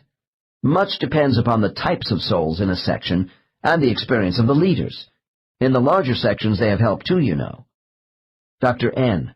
Who does? Subject. The guides you are calling seniors. Dr. N. Well, who helps them? Subject. The overseers. Now they are the real pros. Dr. N. I have heard them also called master teachers. Subject. That's not a bad description for them. Dr. N.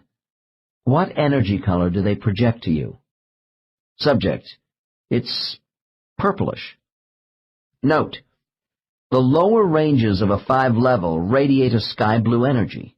With advancing maturity, this aura grows more dense, first to a muted midnight blue, and finally to deep purple, representing the total integration of a level 6 ascended master. Dr. N.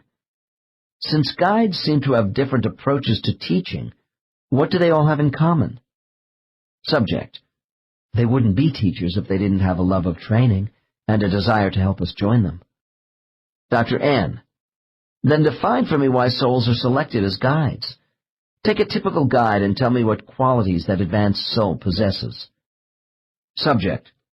They must be compassionate without being too easy on you. They aren't judgmental. You don't have to do things their way. They don't restrain by imposing their values on you. Dr. N. Okay, those are things guides don't do. If they don't over-direct souls, what are the important things they do, as you see it? Subject. They build morale in their sections and instill confidence. We all know they have been through a lot themselves. We are accepted for who we are as individuals, with the right to make our own mistakes. Dr. N. I must say I have found souls very loyal to their guides.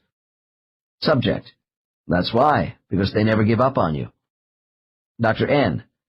What would you say is the most important attribute of any guide? Subject. Without hesitation. The ability to motivate you and instill courage.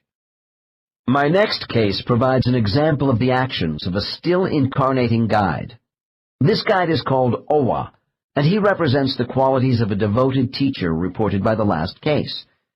Evidently, His early assignments as a guide involved looking after the subject in Case 18 in a direct fashion, and his methods apparently have not changed.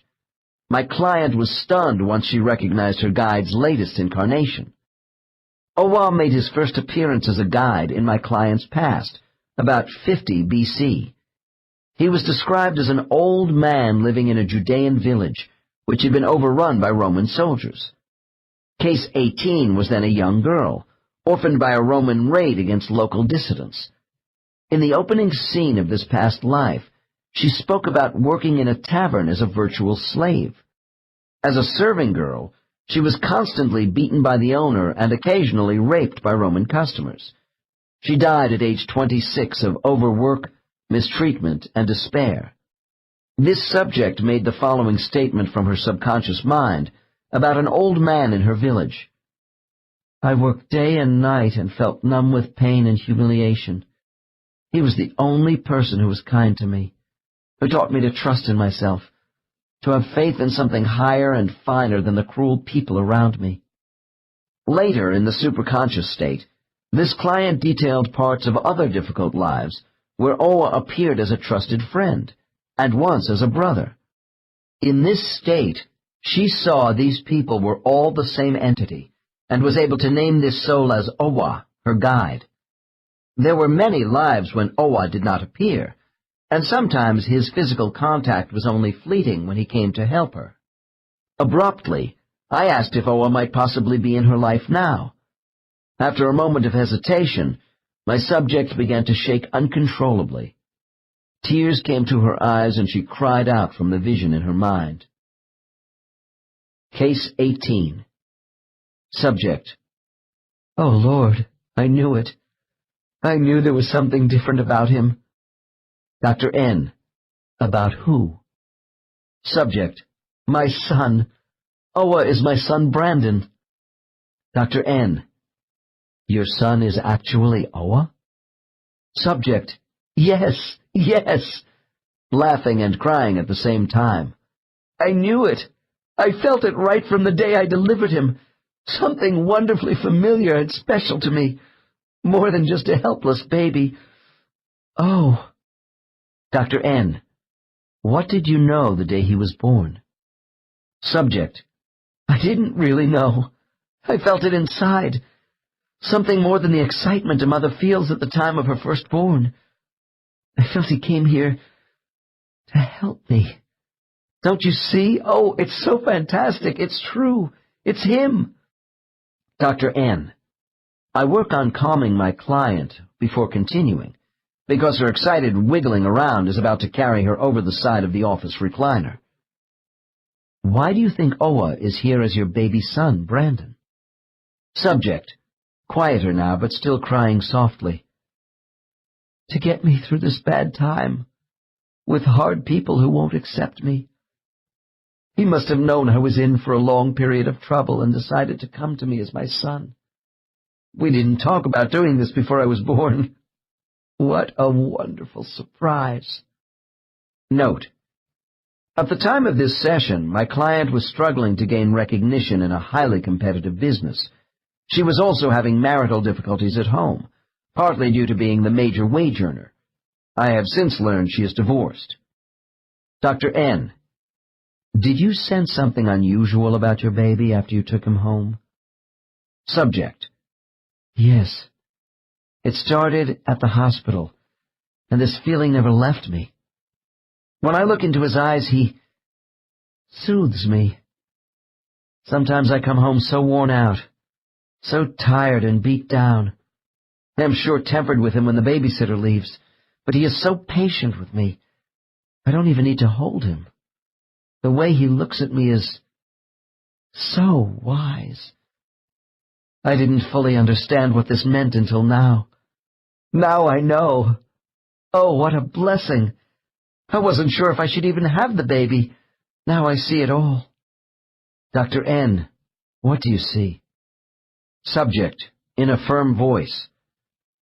As I try to advance in my profession, people are getting harder, not accepting what I know and can do. My husband and I are having trouble. He puts me down for pushing too hard, wanting to achieve. Brandon is here to keep me strong so I can overcome. Dr. N. And do you think it is all right we discovered your guide is with you as Brandon in this life? Subject. Yes. If Owa didn't want me to know that he decided to come into my life, I wouldn't have come to see you. It wouldn't have been on my mind. This exceptional case represents the emotional intoxication a subject feels when an in-life contact is made with their guide. Notice the role Owa chose did not infringe upon the most typical role usually taken by a soulmate. He did not come through as her spouse, and never has in any of her past lives. Certainly, soulmates take other roles besides spouses, but an incarnating guide does not normally take on a role which might transgress between two soulmates working on their lives together. This client's soulmate happens to be an old flame from high school. Based upon all the information I was able to gather, Owa seems to have moved into the level of a junior guide in the last 2,000 years. He may possibly graduate into the blue level of a senior guide before this client has qualified herself to rise from white to a yellow energy aura. Regardless of the number of centuries this takes, Owa will remain as her guide, even though he may never incarnate again with her in a life.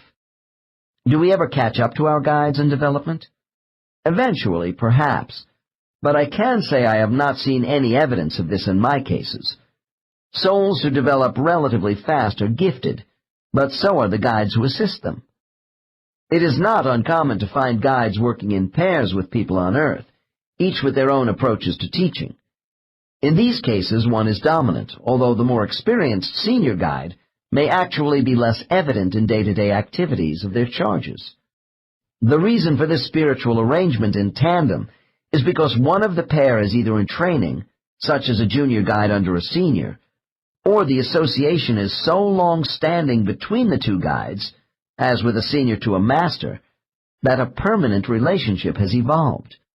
The senior guide may have acquired his or her own cluster of souls, which is still monitored by a master overseeing a number of soul groups. Teams of guides do not interfere with each other in or out of the spirit world. I have a close friend whose guides illustrate how two teachers working together complement each other.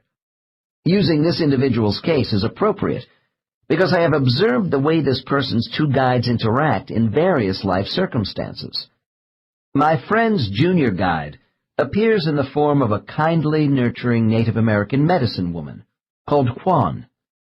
Dressed simply in a deerskin sheath, her long hair pulled back, Kwan's soft face is bathed in vivid light during her appearances.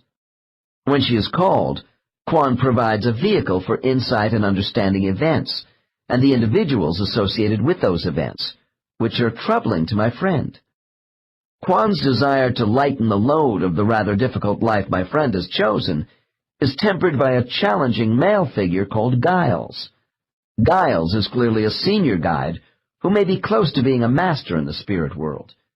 In this capacity, he does not appear nearly as often as Kwan. When Giles does come into my friend's higher consciousness, he does so abruptly.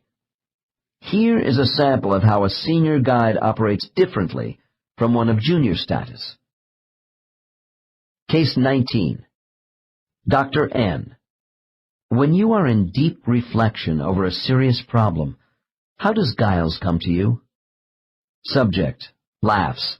Not the same as Kwan, I can tell you. Usually he likes to hide a little at first, behind a shadow of blue vapor. I hear him chuckling before I see him.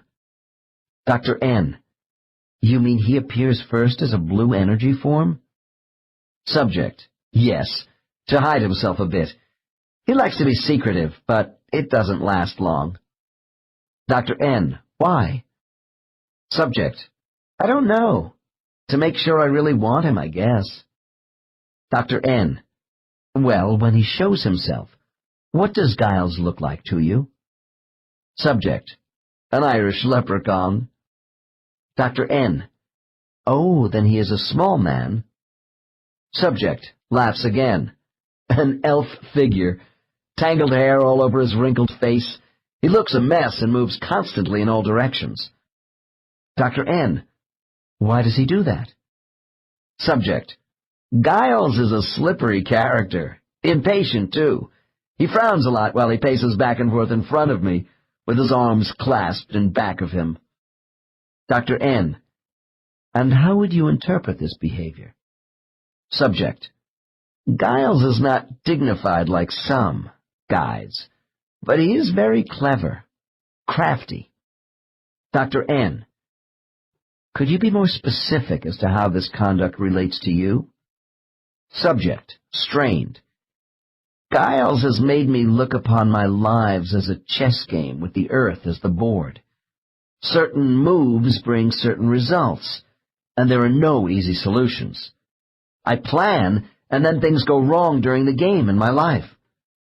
I sometimes think he lays traps for me to work through on the board. Dr. N. Do you prosper with this technique of your advanced guide? Has Giles been a help to your problem-solving during the game of life? Subject. Pause. More afterward. Here, in the spirit world. But he makes me work so damn hard on Earth. Dr. N. Could you get rid of him and just work with Quan? Subject smiles ruefully. It doesn't work that way here. Besides, he is brilliant. Dr. N. So we don't get to choose our guides? Subject. No way, they choose you. Dr. N. Do you have any idea why you have two guides who approach your problems so differently in the way they help you? Subject. No, I don't, but I consider myself very fortunate. Quan is gentle and steady with her support. Note: the embodiments of Native Americans who once lived in North America make powerful spiritual guides for those of us who have followed them to live in this land. The larger number of Americans who report having such guides lend support to my belief that souls are attracted to geographical settings that they have known during earlier incarnations. Dr. N. What do you like most about Giles' teaching methods? Subject, pensively. Oh, the way he, trifles with me, almost mocking me to do better during the game and stop feeling sorry for myself. When things get especially rough, he prods me and keeps me going, insisting I use all my abilities. There is nothing soft about Giles. Dr. N. And you feel this coaching on Earth, even when you and I are not working together? Subject. Yes, when I meditate and go inside myself, or during my dreams. Dr. N. And Giles comes when you want him? Subject, after some hesitation. No, although it seems as though I have been with him forever. Quan does come to me more. I can't just grab hold of Giles in any situation I want, unless what I have going on is really serious. He is elusive. Dr. N. Sum up your feelings about Quan and Giles for me. Subject. I love Quan as a mother, but I wouldn't be where I am without Giles' discipline. They are both skillful because they allow me to benefit from my mistakes. These two guides are a cooperating team of instructors, which is standard procedure for those people who have two guides. In this case, Giles enjoys teaching karmic lessons by the Socratic method. Providing no clues in advance, he makes sure problem-solving on major issues is never easy for my friend. Quan, on the other hand, provides comfort and gentle encouragement. When my friend comes to me for a hypnosis session, I am aware that Quan remains in the background when Giles is on board and active. Giles is a caring guide, as all guides are, but without a trace of indulgence. Adversity is allowed to build to the absolute limits of my friend's ability to cope, before solutions suddenly begin to unfold. To be honest, I see Giles as a wicked taskmaster. This view is not really shared by my friend, who is grateful for the challenges offered by this complex teacher. What is the average spiritual guide like? In my experience, no two guides are the same. These dedicated higher entities give me the impression of having attitudinal swings toward me from one session to the next, and even within the same session with a client. They can be cooperative or obstructive, tolerant or disobliging, evasive or revealing, or just flat-out unconcerned with anything I do with a subject. I have great respect for guides because these powerful figures play such an important part in our destiny, but I must admit they can frustrate my inquiries. I find them enigmatic because they are unpredictable in their relations with me as a facilitator. Early in this century, it was common for mediums working with people in hypnosis to call any discarnate entity in the room a control, because they acted as the director of communications on the spiritual side for the subject. It was recognized that a spiritual control, whether a guide or not, had energy patterns which were in emotional, intellectual, and spiritual attunement with the subject. The importance of a harmonious energy pattern between facilitator and these entities was also known. If a control is blocking my investigations with a client, I search for the reason why this is happening. With some blocking guides, I must fight for every scrap of information, while others give me a great deal of latitude in a session. I never forget that guides have every right to block my approach to problems with souls under their care. After all, I have their people as my subjects for only a short while. Frankly, I would much rather have no contact with a client's guide than work with one who might assist me at one point and then block the rhythm of memory in the next portion of a session. I believe a guide's motivation for blocking information goes far beyond resisting the immediate psychological direction a therapy session is taking. I am constantly searching for new data on the spirit world. A guide who lends support to a free flow of past life memories from one of my subjects may balk at my far-reaching questions about life on other planets, the structure of the spirit world, or creation itself. This is why I am only able to collect these spiritual secrets in fragments from a large body of client information reflecting the discretion of many guides. I also feel that I am receiving assistance from my own spiritual guide during communications with subjects and their guides. Occasionally, a subject will express dissatisfaction with his or her particular guide. This is usually temporary. At any time, people are capable of believing their guides are too difficult and not working in their best interests, or just not paying enough attention to them. A subject once told me that he had tried for a long time to be assigned another guide. He said, "My guide is stonewalling me. She doesn't give enough of herself." The man told me his desire for a change in guides was not honored. I observed that he spent considerable time alone, without much group interaction after his last 2 lives, because he refused to deal with his issues. He projected anger toward his guide for not rescuing him from bad situations. Our teachers really don't get perturbed with us to the point of alienation, but I notice they have a way of making themselves scarce when disgruntled students avoid real problem solving. Guides only want the best for us, and sometimes this means they must watch us endure much pain to reach certain objectives. Guides cannot assist in our progress until we are ready to make the necessary changes in order to take full advantage of life's opportunities. Do we have a reason to be fearful of our guides?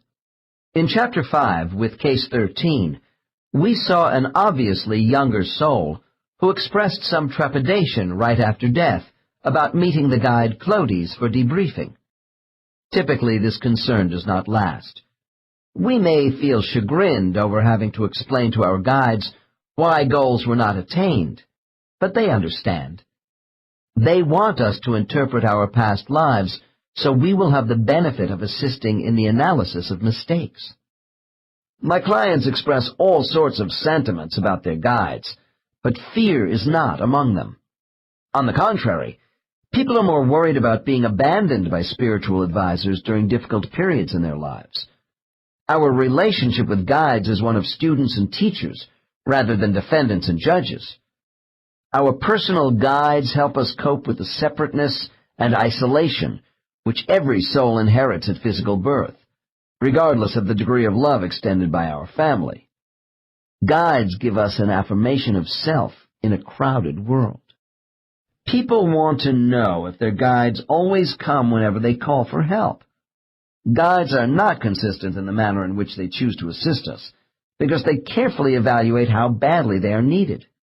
I am also asked if hypnosis is the best way to get in contact with one's guide. Naturally, I lean toward hypnosis, because I know how potent and effective this medium can be to obtain detailed spiritual information.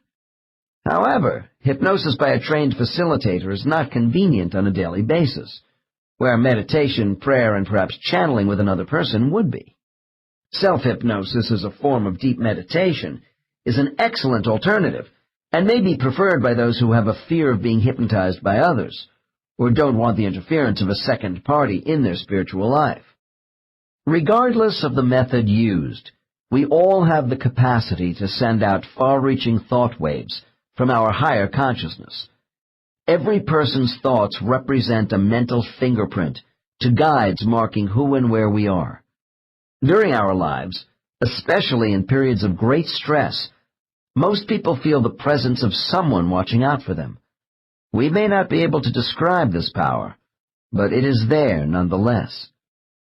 Reaching our soul is the first step on the ladder of finding our higher power. All lines of mental communication we use to reach a Godhead are monitored by our guides on this step. They too have their guides further up the ladder. The entire ladder serves as one unbroken conduit to the source of all intelligent energy, with each rung being part of the whole. It is essential for people to have faith that a prayer for help will be answered by their own higher power. This is why guides are vitally important to our spiritual and temporal lives. If we are relaxed and in a state of concentrated focus, an inner voice speaks to us. And even if we didn't initiate the message, we should trust what we hear. National surveys by psychologists indicate 1 person in 10 admits to hearing voices, which are frequently positive and instructional in nature. It is a relief for many people to learn their inner voices are not hallucinations associated with the mentally ill. Rather than something to be worried about, an inner voice is like having your own resident counselor on call. More often than not, these voices are those of our guides. Guides assigned to different souls do work together relaying urgent mental messages for each other. People unable to help themselves in critical situations may find counselors, friends, and even strangers coming to their aid at just the right moment. The inner strength which comes to us in our daily lives does not arrive as much by a visual picture of actually seeing our guides as from the feelings and emotions which convince us we are not alone. People who listen and encourage their inner voice through quiet contemplation say they feel a personal connection with an energy beyond themselves, which offers support and reassurance. If you prefer to call this internal guidance system inspiration or intuition, that is fine, because the system which aids us is an aspect of ourselves as well as higher powers. During troublesome times in our lives, we have the tendency to ask for guidance to immediately set things right. When they are in trance, my clients see that their guides don't help them solve all their problems at once. Rather, they illuminate pathways by the use of clues. This is one reason why I am cautious about client blocking during hypnosis. Insight is best revealed with a controlled pace, relative to each person. A concerned teacher may not want all aspects of a problem uncovered at a given point in time for his or her student. We vary in our ability to handle revelations. When asking for help from your higher spiritual power, I think it is best not to demand immediate change. Our success in life is predicated on planning, but we do have alternative paths to choose from to reach certain goals. When seeking guidance, I suggest requesting help with just the next step in your life. When you do this, be prepared for unexpected possibilities. Have the faith and humility to open yourself up to a variety of paths toward solutions. After death, we do not experience sadness as souls with the same emotional definition as grief felt in physical form.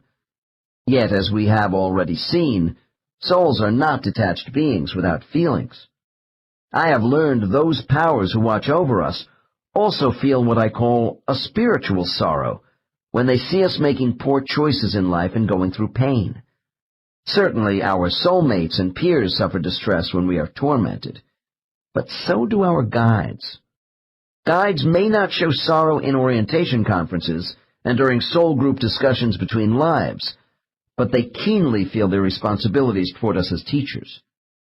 In Chapter 11, we will get the perspective of a guide at level 5. I have never found a person who is a living grade 6 or master guide as a subject. I suspect we don't have a whole lot of these advanced souls on Earth at any one time. Most level 6s are much too involved with planning and directing from the spirit world to incarnate any longer. From the reports of the level 5s I have had, it would seem the level 6 has no new lessons to learn.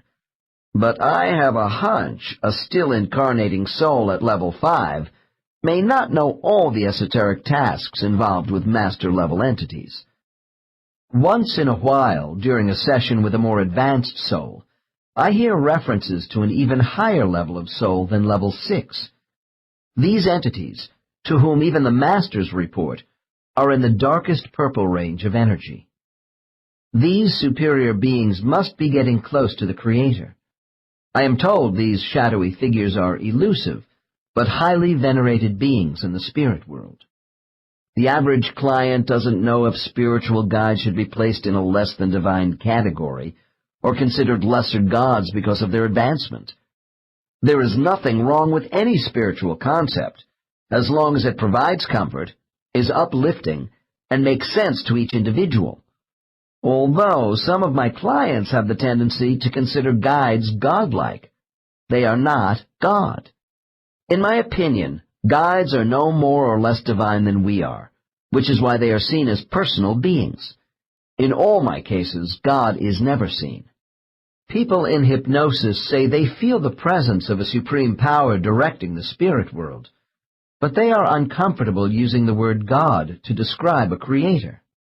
Perhaps the philosopher Spinoza said it best with these words, "God is not he who is, but that which is." Every soul has a spiritual higher power linked to its existence. All souls are part of the same divine essence generated from one oversoul. This intelligent energy is universal in scope, and so we all share in divine status. If our soul reflects a small portion of the oversoul we call God, then our guides provide the mirror by which we are able to see ourselves connected to this Creator. This audiobook has been broken into multiple parts to make the download faster. You have reached the end of a part, but not the end of the complete audiobook. So please check your library for the next part of this audiobook.